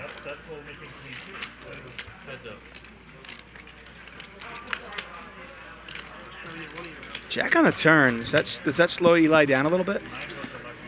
It's tough. Like, Jack is definitely has some jacks, I think. He's going to keep betting, though. Hope he can get value from a king. Yeah, Jack will call, and if he hits, he'll go all in, and if he doesn't, he'll fold. I'm wondering what are Jack's bluff cards? Oh, well, forget it. He's just going to raise here. He's going to rep the Jack right here. Yeah. It's a tough rep, but you certainly wouldn't put it past Jack having a Jack. No, I mean, would he call a 3-bet with Queen Jack suited, something like that? Yeah, I mean Jack 10 suited, absolutely. Eli's going to call him one time though. The problem is he couldn't have called the flop with Jack X of spades because the Jack of spades came. Right, it would literally be just like Queen Jack of diamonds, yeah, Queen Jack of hearts. And I'm just not sure if he's calling those on the flop. I was going to say, if you raise small on the turn, you almost have to continue the story, right? Because you realize that first bet's probably not going to work very often, or no? Yeah, I don't think you have to. I think you can... do you do this in hand sometimes where you say, I'm not going to compound this error right now?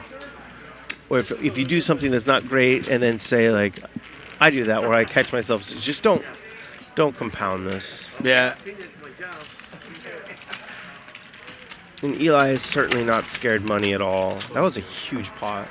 He had $30,510. And in the middle of the pot, by the way, we got a visitor. Norman Chad. I guess he had heard enough of me hammering at him. He just paid a visit, and he brought us some Randy's donuts. Did you bring a whole... Oh, wow. Look at this. 5 donuts for the group. Yeah, it's very exciting. The setup's great. Ryan and Nick both did a great job putting this together. Seems like we have more action every week. Every week I come, the action's bigger and bigger and bigger. I love the action. I just like the action. I mean, the stream is great and all. I like to watch it back sometimes to see if I made a mistake and try and learn from the past. But it's mainly just the action. I come for the action. The stream is great, but I'm not here for the stream, I'm here for the action. Eli is all about the action. A lot of people say they're about the action, and they're not about the action.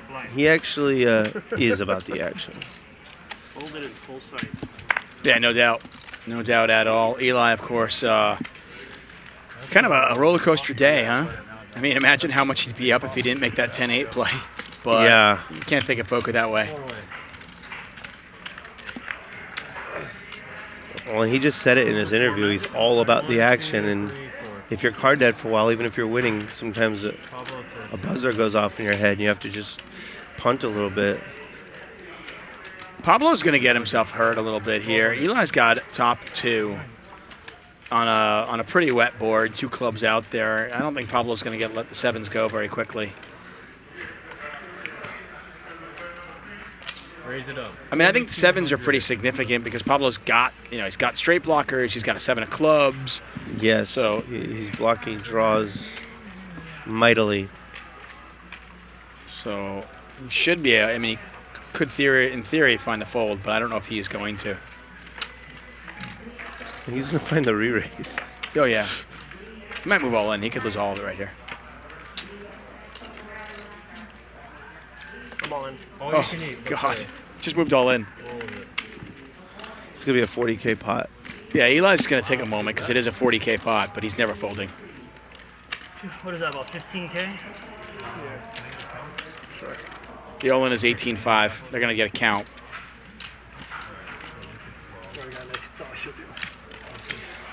Well, the good news about him having those blockers means he has backdoor equity, which he's going to need.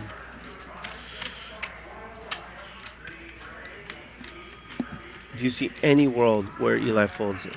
No, there's zero chance. I mean, zero chance. Unless the cards are wrong. 16. 17. He's calling. I mean, against this particular player in this game, there's no scenario, right? Yeah. Did you guys have a 40K pot last week in this game? I don't think so. We had a couple of 25s, 27s, but I mean, it seems like every other pot is like 12K, 15K. This game is playing enormous. 17 what? This is pot of the night, though, so far. So far, yeah, without a doubt. Pablo, by the way, is not drawing dead. He's got 15% equity. As crazy as that seems. There's the call. Pot is 38-8. Pablo would love a 6 or a club. How about a 6 of clubs for fun? Let's make it a sweat. I'm okay with that. 6 of clubs and then a slow PO for the river. 2 times? Twice. 2 times. Twice. 2 times. What you got, Eli? Eli, very unlikely to lose both. I can't It's one see. of those blind. It's one of those blind. One of those blind ones. That have 6. Look at this shit. Oh my god. Dang, I got no club. 6 of clubs. We need a 7. No. 6 is a pretty bad card for him as well. Jack of hearts, just a 7. Nope. Not going to happen. And that roller coaster ride continues. Eli enjoying it now. So this pot is big enough you will not hear any needling at the table. There's a difference. Wow, that blind bet worked twice. True story. Quiet. When I commentated on the full $2 million cash game, there was a ton of needling going on. It was fun. Obviously, they're all full tilt players, and they're all. That was like legitimately blind. And then we get into a huge pot. It was the famous Phil Ivey, Tom Dwan hand where Dwan beat him for $1.2 million. Eli, how in the world And in that position? the director of the show had no idea what poker was like, and he was like, "Where's the needling now? Come on!" And I was like, I'm like trying to mute myself and just be like, "Dude, shut up! Yeah. Like this is not the time." It's my instinct is even to not talk after that hand, isn't it? You know, it's just. You just got to know the time. It's brutal, and you saw it. I know you did. You saw it on Pablo's face. He wasn't. You're 100 years He wasn't happy. What world am I living in? I don't know what's going on right now. I'm not religious either way. That was intense. Wow. Eli, action to you. Now I give Eli credit. I mean, I don't mind the fact that he took a couple of moments to like. It's $18,000 all in. I mean, yeah, some pots are just so big you start to other places right now. double check. Like, okay, do I actually have 2 pair? Am I missing something? Yeah, like. What? 300. So by the way, in true Norman Chad fashion, I tell you, the guy just doesn't think. I don't know where his brain's at. He brings donuts. How many times have I mentioned, everybody in the chat, how many times have I mentioned how big our crew is here? I actually am surprised. Well, yeah. He needs to go get another box. Right, I mean, how many times have I mentioned, guys, you know, how many people are in the crew here? Let me see the numbers, right? I mean, I have said it over and over again that we have 6 guys working in the crew, and then you, and then me. That's 8. And what does Norman Chad do? He brings... I was going to do like Nick. He brings 5 donuts.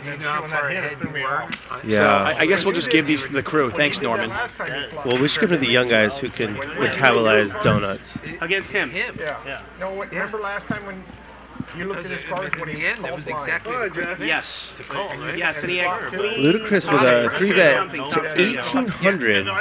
And the board pairs. Yeah, he's still, I mean, from what you said earlier, I mean, I think he's still a little bit, like, salty. And he managed to get action from worse. Yeah. And he flopped great. As long as not a great turn, though. Well, as long as... I don't know if Jack's much of a bluffer in general. It doesn't seem that way.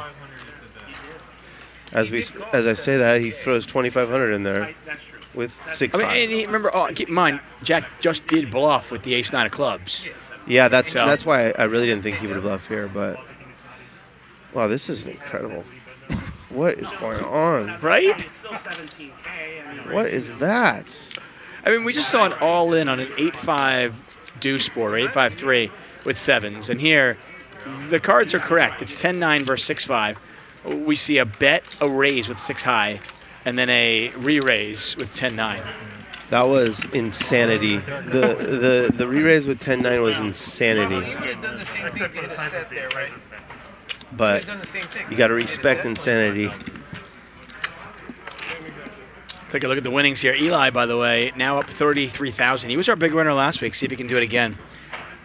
My graph is like... I'm going to mute myself for 41 seconds so I can have one of these donuts. Sure. Someone's asking where G-Man is. I'm trying to get him to come in here on Friday. I've been messaging him, so hopefully I can get him in here.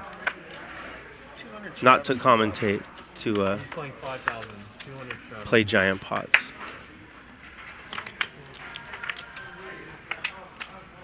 Very good. 600. You call?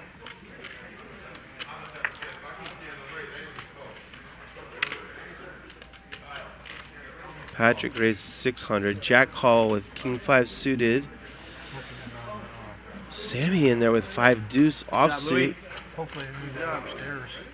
Yeah, last time they missed it. Oh, it's right there. GT in. And Pablo is certainly not folding this. Pablo straddled to 200. He's not folding for 400 more with King 6 suited.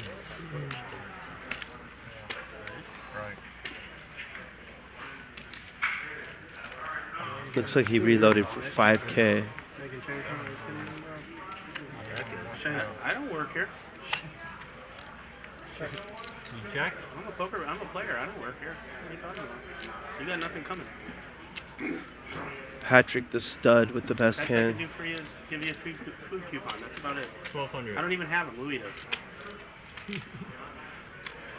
Starting to get hungry though. I'm worried about chipping another 2. GT's gonna call with the open-ended. Will Pablo fold Right up here, huh, Nick? This one. the pair of 6s? Almost half of it. When they go up and give you that shot there to numb down your No, it's going to be a bonding thing. they're going to bond you to No, the old man. needle. Good No, fold. you're not going to scare It's me. going to feel like it goes right through You're not going to scare me. There you go. I never had a filling. Never had a cavity. You're going to see.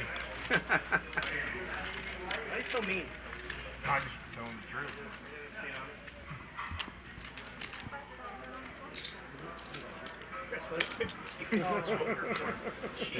That is a quality donut. GT, want to represent the 9? This is interesting. I think it's a good no represent. Why? Because Patrick was the pre-flop raiser. He led the flop. GT, I believe, called with people behind him. So he doesn't have second pair a ton. He has top pair and draws. I thought it was there. I really did think it was there. Now, this wouldn't be the worst card to represent.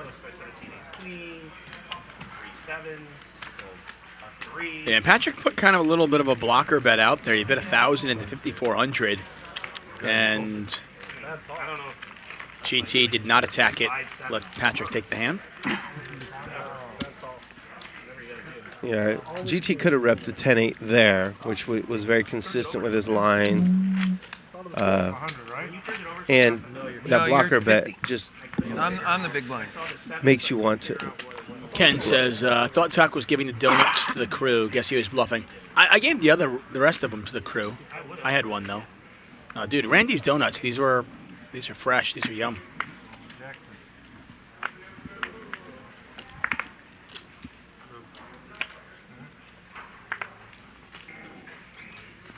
If you're not from the LA area and you do come here, I mean, Krispy Kremes are fine, you know. We got Dunkin' Donuts. But Randy's Donuts, pretty legit. Is it a chain or? Yeah, there's not a lot. There's one in Santa Monica. They just built one. There's one in Pasadena now.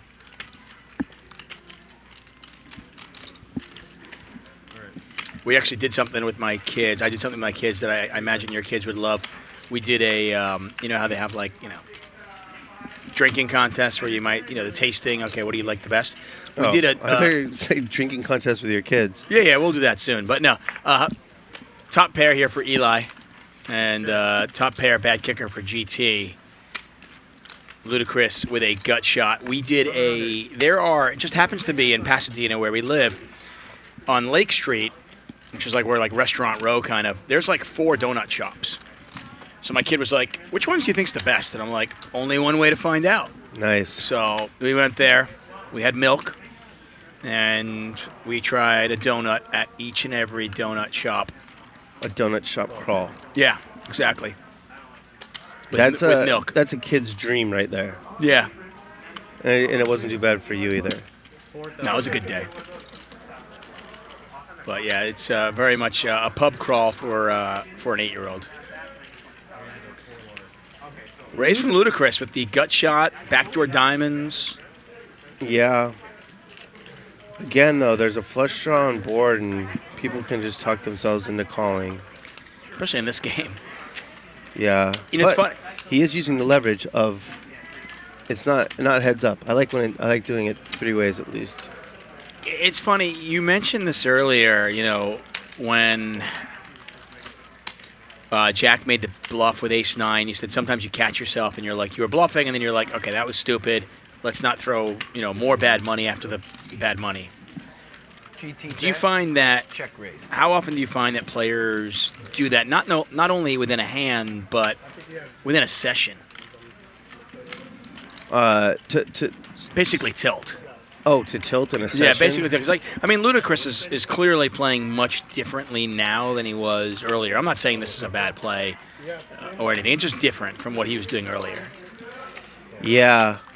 I think the average player tilts several times in a session. Ace is an interesting card. I mean, if Ludacris was bluffing with like ace-high diamonds, he now has a pair of aces. Yeah, I was going to say he's definitely going to continue on this card. GT kind of sniffed it out on the flop. But maybe this card is just too much for him.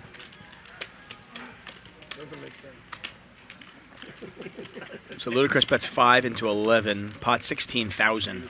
This is real money, guys. If you're watching, if you're just joining us, this is pretty much just a snippet. This is not even our big game of the week. The big game of the week is on Friday. Yeah. This is just an average game at Hustler Casino Live. GT gives it up. Nice nice double barrel there from Ludacris. Both times Ludacris has put the 5K chip out there, it was a bluff. Right? Oh. Just for, we'll see if he does it again. We'll see if he ever does it with a value hand. He didn't have a king. Yes. You almost guarantee if he's ever playing with you, he's going to put the $5,000 bet out there against you, but it'll be value. Yeah. Put it back on. Huh? It's up to you guys. I am happy you're harvesting right now. Do as long as you want to do. Chris is harvesting. He's harvesting for me. He said he's already. No. So we're not doing that. No, we're still doing it. No, you're calling. I believe they're still straddling. That other night you harvested all night. Aces against kings. I Yeah, mean, straddled to 100. You plowed the field, you harvest, you worked, you bundled, you put everything in the carriage, and then you just rolled the carriage right over to me. 400. Just out of this world. I mean, if you think it's just how I run against you, then Boom. Aces. called with a weak ace. I don't know if that's running. Eli's got a cool 50K stack in this 5-5 game. Yeah, Nick's got him covered. I think they both have about 50K. If it ever reverses, So raise from Big John. Yeah, no. Eli with the 3-bet. These players are deep. I mean, That's totally cool. Yeah. Big John makes the call. King high flop. Take one for good luck. Okay? My birthday.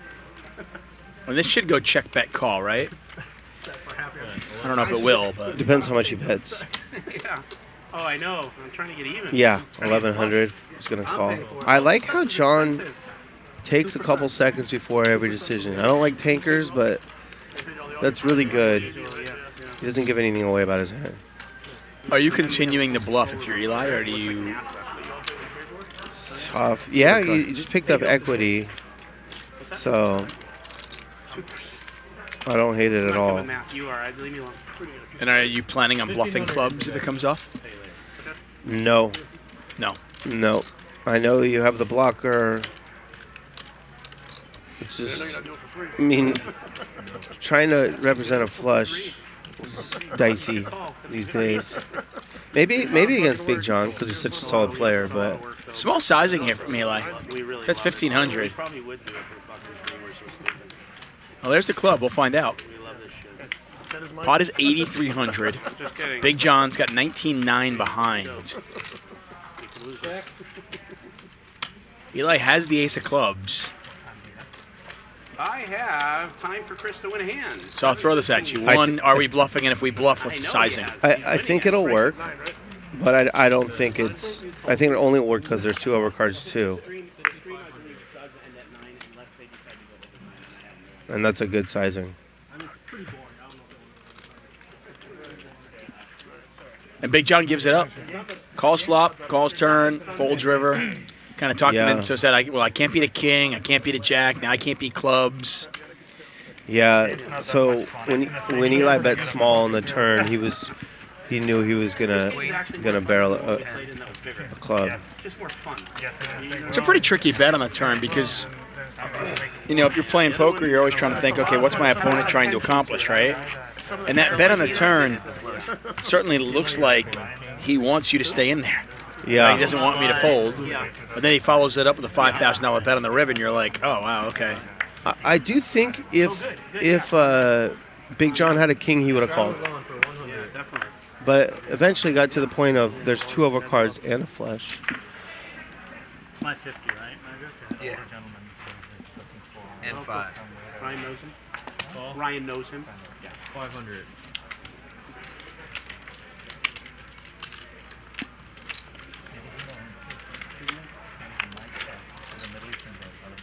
$500 to you, Eli? I think Ryan told me about this. He mentioned this. I think they do, but I don't want to commit to that.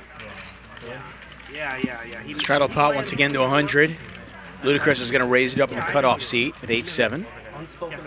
Choosing 5x. Oh, yeah, bring him. 3 players. Yes. Got it. Jack makes the call. Yeah. Nothing there for anybody. Well, A couple of gut shots, some backdoor diamond draw for Pablo. I don't think Pablo's going to fold. Third diamond out there. No, he's definitely not going to fold. You like that? You check? You what? Yeah, Pablo 83% to win this hand, and I can tell you right now he's 100. He's 100% to win this hand. Wow. Or okay, or not. I'm sorry. My bad. Wow. What you do sounds really boring than to play poker. I mean, I guess Jack's gonna. No, he just checks. He was trying to hit a king. King Ivy. Here comes the good news. Hey, your mother's ass, Pablo. Nice hand, brother. I actually give Pablo credit for like not bluffing at it, because I think, you know, when you bet the turn and your opponent call you, you go, okay, he's not gonna fold to me. Right. Yeah, he's aware. Wow, I lost that hand and paid it. You were on my ass. Yeah, so far. Get a dealer change here. I believe that'll probably bring a bomb pot. Maybe one of our fancy promos. Hi, this is Brad. Hi, I'm Andrew.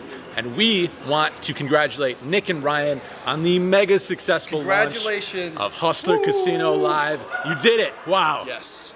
Amazing. We also want to announce our partnership with Hustler Casino. We're going to be doing meetup games there regularly. Wow, you're going to love it. Oh, yeah. Make sure you follow everybody on social media, especially Hustler Casino Live, Brado, and myself. Let's go.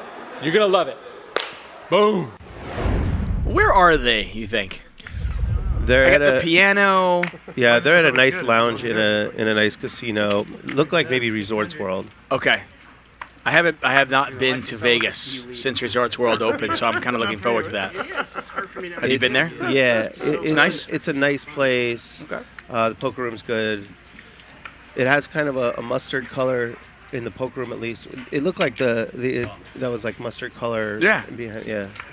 I would describe that as mustardy. Is there a piano in that room? Do you know? Not in the poker room that I saw, but maybe they just went to a lounge to find a quiet place for that. That, of course, is Andrew Nemi, Brad Owen, two great poker ambassadors. You can, of course, watch all their videos on YouTube. They're going to have meetups here at Hustler Casino, which would be pretty cool. I thought he checked. When he starts Sammy's all in. Whatever he does, he's winning. Yep. He still has the right to bet. 2,045. So, Mary, you almost broke your fucking elbow putting that money. Right. This is going to get through. Right. Yeah. GT is not calling with sevens here.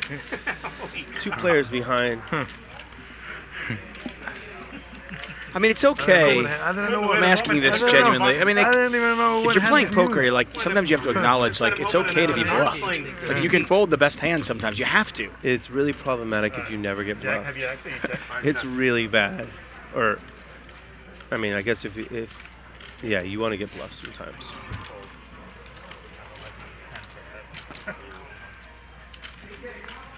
I mean, I know sometimes it becomes like an ego thing, and you're just like, oh, I'm not going to let this guy push me around, and I'm not going to let... But, you know, if you get yourself into that and you start convincing yourself, like, well, there's 2 diamonds out there, maybe my 7s are good, and then you end up calling. I mean, like, what's the best case scenario? The guy's got queen, jack of diamonds, and you're a dog, and then somebody's got an ace behind you anyway? It would be more tempting if there weren't 2 other players behind you in GT's spot, but... Yeah, if you're praying to be flipping. Hey, there's a positive. GT has not misread any hands yet today. It's nice to see poker players develop. Just stress yet. Yeah, the night is young still. We still have another hour and a half left of the show. It's optional. We've been doing mine or it. yours? It's up to you. Jared, this is how it's going to be. If it keeps becoming like 3s. If you guys are watching the show, if you're enjoying it, please hit that like button, hit that thumbs up. That really helps us. I don't know how it works. I don't know how the algorithms work on YouTube and stuff, but I've been told that lots of thumbs ups are good. So please hit that thumbs up. Make sure you subscribe. We're going to be here Monday through Friday, 5 p.m. to 10 p.m. Pacific time. And PLO on Mondays, no limit the rest of the week. My guesses going forward at some point. We'll have some mixed games. I know Friday is kind of our marquee game, and it's all free. It is all free for you at home. Yeah, do the one-time subscribe and turn on notifications, and then each show just make that thumb blue, and that's it. You get all this content for free. I'm not gonna lie. I'm the anti-notification guy. Yeah. I hate notifications. I don't want my phone to tell me what's going on. I don't need that, but I just know 5 p.m. Pacific time every day. Okay. That's it. Yeah. I'm not big on notifications either, but so I guess just subscribe and make the thumb blue. It's not. It looks better when it's blue anyway. I think so. Patrick has a flush. Yeah. And he'll be very happy to get the showdown. Sammy's got a flush as well. And this is probably just going to go to showdown. I mean, this is 655 in there. Let's see if anybody wants to go for it. I definitely check now. Check you, Nick. Check it. Check. Patrick's betting for value. Yeah. He's going to get called. And he's going to get called. God, I love this game. 7 clubs. I mean, right? He's betting for value there. Yes. Yeah. Great bet. Max value. It's almost like this game needed a breath, right? All these huge pots, and you just played one little tiny check around, bet $200 on the river. And my tiny, it was still a $1,000 pot. Right. The games in the background you can see on those on the yellow tables. They'll have a 5-10 game here sometimes. They'll have 5-5 games, which you buy in for 1,000. So 200 big blinds deep. Obviously, nothing of this magnitude. Yeah. So I've been up here since. Well, I've just been here 2 days, and they had 5-10 both days when I got here. Nice. I can easily deal with 2 decks. Yeah, but what's you're the big in the ante, you're Ryan. How the game's been? I haven't played yet. I'm going to play tonight. But I actually played Sunday night at a different casino in LA, and it was incredible. I forgot about LA poker. Because there's no machine. The cards never leave his hand. Yeah, it's kind of funny when, like when Black Friday happened, and obviously it's been a while. A lot of poker players moved to Vegas, and I think a lot of professional poker players kind of are attracted to no state income tax, relatively low real estate. At least it was that way for a while, right? And 24/7 poker, and I think a lot of people went there. But LA, people forget, like, there's a lot of money here. You got a lot of movie money. You do. And a lot of recreationals that are, happy to gamble it up. And obviously the downside of that, if you're a professional in LA, is, good luck trying to buy a house here in LA. Right. And the rake is considerably higher yes. in LA. I feel like the rake is... I feel like the games are good enough to justify the rake here. Oh, for sure. For sure. The difference is in Vegas, it's a struggle to get the straddle on. In LA, they're mad when they can only straddle once.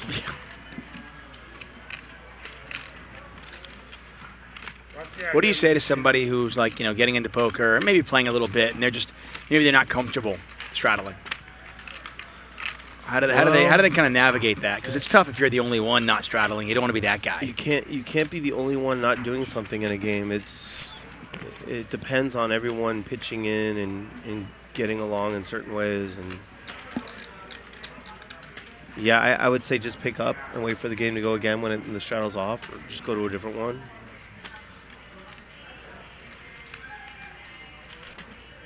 Yeah, you're going to struggle to get much action anyway. Because if you're the one guy or one girl not straddling, they're going to probably view you as a little bit more of a nit. Yeah. GT with a snap call. Yeah, that one was kind of like when you're watching a car crash in slow motion. Didn't you feel it that he's gonna bluff on not the best board, and GT's just had enough of it. Bluffs are all now value bets. I don't understand what happened. Change strategy. What about the one against Nick? I think that was kind of. Who had a sweater? Somebody had a sweater? Nick, you see you had a sweater? Considering it a value. Extra a large? value bet, like. You don't wear more than one. He almost folded because he's thinking you would have bet more. No way. Come on. When you bluff and you get caught, is it at least somewhat gratifying when you put your opponent through the ringer? Like they tank for 3 minutes and then they call, as opposed to just snap call. Yeah, that one right there was one of the painful ones, where the guy says call. Kind of makes you reevaluate. Like, okay, something.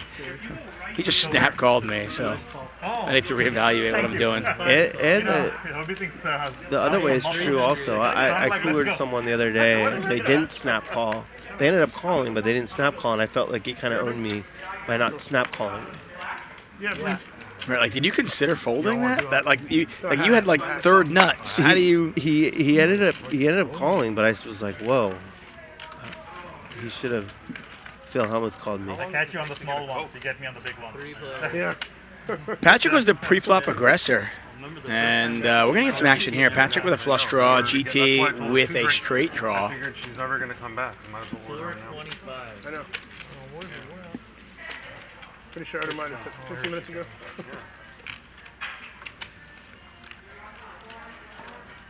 Should have a little bar right up here if you ask me. Betting a call. There's enough room. Pot 1,500. Oh, we haven't thought of it. Should be able to walk up, pour yourself a drink. What? Should be able to walk up and pour yourself a drink. Check.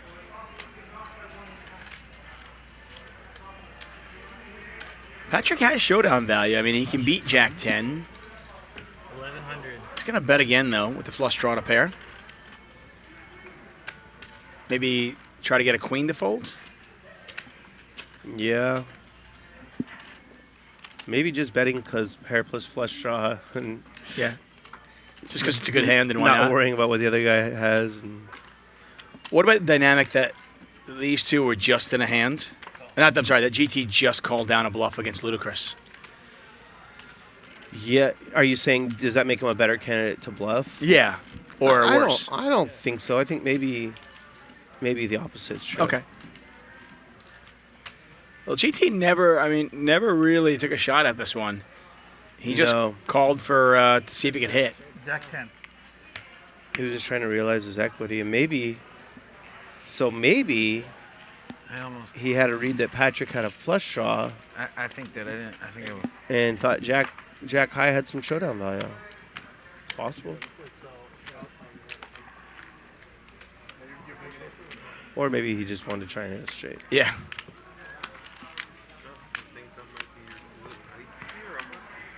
So Nick is taking a break, as you can see, but you can see that castle of chips on the kind of like left center of your screen. Yeah. I'm looking forward to Nick getting a hand like queens and making it really big pre-flop, and Ludacris calling in position and trying to put him through the torture chamber after the flop. You got to imagine it's going to happen. It feels like again. it's going to happen. Yeah. You want me? Yeah, 5 to call. 100. Raise 100. So Big John's raising it up to 100. Apparently the straddle was not in effect on this one. Jack calls with threes. Jack's had a kind of a rocky day. He was down 20K, got most of that back, but then lost a $30,000 pot when his ace-9 of clubs flopped a flush draw but never got there. They don't believe me. 500 on the button. Yeah. Once again, thanks for joining us here. Hustler Casino Live, Monday through Friday. We are here. Always free on our YouTube channel. Make sure you subscribe. DGAF alongside me. You can follow him on Twitter. You can listen to his podcasts. Action Bronson over here. He'll be here all week. 13K. So a raise from Big John, a 3-bet from Jack. 13-6. I thought he had just called. GT likes hearts. I'm getting this picture. He really likes hearts. Nick, thank you so much, man. 15,100. Thank you. Thank you. He is now 4-bet. He just calls this one. But he 4-bet with 9-5 of hearts. He 4-bet with Jack 7 of hearts. And here, he flats 3-bet with King 5 of hearts. He does like hearts. Thank you. Thank you so much. Wow, thank you. Okay, and you need anything smaller or bigger? And no one flops anything. Take off the hologram thing, right? Jack's threes are good. It's probably going to win it right here. It's going to win. Yeah, there is. Kind of unorthodox play, pre-flop, but it's going to work. Yeah, you and I was talking to you earlier about, how your game has changed and how you've been able to kind of morph the old school, like, live poker mentality with solvers and GTO. And then you watch this game here. And you know what the best skill in this game is to just make sure that these guys like playing with you. Right? Because they all have a lot of money and they just want to have fun and gamble. And if you don't do that, then you can't really call yourself a pro. And just, you can play like kind of well and be in a good shape. Yeah, I think kind of well is the best way to describe it. Play kind of well. Don't play too well. Pick your spots. Yeah. Pick your spots to not only play well, but also pick your spots to give some action. 600. Eli is a pretty good example. Yeah, Nick earlier on as well. I mean, with the 6 deuce, even though he got there. Yeah. Where did our table go? We lost like hold on. That's there. And Did they fix these chips? Didn't they shed before? Or did it just show more on the first table, on the first felt table? Remember the first time it was shedding all over the place, the felt? Yeah, chip? these were. Yeah, not anymore, no. I think they're. Ace 10, 10, 2 diamonds out there. Like a cleanser that they have on, like some sort of detergent or something. 600. So they haven't cleaned them in the past 2 weeks. Sammy with the bet. I think they were Sammy so takes it fresh down. when we first started. Right. They were so clean. We had all types of white. I know. lines all over the table. Right, that too. They have really good dealers for this show. Yeah. The side of a really good dealer is that you don't really think about them too much or notice them too much. They just run the game. I took, Yeah, there's a handful of dealers at the World Series and here as well, like on these kind of shows where, yeah, you don't notice them. I mean, like a good referee in a game. Yep. They just keep the game, they keep the train on the tracks. No, it's just Everything is smooth. Yeah, you're right. That does fit nice. I know, yeah. You're right, yeah. Shout out to our own personal floor man. You'll see him sometimes, Lewis. Yeah, he's great too. No, wow. Call 5. We haven't seen that very often. Way the quality. No, are we going to see a flop? 305 to go. Nah, there you go. Jack races. Jack was like, none of this $5 business. Hustler Casino Live. I mean, look at that though. It's just, there's no straddle, right? No. You get a couple of $5 limps and Jack just goes, yeah. I think you do have 3x. Yeah. We do? Yeah, I think you do. I'm going to go 60x. Yeah, you have to go 60x if you're Jack. And then he flops a top pair with a flush draw.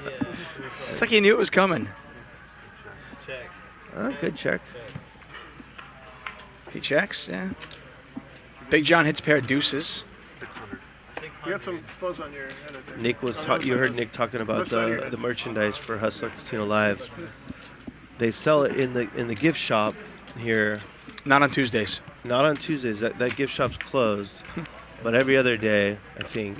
And they're going to get it online soon. I talked to. Yeah, we'll have some giveaways too. I know we had giveaways last week. I don't know if we have anything planned for this week, but we'll have giveaways in the show for sure. Hats, hoodies, T-shirts. The hat's kind of sweet. And there you can see the hoodie. Sandy's wearing it. Yeah.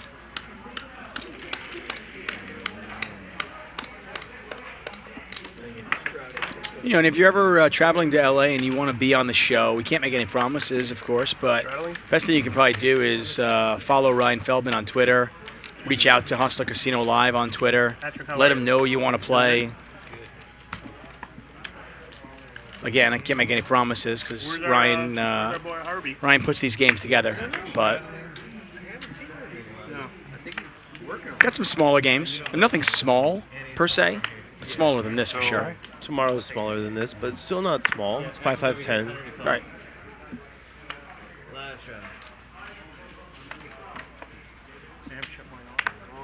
I think it would be cool to have a heads-up grudge match on Hustler Casino Live. Heads-up grudge matches? Yeah. And it's 100 to call. I mean, I like heads up grudge matches because they get personal, and I mean, I'm enjoying the Phil Hellmuth ones on PokerGo. But for the most part, as a commentator, as a player, I love playing heads up. I mean, it's so much fun. But as a commentator and as a fan of the game, I find that heads up can be more often than not kind of dry. Really? It's just like, you know. I mean, sometimes I love it. I don't know. I had the privilege. I got to commentate on the Galfond Challenge last year, and that was really exciting. But I just think that sometimes it's just like, you know, bet, raise, call. Was that online or live, the Galfond Challenge? It was online. Yeah, that would be painful to. I thought it was going to be, and it was amazing. No, to try and commentate. Yeah, that was so much fun though. It was it was uncanny. I thought it was going to be so painful when Phil got me on board with that. I was like, okay, this is going to be like online. We couldn't see hole cards. Oh wow. And it was PLO, and it was still amazing. Pablo's all in with nines. Yeah. It's gonna get through. Yeah, good stack depth to do it with, right? After there's after a couple of raises and a call. He won. He won almost 3K. Yeah, without seeing a flop.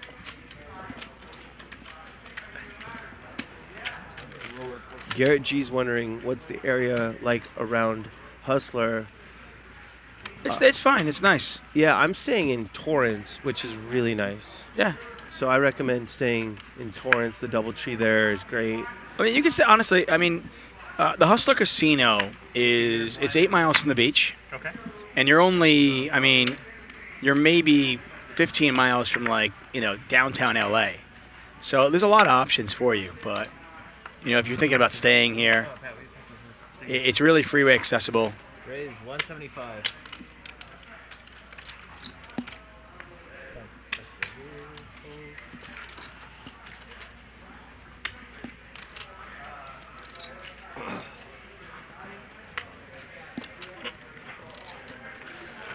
Raise from Eli. Eli, 54,000 in front of him.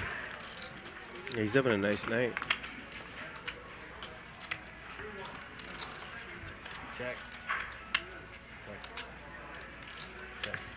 Check through.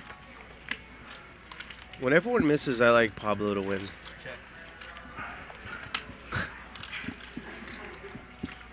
Probably a good shout. We'll see. Pablo's going to take a shot at it. Pot's small enough that they might just give it up. Yeah, I mean, there's really nothing for either of them. There's a gut shot for GT. Wow. Eli's going to fight for it. Eli's a non-believer. Oh. That's unfortunate for Pablo. It really is, because now he's going to bet for value and get called. 800.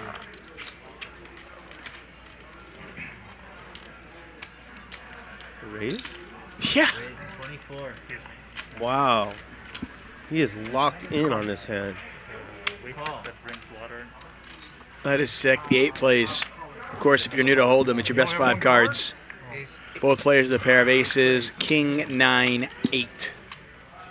That is a tough call on the turn with the ace-8 of diamonds. I even thought for a second, I was like, you know what? Maybe Eli thinks he has the best hand here, but do you just give it to Pablo? But he calls there, and then pretty much the worst card in the deck. Yeah. For Pablo, costs him a lot of money. But the raise on the river is kind of uncanny. It's really, yeah, it's very thin. Every fucking cold yet? Huh? Cards. You never cold. Never. Not playing wrong. Most people won't bet worse than an ace there for value. And ace-8 doesn't outkick too many hands.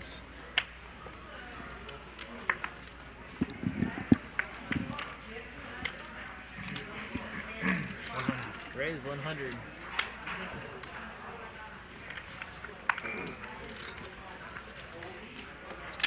Big John with the raise. Pablo calls.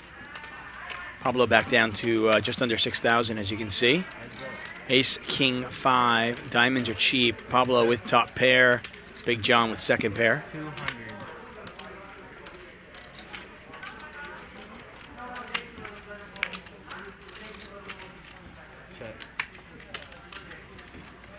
Big John's going to continue firing here. He's trying to protect his hand, which is almost dead. Check. He's gonna check back. King, ace.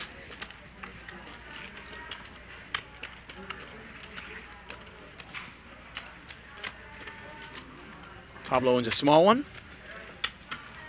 And we continue on. Once again, DJAF. I think I put 2 A's in there. DGAF. David Tuckman here for Hustler Casino Live. Back at it tomorrow, 5 p.m. Pacific time. And tomorrow will be 5, 5, 10. But last week it was 5, 5, 10, 20. And more a lot. Nicole Juergens will be in here. I haven't seen her in over 5 years either. Probably. So Nicole making her Hustler Casino Live debut. Yummy is there. Stiff. Oh, man legs. They're pairing you with everybody this week. I love it. Yeah.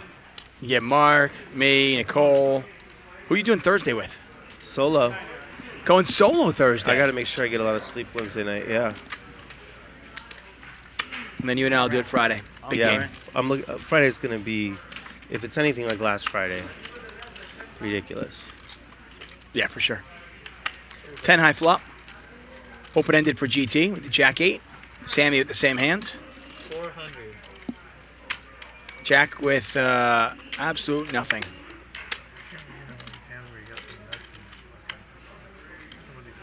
But I believe, yep, yeah. So Jack was just ace high here. Bets 400. He's going to get called in at least one spot, maybe two. Probably two. I could see GT raising, no? You'd like a raise here, right? I wouldn't mind it. Ace high is still the best hand. It is. It's kind of amazing. If somehow Jack wins this, it'll be uncanny. 1300. I was thinking, were you drinking a shot? No, Jameson? I had some wine. He doesn't know that he's not bluffing. Yeah. I forgot that's the reason I can't drink alcohol. Could have an allergic reaction, yeah. Someone in chat asked if Mickey the Gambler was coming back on Friday. I don't know, but I'm sure, knowing Ryan, it's going to be 9 guys who are ready to gamble. Yeah, I don't know what the lineup is on Friday yet. Once we know, we will let you know, I promise you. So a bet for Jack. Sammy calls. That's what Eli was saying. And still another call by GT. Is anybody going to bluff at it if they miss? Jack hits a deuce and now checks. Well, there you go. I mean, betting here by GT just doesn't make a ton of sense. I mean, you called. What are you repping if you bet? Not a lot, but you do have some hands, and you're not going to win with Jack high, and there's 6K out there. So I do think he should. He's laughing at something. I mean, we can see the cards. Obviously, you want to be bluffing, but like it's King Jack or King Queen, something that called with 2 overs. Okay. Like that shot on the flop and just called. There you go, GT. Yeah, sometimes you don't rep a ton. You just sense how weak everyone is, and Fucking every draw comes and nothing materializes. Gotta take straight to my hand. the same card. Every draw goes to the dustbin. power position. GT last to act there. That won him that pot. yeah. Literally 10 draws so far. I won't. I'll be careful. But you can do it again. I'm ready for more Nick and ludicrous fireworks. Yeah, Nick finally back. You see him on the left side of your screen. Ludicrous right in the center. 100. I'll be careful, Chris. Thank you. Let's look at Eli. Eli in seat number 8.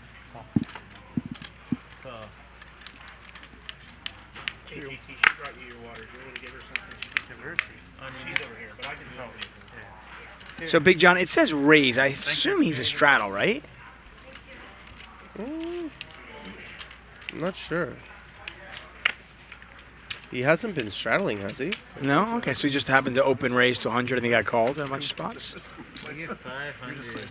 Patrick's going to 3-bet. So do you good whole cards from the first time we played? That first stack's dirty. Big John calls. Yeah, 25 in it. That one right there. The quick calls suggest that he did open. But if he just straddled, he would have to think about it. So this is an interesting hand from Jack. So Jack is playing the limp 4-bet. And pocket kings all the time. Jack's But- playing, yeah.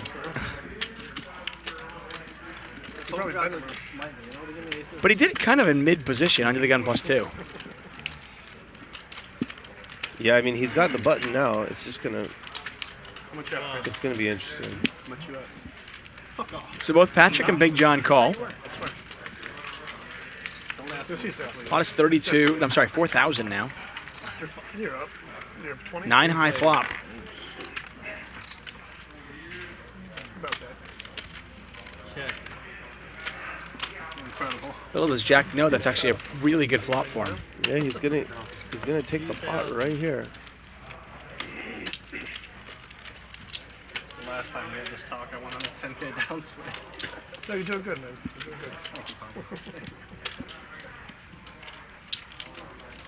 Oh, Patrick's sniffing something out. Nick agrees.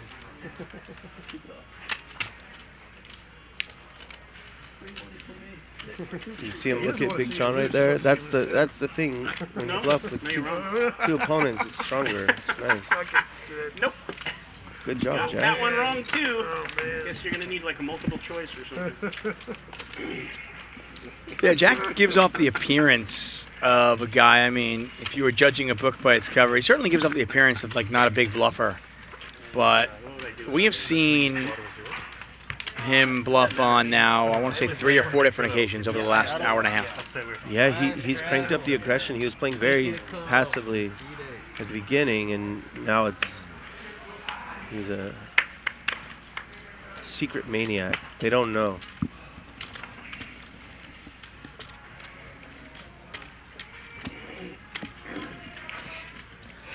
Margaret in the chat said, "Damn, Patrick is fine," and that's why he's got 10 kids. 350. Oh, you sure you don't want to? Let's look how cozy he looks. Yeah, not only that, he's fertile. Oh yeah. I mean, be careful. He's the kind of guy, you shake his hand, you get pregnant. Come on, Eli. Not that one. Raise from Pablo in the cutoff seat with Queen Deuce off suit. Maybe that's for Israeli Ron. Yeah. Certainly could be paying homage to Israeli Ron, who, by the way, was he played a couple times last week, including our first show. Obviously not here tonight. 920. The mayor likes to go all in fast. Sammy just went all in with the nuts. He's the mayor. He wants to go all in. Flop the nuts, cram it in there. It's not that much. Yeah. Patrick's gonna call. GT's gonna call. Pablo's gonna get away from it. Right, it's going to work out really well for Sammy. It's kind of funny. I mean, Sammy was not the pre-flop raiser. It was Pablo. You got to think if you flop the nuts, Yeah. why not check it one straight? He's taking a lot of beats, so he's just kind of just doesn't want to take another one.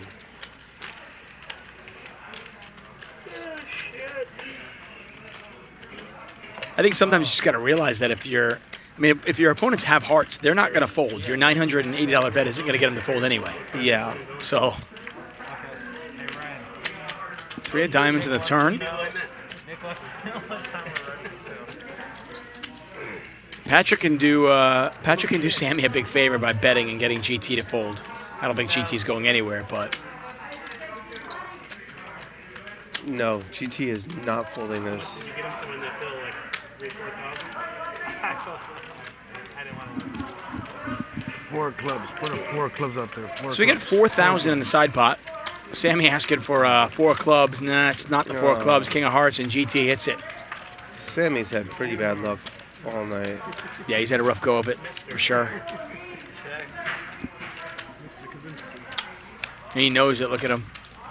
So Jeremy is asking why would you check if you have $900 and give a free card? But you were saying that it's not going to be a free card. Someone's going to take a stab at it. on the flop when he flopped the nuts. I agree with that. Well, especially with Pablo. Pablo is the pre-flop raiser. Yeah. 6,000. Yes. He does? Okay. So GT now bets 6,000. Now the side pot, by the way, is 14,000.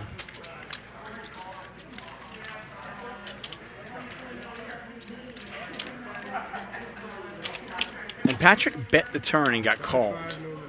Yeah, I think Patrick's going to make a disciplined fold here. He's had to make a few of them. The great Norman Chad is here. Yeah. Even though there's a side putt, with an all-in player, it's still a little less likely that the GT's bluffing. Oh, what is this? Oh. He's talking himself into it a little bit. These guys like to sleep well at night. This guy's played very solid for this game.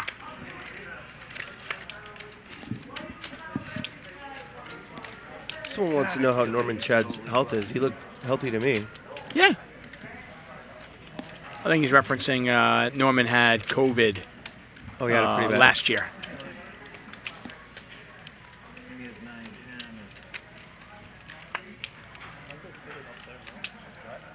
They said that he was, still tired, months later from it. Yeah. But fortunately, he looked a lot better today. I mean, as well as he can look. He didn't look very handsome. No. Yeah. I mean, again. Yeah, I never put him here because then everyone's watching.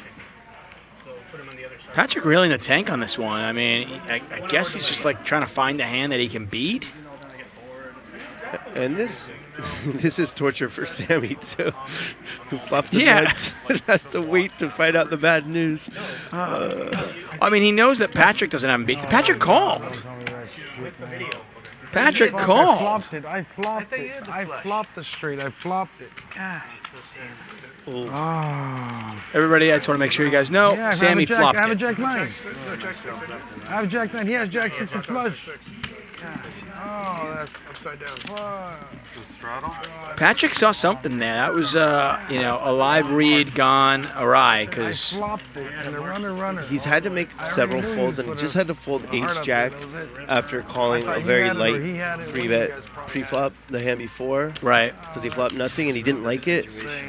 When he looked at Big John, and sometimes that one goes into the next hand where you've used up all your folds. Francisco, come on, take my seat. how do you deal with that? As a professional poker player, when that whole I've used up all my folds, or I'm not. Let's say you're card dead one day and you're just not picking up anything, so you start to force the action. How do you, how do you wrap your head around? Okay, listen, I've got to wait for the spots. I can't force it.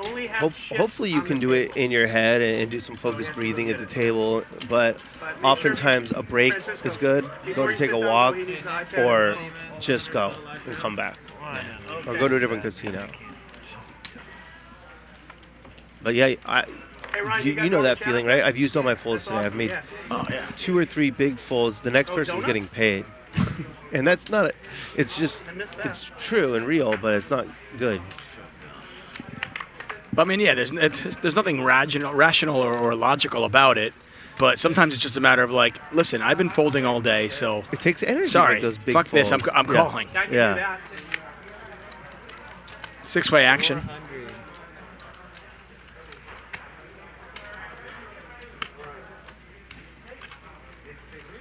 I believe this is a bomb pot. Raise 1,600. Sure.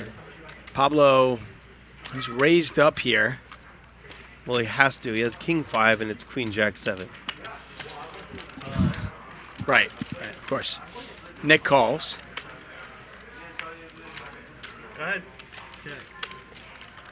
Pablo doesn't have enough money to bluff, so hopefully. All in. 40. Nick will call quickly.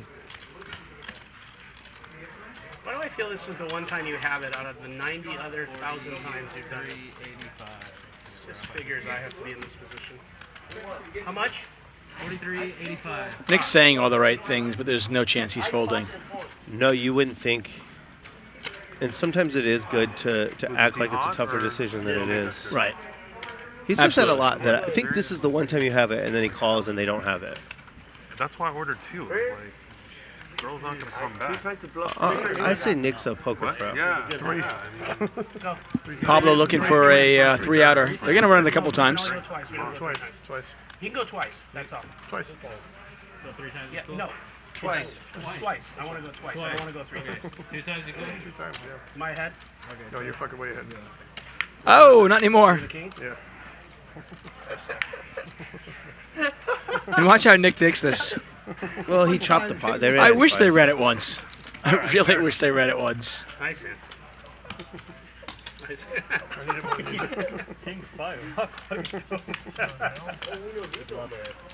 No, man. It's okay. You know, when you're playing against a guy like Pablo, it's got to be difficult in some ways because you can't fold. And, you know, when you're playing against somebody, you're trying to piece together, like, okay, what bluffs do they have in their range, right? What hands, how would they get to the river with this particular hand, and which hands would they have, and do I block those? But when you're playing against a guy like Pablo, it's like, that's just thrown out the window. I mean, he could have any 2 at any moment. That's why you have to just call with top pair, no matter how much it is. Yeah, and when he has you beat, you just tap the table and you go nice hand and keep going. Yeah. When he takes those really aggressive actions, you got the top pair. I'm happy to chop. Well, Francisco's in the game. Yeah. I'm not happy. That's not Sammy. No, it's not. I love this guy. And of course, Eli, if he was in the hand. This guy beat me out of my biggest pot ever. Oh, yeah? Yeah. 400. How big was that? It was around 70,000. Wow. What were you playing? We're playing white chip, no limit at the Commerce. So I think it was maybe, it was either 51 or 1-2, but it was just all white chips. And he got me good. They don't know me. Was it a bad beat, or did he outplay you, or? Well, I had bluffed him a bunch, and then I 4-bet with queens, and it came Jack 10-9, and he had 8s, and he just check raised me all in. And I called. And I turned a set. Yeah, I remember. And that wasn't what I wanted to do. And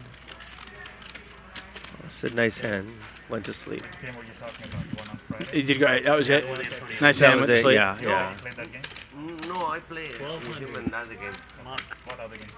Over at the bike tower. Yeah, you can be a pro and say nice hand when it's, you know, the biggest hand of your life. It's going to sting a little bit. And I think it was really late at night, and it didn't sting that much for some reason. I just used to not really care about money at all. Right.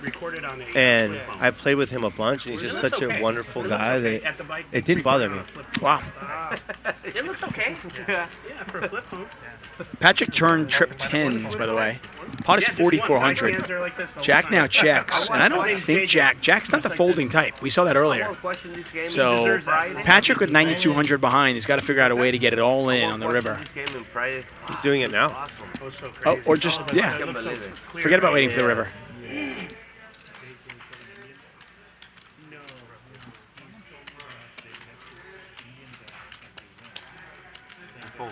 Wow. That's a me fold the pocket. That's a great fold. Yeah, that's got to be tilting if you're Patrick, because you just paid somebody off 6,000. You hit your. It's so tempting, right? I mean, you hit your hit trips, and you're like, oh, this is awesome. You turn trips on a wet board, and everyone thinks you're on tilt, and you go all in with the trips, and the guy folds a monster, a relative monster. Francisco, the aspiring professional poker player. Okay, I'm going to ask you a personal question then. Poker related. Sure. From a mentality standpoint, how difficult is it playing white chip no limit for, you know, where tens of thousands of dollars are, you know, going in, and then playing 2-5? Yeah, it's not easy. King 5, your point. Oh, we got the winnings up here. Yeah. Wow, look at Eli. Yeah, Eli's crushing. Up 38,000. Nick with 57,000. Eli 57,000. Ludacris with 32,000. So you were talking about that Nick Ludacris battle that could end up happening. If it does, we could have one of our bigger pots we've ever seen on Hustler Casino Live. Of course, we had an over 100K pot last week on the big game, but And GT's not afraid to mix it up either, and he has 37,000, and he plays on the Friday game. yeah, his stacks are enormous. I mean, what, $200,000 on the table in what was a 5-5-50 game. Ryan knows how to do it, doesn't he? Yeah, he's good at building these games. Jack high flop. I think this is the bomb pot. My bad. So each person puts $100 in, and there's no action pre-flop. You just see a flop, and then play accordingly. You see Francisco with a pair of sevens. Get the rest of the cards up momentarily. Pair of sevens for Pablo as well. Nobody with a jack. Patrick now open-ended with 6-5. And Francisco realized that his seven's probably good. Good job, Tito.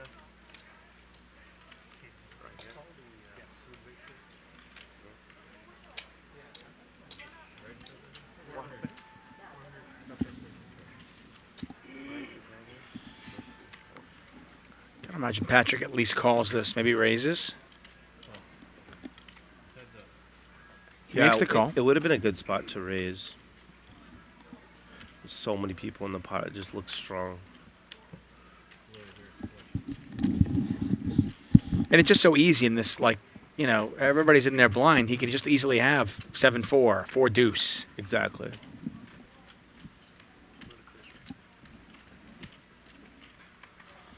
This is an interesting bet. Yeah, I mean, I think it's a value bet. Maybe. You think it's a value bet? I think you bet over a K. I think this is a bluff. Is it a bluff now? Yeah. Okay, so he's trying to put pressure on a jack? I think so. I mean, I feel like the turn bet was a value bet. I couldn't imagine potting it with third pair in a 9-way. Yeah, I guess not. Yeah. So it's funny you asked that question. How was it going from playing high to playing? I've had to play a lot of 2-5.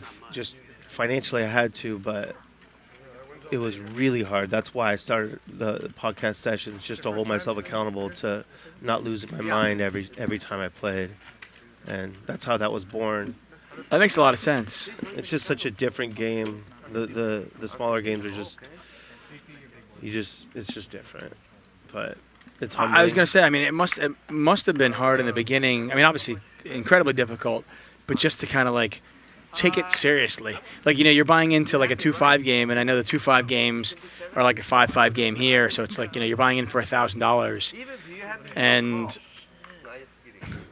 you know, when you're playing white chip games and now your max buy-in is 1,000, it must be really easy to just be like, I bluff all in. Just keep like, and before you know it, you're like, before you know it, you know, you've been playing for 3 hours and you're down 4K and you're like, fuck, how am I going to get that back in this game? Yeah, there are some who will say that it's taken me almost 4 years to adjust to, and it's been humbling. It's probably been good long term, but I'm ready to be out of it.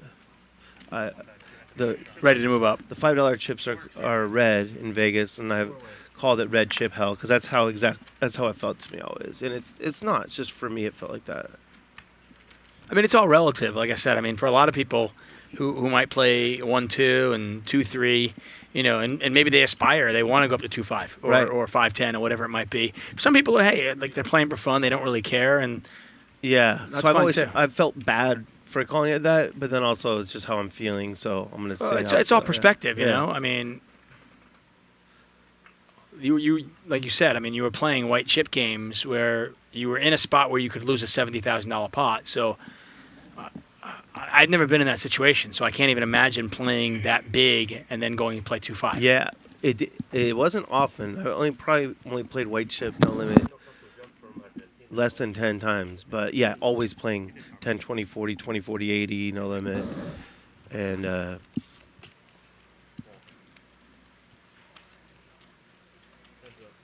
can we root for Pablo here? Yeah, absolutely.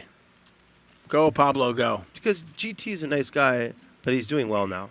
He's fine, right? I mean, he's made back the $10,000 mistake from last week. He's played pretty well.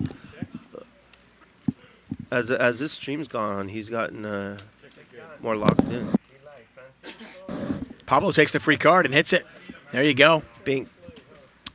How fitting that GT, who loves his hearts, is going to lose a pot to hearts, and Pablo moves all in, and so you got a call, right? Well, this is a little different because he took that street off, which gives away a lot about his hand, right? It's different. If you're going to call anyone, you're going to call him, but it is different because he did take the turn off. I'm going to play devil's advocate. Sure. Just because, and I'm curious what you think. I'm not. GT has shown so much weakness in this hand that if Pablo had air, wouldn't he have to call? Wouldn't he have to make a move? You're saying that GT's under-repped? Yeah. I mean, it's just like he check calls, then he checks flop, he checks turn, then he checks river. And he binged aces up, which I didn't realize at first.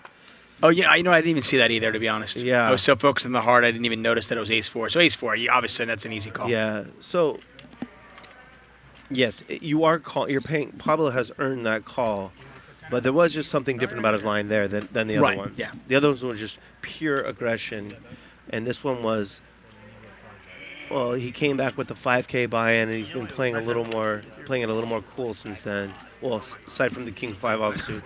And besides the King 5 like 12 minutes ago. Yeah, no, I think you're paying him, but just the turn on the check is probably why GT said that's a horrible river card before he called. Okay. Because, or the check on the turn.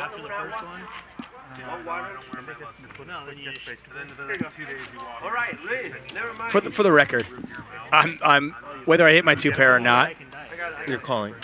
I mean, I'll just double check. Like, okay, how much is it? Be like, okay, I'm never folding to you. Like you said, you've earned this. If you got it, you got it. I think it's a call, but there was just something different about that line.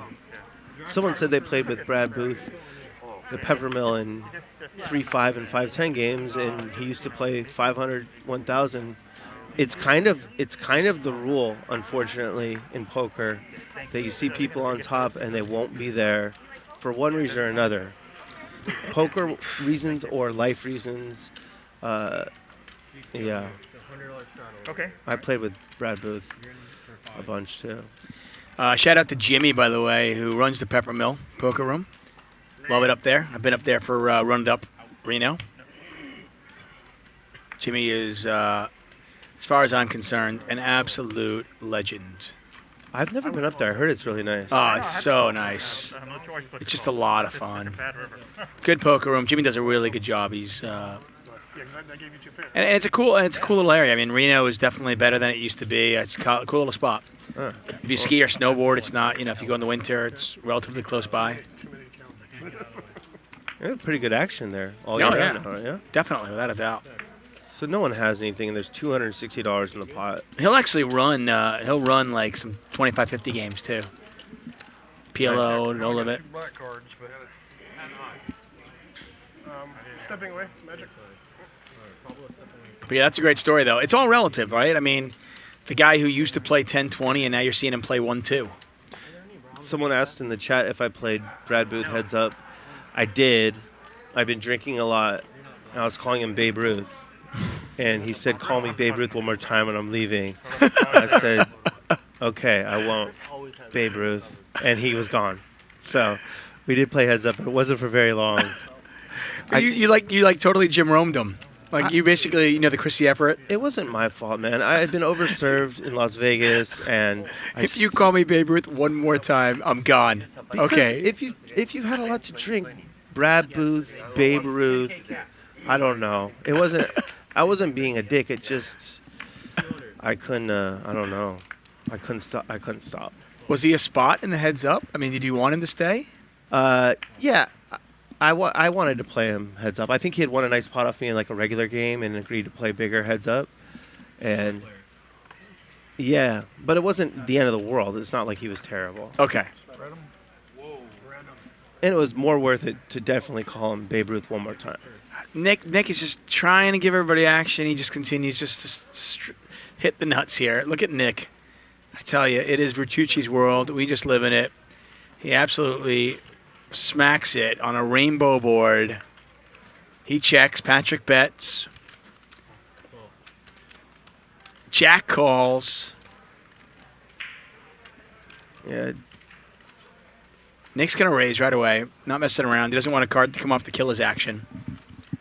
He's got a stranglehold on this one, but yeah, he does not want an action killer to come.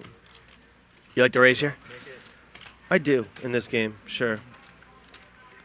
Yeah, you don't want like a 9 or a queen. Yeah, I do like it. Nick's playing very well. He raises. Patrick's not going anywhere. He makes the call. I guess Jack's got to leave, right? Yeah. Jack gets rid of it. Pot's 5,000. Jeremy says Patrick, best-looking poker player, male or female.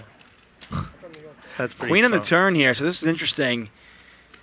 Obviously, Pat gives Patrick 2 pair. But if Nick was bluffing, a lot of what he'd be bluffing would have a 9 in it, right? Yes. And Nick is also right to bet, to charge if he has a 2 pair or a set somehow. Look at this tiny bet. Patrick calls. Pot 7,600.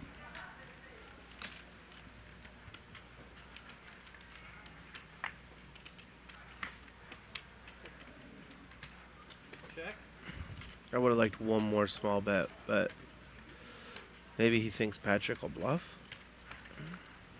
Oh, I'm sorry. King makes it straight. Yeah, I still think you can bet it though. Yeah.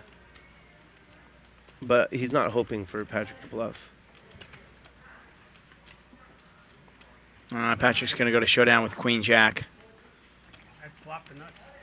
What a fucking horrible run Jack. out. I really thought you had Jack I wanted 10. to take Magic's mask off and strangle him with it. If I would have bet big, you would have folded, right? Yeah. You can put me Do you on want the to king strangle the dealer with their mask after you win $4,450? I don't know what I do. What's big? Like 3,000? Probably yeah, at least. Yeah, at least, right? Here, you're lucky still. I thought about pushing all in. You what? Thought about just pushing all in. Yeah, I got to fold.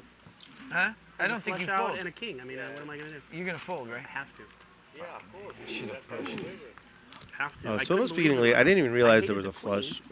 Yeah, backdoor flush got there. Okay. And the king was a straight. Yeah, everything. I think Patrick's, if he was watching this, I think he's being a little results oriented here. Like, I mean, he's got Queen Jack. Yeah. So to turn Queen 2 pair into a bluff, he's basically trying to get exactly a 9 to fold, and that's it, right? Because he's not going to get a king to fold. He's not going to get hearts, obviously, to fold. Right. I mean, he did have the Jack of Hearts in his hands. No, he got coolered. I mean, if he just had 1 pair, maybe you turn that into a bluff. But I think Queen Jack is probably a little bit too good to turn into a bluff, right? I mean, it all depends. I really almost thought about that. With the did he have a heart in his hand? I don't. Yeah. Yeah, Queen Jack with the Jack of Hearts. But, I could have a king there. Oh, yeah, not likely, though. Yeah, it's not likely that Nick has a king. He's just saying that to be nice. Jack 10-8. Right. Probable that I would fold, yes. He's also saying he would have folded, and I don't think he's folding. That's probably. He's not telling the truth. Unless I just got really. I think he's talking about the 9. We need to get more blue thumbs before this thing ends. Yeah, seriously. I see you guys out there. Over 1,500 people watching. I really do appreciate it. Thanks for being here. We'll be here tomorrow night again. Not me, but my man DGAF and Nicole Juergens will be here tomorrow, 5 p.m. Pacific time. Another 5 hours. Take a look at our cumulative winnings. Eli just crushing up 39,000. Nick up 16. Ludacris up 11. Patrick down 19, almost 20. Jack down 20 again. But if you're watching the show and you like it, we bring this to you for free. It's always going to be free. All of them there archived. All we ask is subscribe and hit the thumbs up. Let your like friends it, know about the show. But it's a lot of Yeah, words. you've never seen more resources go into a poker stream, I'm sure. I mean, not that's given away like this. No, like I said, I mean, there are shows out there that, have 20 people working on them. Right. But, for a live stream that's going to be Monday through Friday, 5 hours, this is tremendous. Yeah. So just subscribe and like, and that's all Here's the problem. people are asked to do. Yeah. The problem is the restaurant's closed, and they just have that one bar where they have that menu. Because of COVID, it's hard to re-staff up because they don't know what's happening. 10-9 flop, Rainbow. You could, 100%. Yeah. Open-ended here. We have Louis. I believe no, okay. The 7-4 is not involved. I thought it was. Somebody had 7-4, but they folded. Pablo actually with a pair of 5s. See, Pablo's downshifted quite a bit. Yeah. And this is pretty common too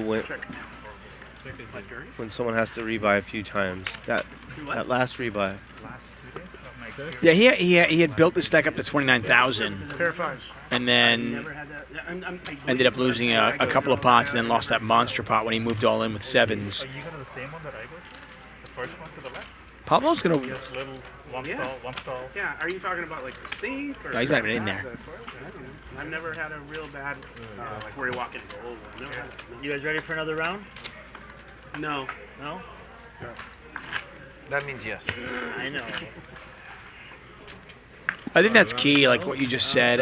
I think a lot of times Jack wants to make it a double round. Yeah, we can make players it make the mistake of playing with somebody at some point in their lives, and they're just assuming that that guy is still, or that girl still plays that way. Right. Like months, years later, they're like, oh well, I played with DJAF like 5 years ago, so you're still that same guy. Be like, okay, and even on a smaller sample, like Pablo here just today. Right. Like, he's playing totally different than he did just 2 hours ago. He's downshifted quite a bit, and he could upshift at any time, but... Patrick picks up queens. Patrick is due for a good hand. Yeah, he's down 20K today. The game is downshifted as well. There was a period there where every pot was 10, 12, 20,000. And the game has kind of cooled down a little bit. Eli is kind of... pulled it back a little bit. Pablo has as well. Yeah, Pablo's calling though. He's not going to fold King 7 suited for 1,200. Dude, King 7 suited is a really good hand. It's a great hand. Name one more time. There's a king. It's a nice door card. Oh, Patrick, poor Patrick. Yeah, we've all had nights like Patrick's night right now.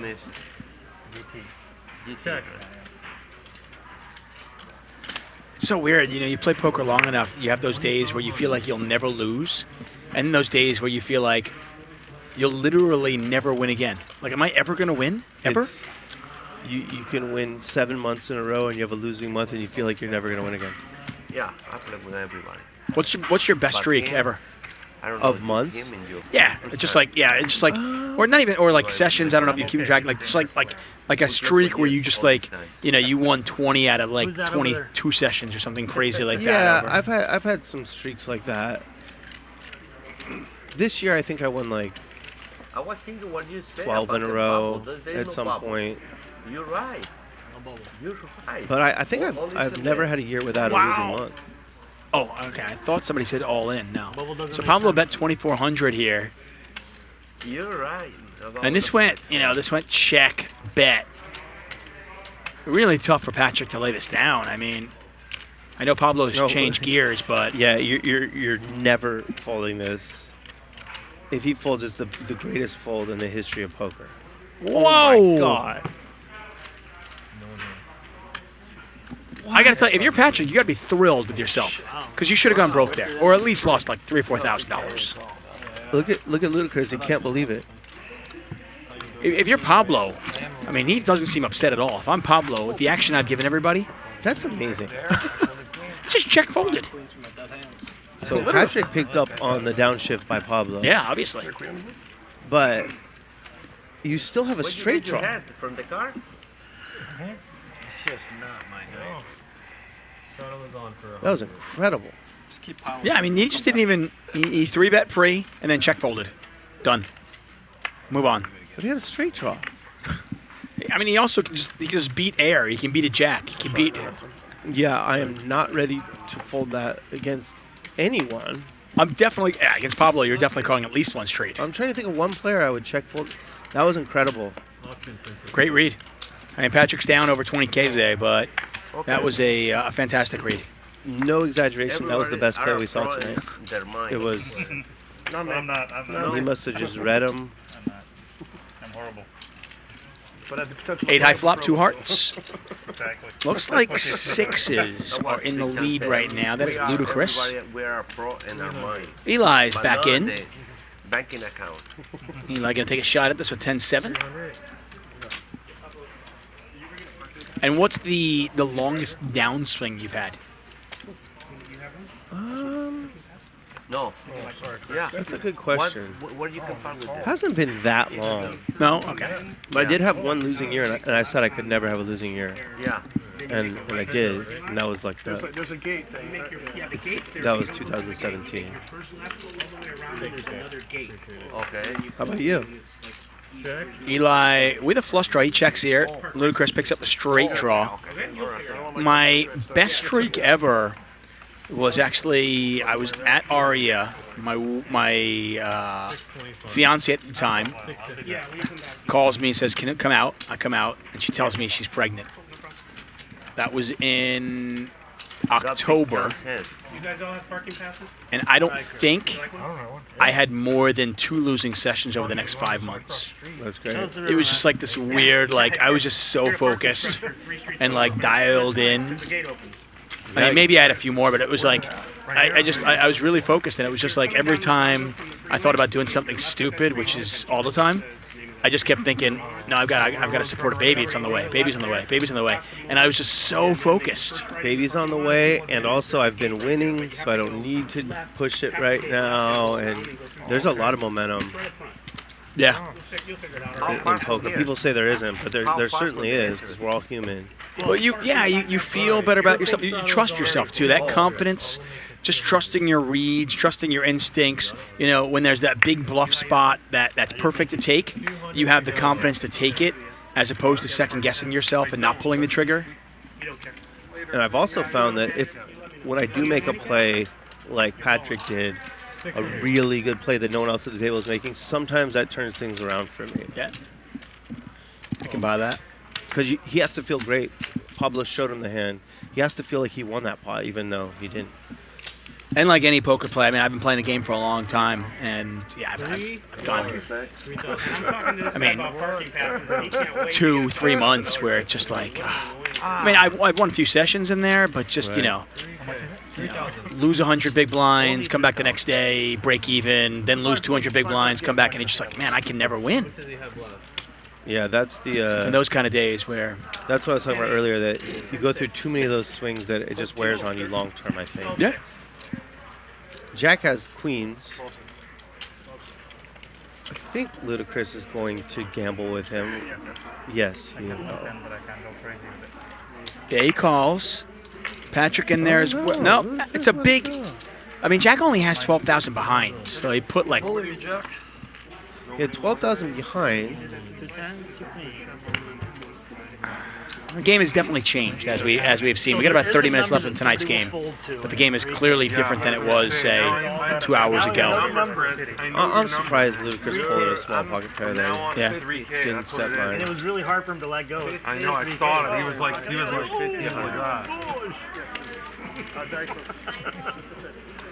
So it was like 2,800 he's calling. I was really helping you today, Pablo.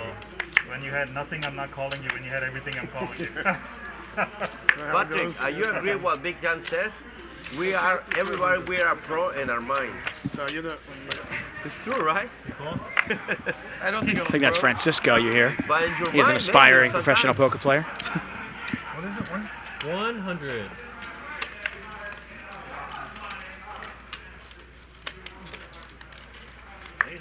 Eli. 700.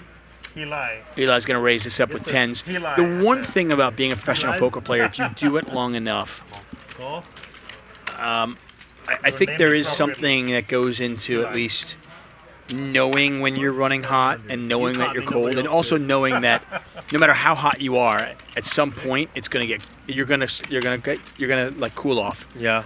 And vice versa. Yeah, it's really hard to see you've been there when you're running cold that you will run better again. And you see some people that just kind of run hot for many years. Ever. Yeah.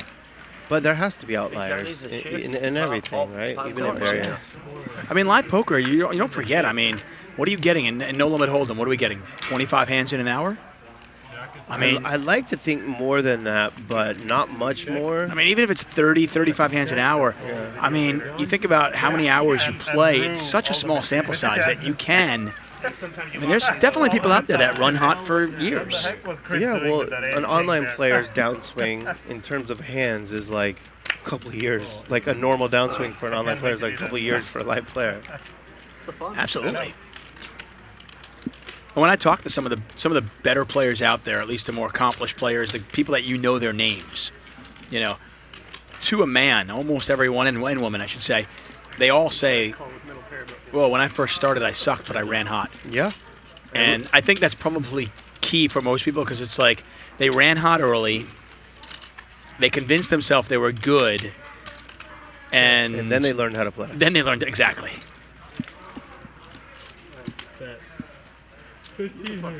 This is an interesting bet. You'll be my fucking nightmares, Eli. And an interesting You're gonna be my fucking nightmares. I mean, you would not think you could bet tens on that turn and get value from worse. That isn't a flush draw. That's right. But sure enough. Eli is a good guy. Or 9 even. I mean. Will Jack lead out here? He don't need to move. When he misses? I don't think so. No. Check. Check. I can beat that. Fucking head survive. I can't believe it.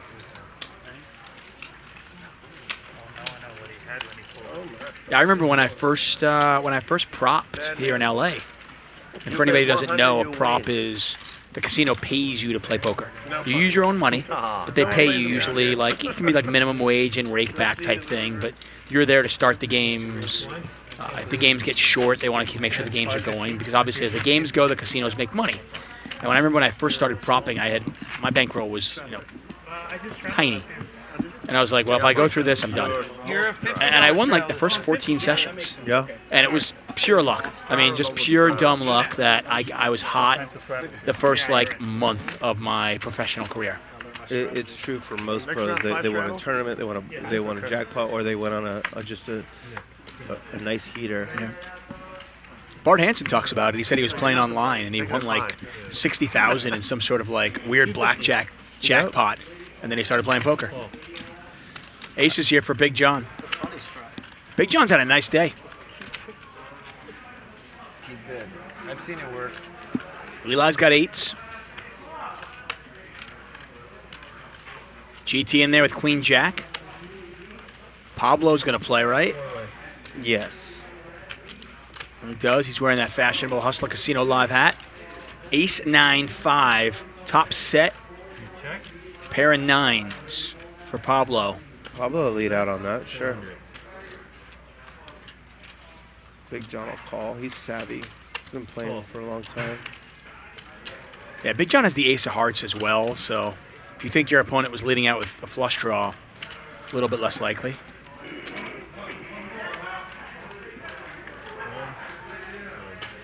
Heads up here. A 9 or a 10 would be disastrous. Oh, yeah.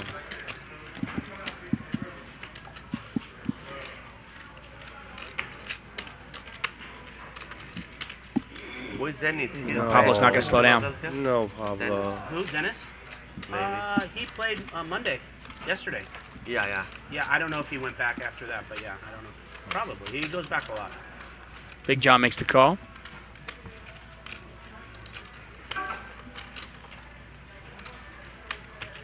Just under 4,000 in the pot. Pablo cannot win this hand. And he gives up.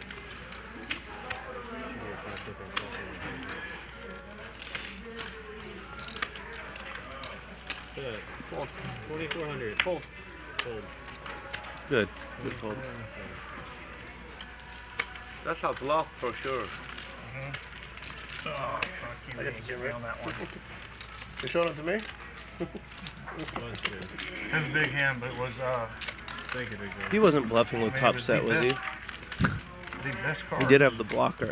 And the beginning he looked a little bit like you. Don't with, say that. With the beer and No, stop he, it. he looked like your younger brother. He looks like. Oh my God. I always know it's a good game. Then when we can commentate, we see the cards, and I still don't know if somebody's value betting or bluffing. Yeah. First part's bad enough. First part's bad enough, But and then I would bet my life on the fact that he was value betting that. Yeah, I'm yeah. gonna go on a limb. I was Yeah. joking. Come in here causing trouble. Pablo got upset for real for the first time. Not from all the big pots he's lost, but when Francisco said that he looks like Nick's younger brother. Sanctions review for correspondent. Yeah. 100. You must have a lot of background in compliance. I do. 400 probably. Okay, I call. You lucky to think it. Pablo's got some money in front of him. Client's in this hand right here. Remember, he doubled up earlier on with the flush. Yeah. Three-way. I want that ludicrous Nick hand.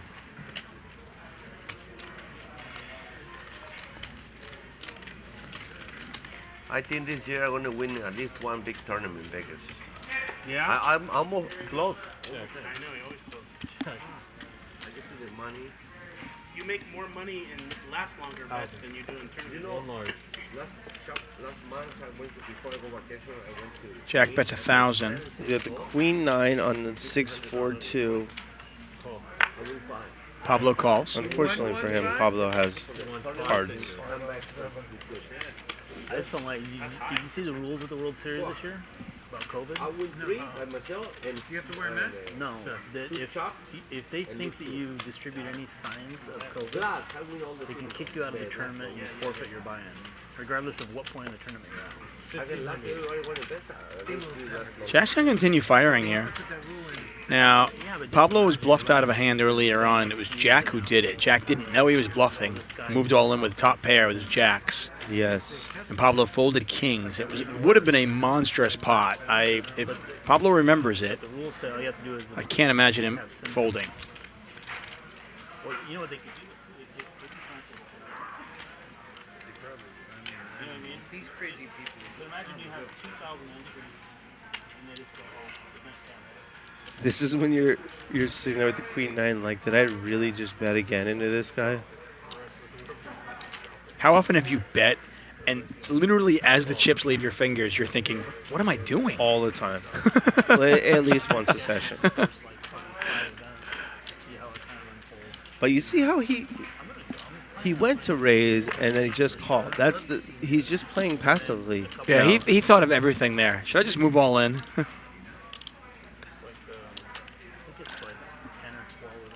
Is Jack gonna go for it all in? The action's on Pablo. He's gonna check. Okay. I'll let you know 2,500. 2,500. I'm busy in October. I got one. Come on, Pablo. 1K. Not that this is not against Jack. I'm just rooting for Pablo. Yeah. They're all worth rooting for. Yeah. Really? It looks like such a value bet is why. Yeah, but this is the guy who bluffed you before. It, 512, will you show me?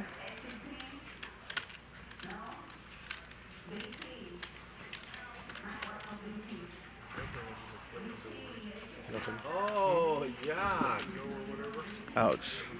Ouch. Jack was so smooth there. If I fold, will you show me? Yeah. Every other time with a hand. What's up?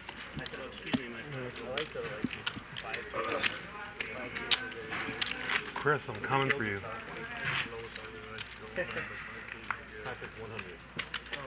I thought that was the. Yeah, that's a really Pablo, good one. you're the Annie. Yep. It's a tougher field, but you kind of know where you're at most of the time. Jack's got like a hold over Pablo. Pablo doesn't fold to anybody. I think he's a little shook. Someone said that in the chat, and I agree with them. 100 to go. That one 40K pot where it got quiet after that, that'll take it out of you at least for the night. Yeah. I mean, I give him credit for jumping back in. Oh, yeah. On me? Yep. 100. I got to hand it to Jack, too. I don't know if I would have the courage, as they say, to fire a third bullet when I got called twice. Especially on especially on kind of a nondescript river. I mean, he really made it look like a value bet, and Pablo's out of impulsive poker mode. He's playing. He's thinking about the hands, and he just said, "This is a value bet." Check, check, check, Check. check, check. The pro bet 300. Call.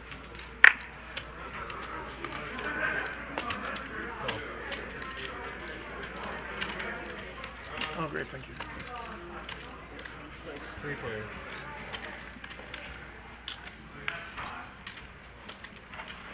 Check. So Nick now has a double gutter. Big John has second pair and a gutter, and Francisco has top pair and a gutter. Chris. That's me? Oh, thank you. 1100. It's you. Huh? Call. Heads up. Anybody have any hand sanitizer? No? No, but maybe Louis. Hey, Louis, you got a hand sanitizer? Will Francisco get another Hand streak? sanitizer?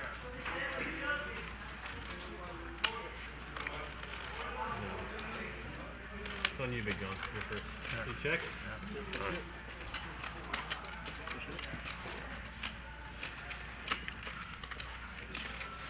Wow. This is pretty thin. Bet is 2400.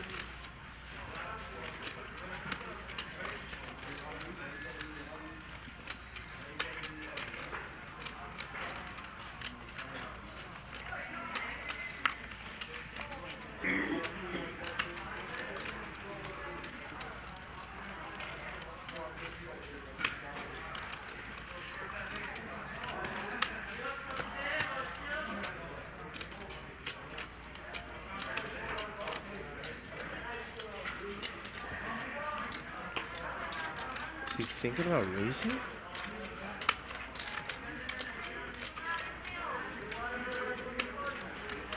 Oh, you got bluffed, Jan. You got bluffed. I have a 9. Jan, you got bluffed. No, Could have a 10. No, you didn't. Not if he didn't show the other. No, I have a good card. Not if he didn't show the other. This side is better. Very thin value bet by Francisco. I got an omelet. Well, they don't have omelets And anymore. a good fold by Big John. Remember, John, the pros always get there. Thank you. You did get bluffed, John. What's that? You saying you did get bluffed? No. No. The pros always You get had there. 9-10? Huh? The pros No. always get there. Thank you. I don't have no. Big John, you're the 100. I have a pair. But no, not straight. Is it possible to see a menu? Yeah, of course. Thank you. Here's that. Remember, I never lie in the table. 100 to go. Deal me in the next hand. This is my straddle.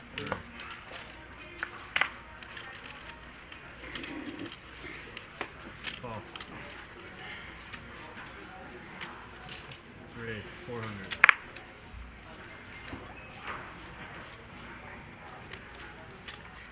You have something that head?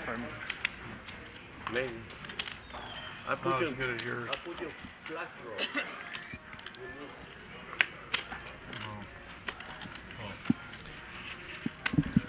Have I said anything exciting? No, Francisco made a really thin value bet on the river last hand, and Big John just made a solid fold. And this hand, someone straddled to 100, and Big John's got the best hand with 8s. What's Francisco's MO? What do you mean? Like, what's his style like? Action. A lot of action. Yeah. Very tricky. Very perceptive. Occasionally loses his mind. Like a lot of us. Right, there you go.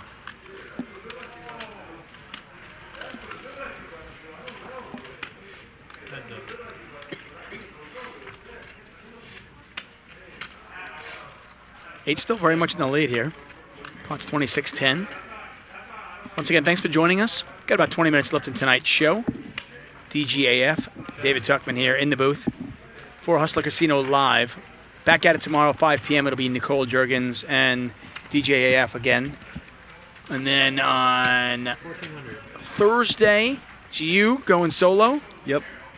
And then Friday's the big game. Don't have the lineup for it yet, but expect 5,100 straddles, tons of money, lots of big pots. All of our shows start at 5 p.m. Pacific time, and they all run about 5, sometimes 6 hours. Yeah, Ryan just won't have a bad game, I don't think, on this show. I mean, yeah, it's live poker, so you never know. You know, sometimes the cards just don't cooperate, but I mean, right now we've got a little bit of a lull in the action compared to what we were doing earlier, but what we had going on before was just ridiculous. They got tired. Yeah. Of pushing chips in the middle. Instantly. Nice bet. GT with a nice little bluff there. Do you think we can get to 700 blue thumbs, or is that impossible? I think it's possible. It'd be nice, right? I mean, I'll put it this way: there's 1,400 people watching. Yeah. Each of them, at least most of them, I assume, have a thumb, right? Yes. I mean, if you don't have a thumb, I apologize. I know it's 2021. I don't want to offend anybody. So if you are one of the few who are watching without a thumb, I'm sorry. But for the other 1,405 of you who do have at least one working thumb, use it for us, okay? It really does. It helps us out. Francisco loses 40K a year lib folding. That's great. That is fantastic. I know, right? How many times have you paid? Like I said, I'm not smart enough to understand how the YouTube algorithms work, but I have been told by smarter people, the more thumbs we get, the better. And this is a free show for you guys. 50 straddle and he's the 100 straddle. We're going to get there. I'm a straddle, right? Yeah, And it's always free. If you miss a show, let's say you've got a date, whatever, your family's in town. You want to watch the World Series, you want to, watch a football game, whatever it might be, I don't care. But you're doing something else.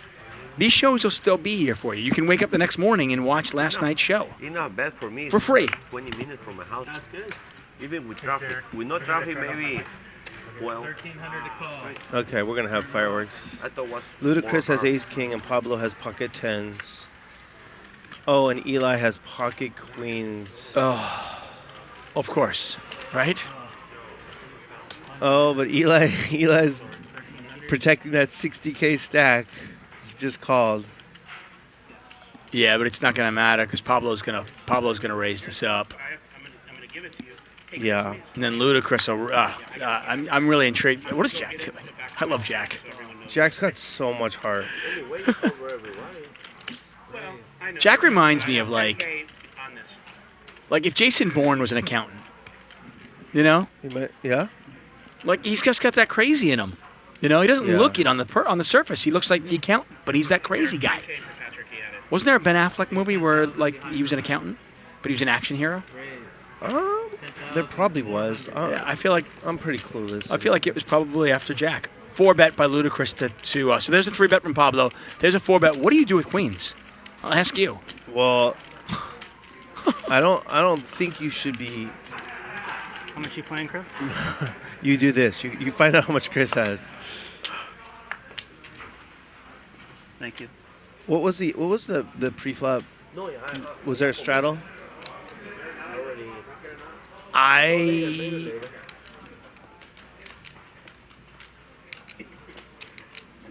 don't think so. It must have been because it was 3-bet to 5,100. Yeah, so those are clearly, yeah. So the original raise was 1,200. Okay. So the original raise is 1,200. There's a call in there. There's a 3-bet. Here's the 4-bet. Right. If the original raise was 1,200, I'm guessing the straddle. It's probably was like 2 or 300. Yeah. So. And what did Chris start the hand with? 30K. So it's. Oh no. John. It's the muck. if the shadow is 200, it's 150 big blinds. I mean, we know Ludacris. I'm going to throw this at you. Ludacris can't be bluffing here because he knows he has no fold equity against Pablo. So he can't be bluffing. But he certainly doesn't need a hand better than queens against Pablo. Yeah. It's a really tough spot Quarter to 9, basically. for Eli. And Jack. Well, Jack's got the queen 9. He's in. All right, twice, guys. Let's go, Jack. I mean, it's a tough spot. Wow, Jack has plenty of equity.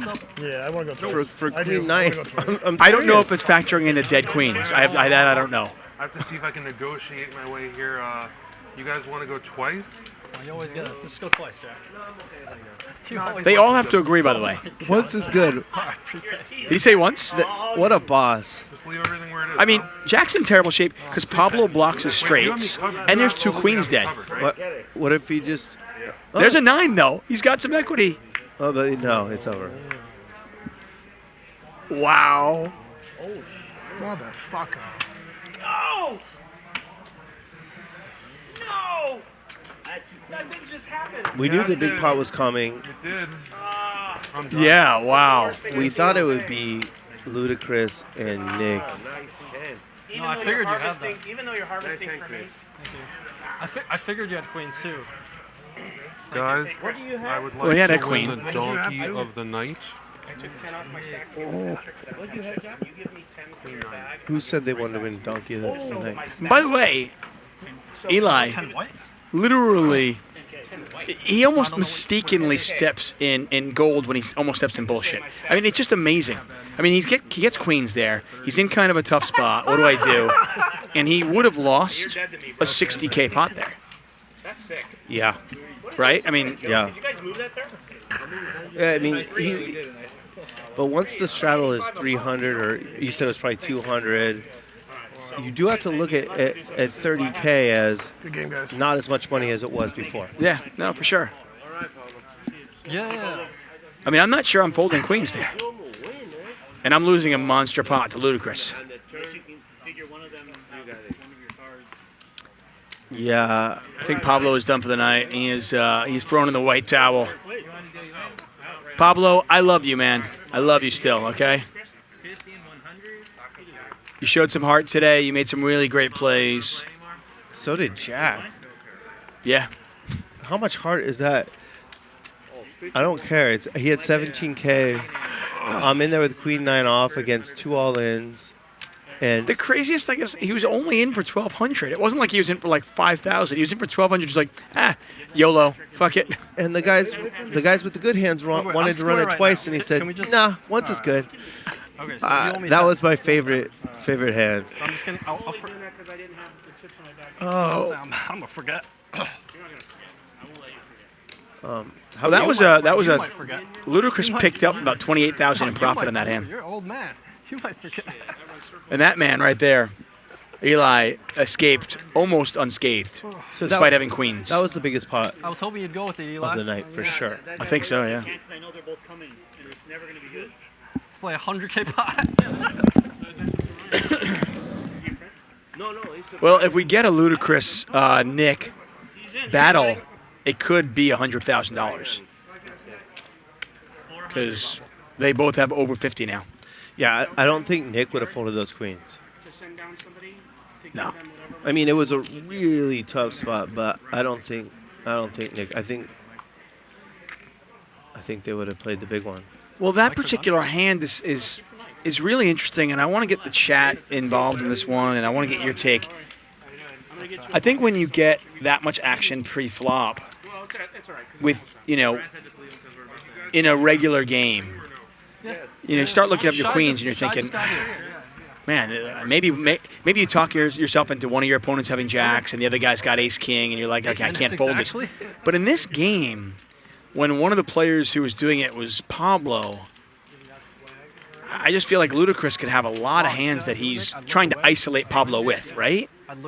I don't know if he has a lot, but he has enough to where it's going to be really hard to fold queens. Yeah, I mean, he's definitely not bluffing. I wasn't trying to go there. I guess my thought is, if I'm in Ludacris's spot and I have a value hand, and I see this action, I might be thinking, okay, well, I want to get it up against Pablo. I just want to get it heads up with him. I want to ISO him. Yeah. And I can do that with, I mean, I could ace jack, ace queen, ace king. Yeah. I don't think he's doing with ace jack. Okay, jacks. I think he is tighter in that spot than we're giving credit because it's deep stack poker and he knows how to play deep stack poker and you do have to protect your stack against the other guys. Right, that's a good point. And there's already been aggression. It was one of us did. Yeah, Eli was in a really tough spot. I mean, if you don't give him ace jack and we block ace queen because we have 2 queens, then it comes down to like, okay, we give him jacks maybe. I think he had with his line and sizing. I think he has ace king a ton. Okay. Right. Because I think aces and kings might even like 3-bet, like min 3-bet or min 4-bet. Sorry. But it's just. It's just really tough. Well, anyway, you cut it. Eli continues to crush, makes the fold, saves himself a lot of money, and he's still up over 30,000 today. Those white chips you see are 100, green chips are 1,000, and that kind of chocolate chip on top of the green stack, that is a 5K. We have 7 minutes to get 7 likes, and then we'll stop asking at 700 tonight. I think that's fair. Come on, guys. 7 more. Ace king. Yeah, a lot of people are right. They're saying that Eli won a bunch and didn't want to risk it in a flip situation, and it's true, and nothing wrong with that. Yeah. So Nick still me And he could be behind, and I think if he can see Ludacris's cards, he'll gamble with them. Someone's saying 300 big blinds. I don't think it was 300 big blinds, unless someone opened from 100 to 1,200, which doesn't seem right. Thank you, guys. You guys are awesome. 724, I see it. Look at that. Thank you, Nick, Nacho, N2, Keto, Conrad, Steve, Min, Gene Gluck. What's up, Gene? Mark A, Derek Kino, Jonathan Galleon. Thank you guys for joining us tonight. We're back at it tomorrow. Nicole Jurgens and my man, DJ AF, will be here. Ludacris with about 59,000 behind. 3-bets GT to 3,000. Limps around. All these guys have so much heart. Just. GT makes the call. Ludacris gives the kind of fake sigh, like, "Ah, what are you calling me with?" Well, maybe he knew this was coming. Yeah, he got out flopped. Jack high flop. Pablo made it 5K. Chris made it like 11,000. GT's got 30,000 too. I mucked. Yeah, and then Jack called with queen 9. What's up, Andy? Thanks for joining us, guys. A 9, a king on the flop, a 9 on the king on the turn, and 9 on the river. But they were all in. Wow, I think you want to bet there. It was a weird hand. Yeah, Ludacris very happy to get the showdown. I was afraid of Chris, but I knew that they were crazy. If he had lost that previous pot, he would have continuation bet this flop 100%. Have a jack? What?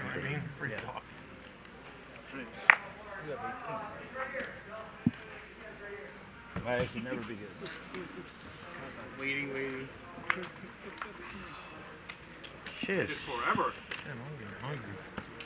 GT not firing on that one. I mean, I guess just setting the trap, hoping that Ludacris would fire at some point. Never did.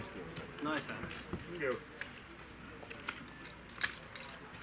want to give some chips to him? Cool. Shy, a venture capitalist from New York, He owe you 100. I know, he owe him. has joined the fray. Shy in for 10K. Small and, big and Annie second. I'm just intrigued. Where was Shy? Was he just waiting? Like we lost a player and he's just sitting there like him and Francisco were just kind of like sitting here waiting? Yeah. Nick, what'd you do with that menu? Because there's not like a big second game here. Yeah, you know? they must have been playing 5-10. Hit right? And then they went down a level to 5-5 because it was on stream. It's coming. Oh, GT won that one with ace jack. This time he's got ace king. You're in for 50. You have a hand. You can. Then it's 350 to go. Call blind. Ah. So that would have been boss. You're not even at the table, and you just be like, yeah, I'll call. This is quite the game for a Tuesday. Now look at these stacks. Right? 55, 58, 36. 2 clubs out there. 5, deuce, deuce. Ludicrous. He's feeling it now. He's in trouble. Oh, no, he's got the chip. Sorry. Yeah. Saturday and Sunday, you guys don't have no game? No, not on stream. But we are open to play. 600. Like if To you the ever want to future, play, like and there's special players that table. want to Oh, play, okay. we'll come right up here. Eli does have play. some outs here. He can catch a 6. And we can record it too, because sometimes we use that. You know. That's very I'm good. always looking to play on Saturday. Yeah. Not Sunday. Sunday's too much. Not Sunday, but Saturday. Saturday I'll I can play I love sometimes. playing on Saturday. Yeah, sometimes. So if you ever want to I put can it play together, this Saturday. you can. Yeah. Let's try. I can. You guys want to try to play Saturday? Yeah. Who wants to try to play Saturday? Anybody? I bet you Arby will play Saturday. Okay, I'll ask him. Jack, you in for sure? Let's play. Big John. I love it. Saturday. We'll do it. You want to play here Saturday? Eli. No, Eli, want to play Saturday? Not for me. I think still with 4 or 5 of us, we'll get a few more. and we'll I'm play. in. What a Done. good ending to the show We for have 4 Ludicrous. players right now. Ryan, we want to play Saturday. Book it. Chris? Yeah, he started Grinder? off Get a really grinder well, and then kind of that bluff that he tried with the 7-5 against Nick kind of derailed him for a little bit. He looked like he was like kind of on a mini tilt for 30 minutes or so. Not yet. I'm okay. Yeah, But then he got a As soon bluff as he lets through, him know. a pretty big bluff through against someone. I don't remember who. What do you want me to do? And he's fighting? And they played Who's he fighting? Ace King very well How with about I get the, straddle? How with about I straddle my way back here? Yeah. 4-bet to 10K. I don't At the care. MGM? And then I'll be small blind next time, okay? I can't It's believe the I show lost winding 3 down. time flops. 100 to call. Like 500 and some change there, dude. What the hell is your problem? I almost offered So you see the 100 in there. You should have. Plus, Chris raised your big blind. Shy just limping. Okay, so you only 150 and 10. Ludicrous, feeling the rush. He's going to raise. Because I don't have my phone. No, okay. GT's not going anywhere, right? He's going to call this with the suited connector. GT is not folding 9-8 right now. Your money. Oh, no, there. the shot is. He seems to be getting more and more comfortable. I hope he plays Friday. I kind of. Yeah, I don't. He made that mistake the first game he played, right? And then he played much better tonight. I feel like he could do some damage on Friday. Yeah, I don't. The money doesn't seem to affect him at all. No, but maybe being on stream did for a Yeah. while, and now he's comfortable. He's got his mask off. You know, I think he's ready to do some things. He's played much better. I thought he might 3-bet this hand. I know he likes hearts. He does like hearts. Oh, no, no, no. The first one he won. No, And it would have been a pretty good for- spot for to you. 3-bet. Yeah. Or 4-bet. No, just 3-bet. Well, instead, he does just call, but it's a pretty nice flop for him. Overs, backdoor hearts, What open-ended time straight would you draw. try Saturday? I think a good time would be like That's a 1 or great 2. flop. Or do you want to play later? No, no. No, it's 1 or okay. 2? Ludicrous is going to bet 400. We'll put it together. Yeah, it's kind of interesting. Quarter Yeah, because Patrick will play. quarter pot. I think we'll get Arby 2. to play. GT makes the call. Better for me. Oh, he's in position. I don't mind it at all. Shy calls as well, and now Ludicrous, who had the best hand already with ace high, has a pair of 4s. Jack's going to play, so we have 1, 2, 3, 4. Arby's 5, 6. Oh, yeah, we'll put a game together easy. Need a couple more players. Checks through, There we go. and Rivers the nuts. It must be a grinder party or something. I'm calling my right? shot. What is it? GT's going to be a force in this show. Are they It having took him like a while to get members comfortable, only club day or something? and now he's I comfortable. have a party The mask Saturday, is but off. Nah, You don't need that important. shit. I like Not it. important. Well, he did not bet trip jacks. Yeah. And he's not going to make that mistake here. He looks like he's going to bet. What was the other No one can call, but No, I thought Ludicrous might call. Huh? Some kind of that would be ambitious. 8? I mean, I guess the 8-9 got there. The only draw, yeah. I'm letting you guys know, though, after everyone's declaration, 2 queens. after I eat and the stream's over, I'm probably going to go. I'm just letting you guys know. I'm going to eat and then probably go. I'm just telling you guys. Okay. You okay with that? Of course, dude. I just want every minute. You do you, man. Take a look at the chip counts here. Nick with 60,000. Eli with 58. Ludacris with 56. GT with 37. Everybody with at least 15,000 on the table. Yeah, there's 300K on the table. That is a significant amount of money. And that is going to do it for us, guys. Look at this VPIP here. A couple of the big guys are gone, but still, everybody in the 40s and 30s pretty much. What a great way. DJAF, man, that was a lot of fun. I got to tell you, that was an absolute blast. Yeah, looking forward to doing it again on Friday. Yeah, for sure. And for all of you guys who watched, thank you so much. This has been an absolutely awesome game. I hope you guys enjoyed it. We'll be back here tomorrow, 5 p.m. Pacific time, Monday through Friday, 5 p.m. right here. Make sure you subscribe to Hustler Casino Live on YouTube. Tomorrow we've got a 5-10-20 game. 5-5-10 game. Who knows? Maybe it'll be a 5-5-10-20. The 20 will be on a lot. Right, for sure. And then, of course, the big game on Friday. DJAF, you're the man. Thank you so much. For everybody here at Hustler Casino Live, thank you so much. I am David Tuckman. Goodbye.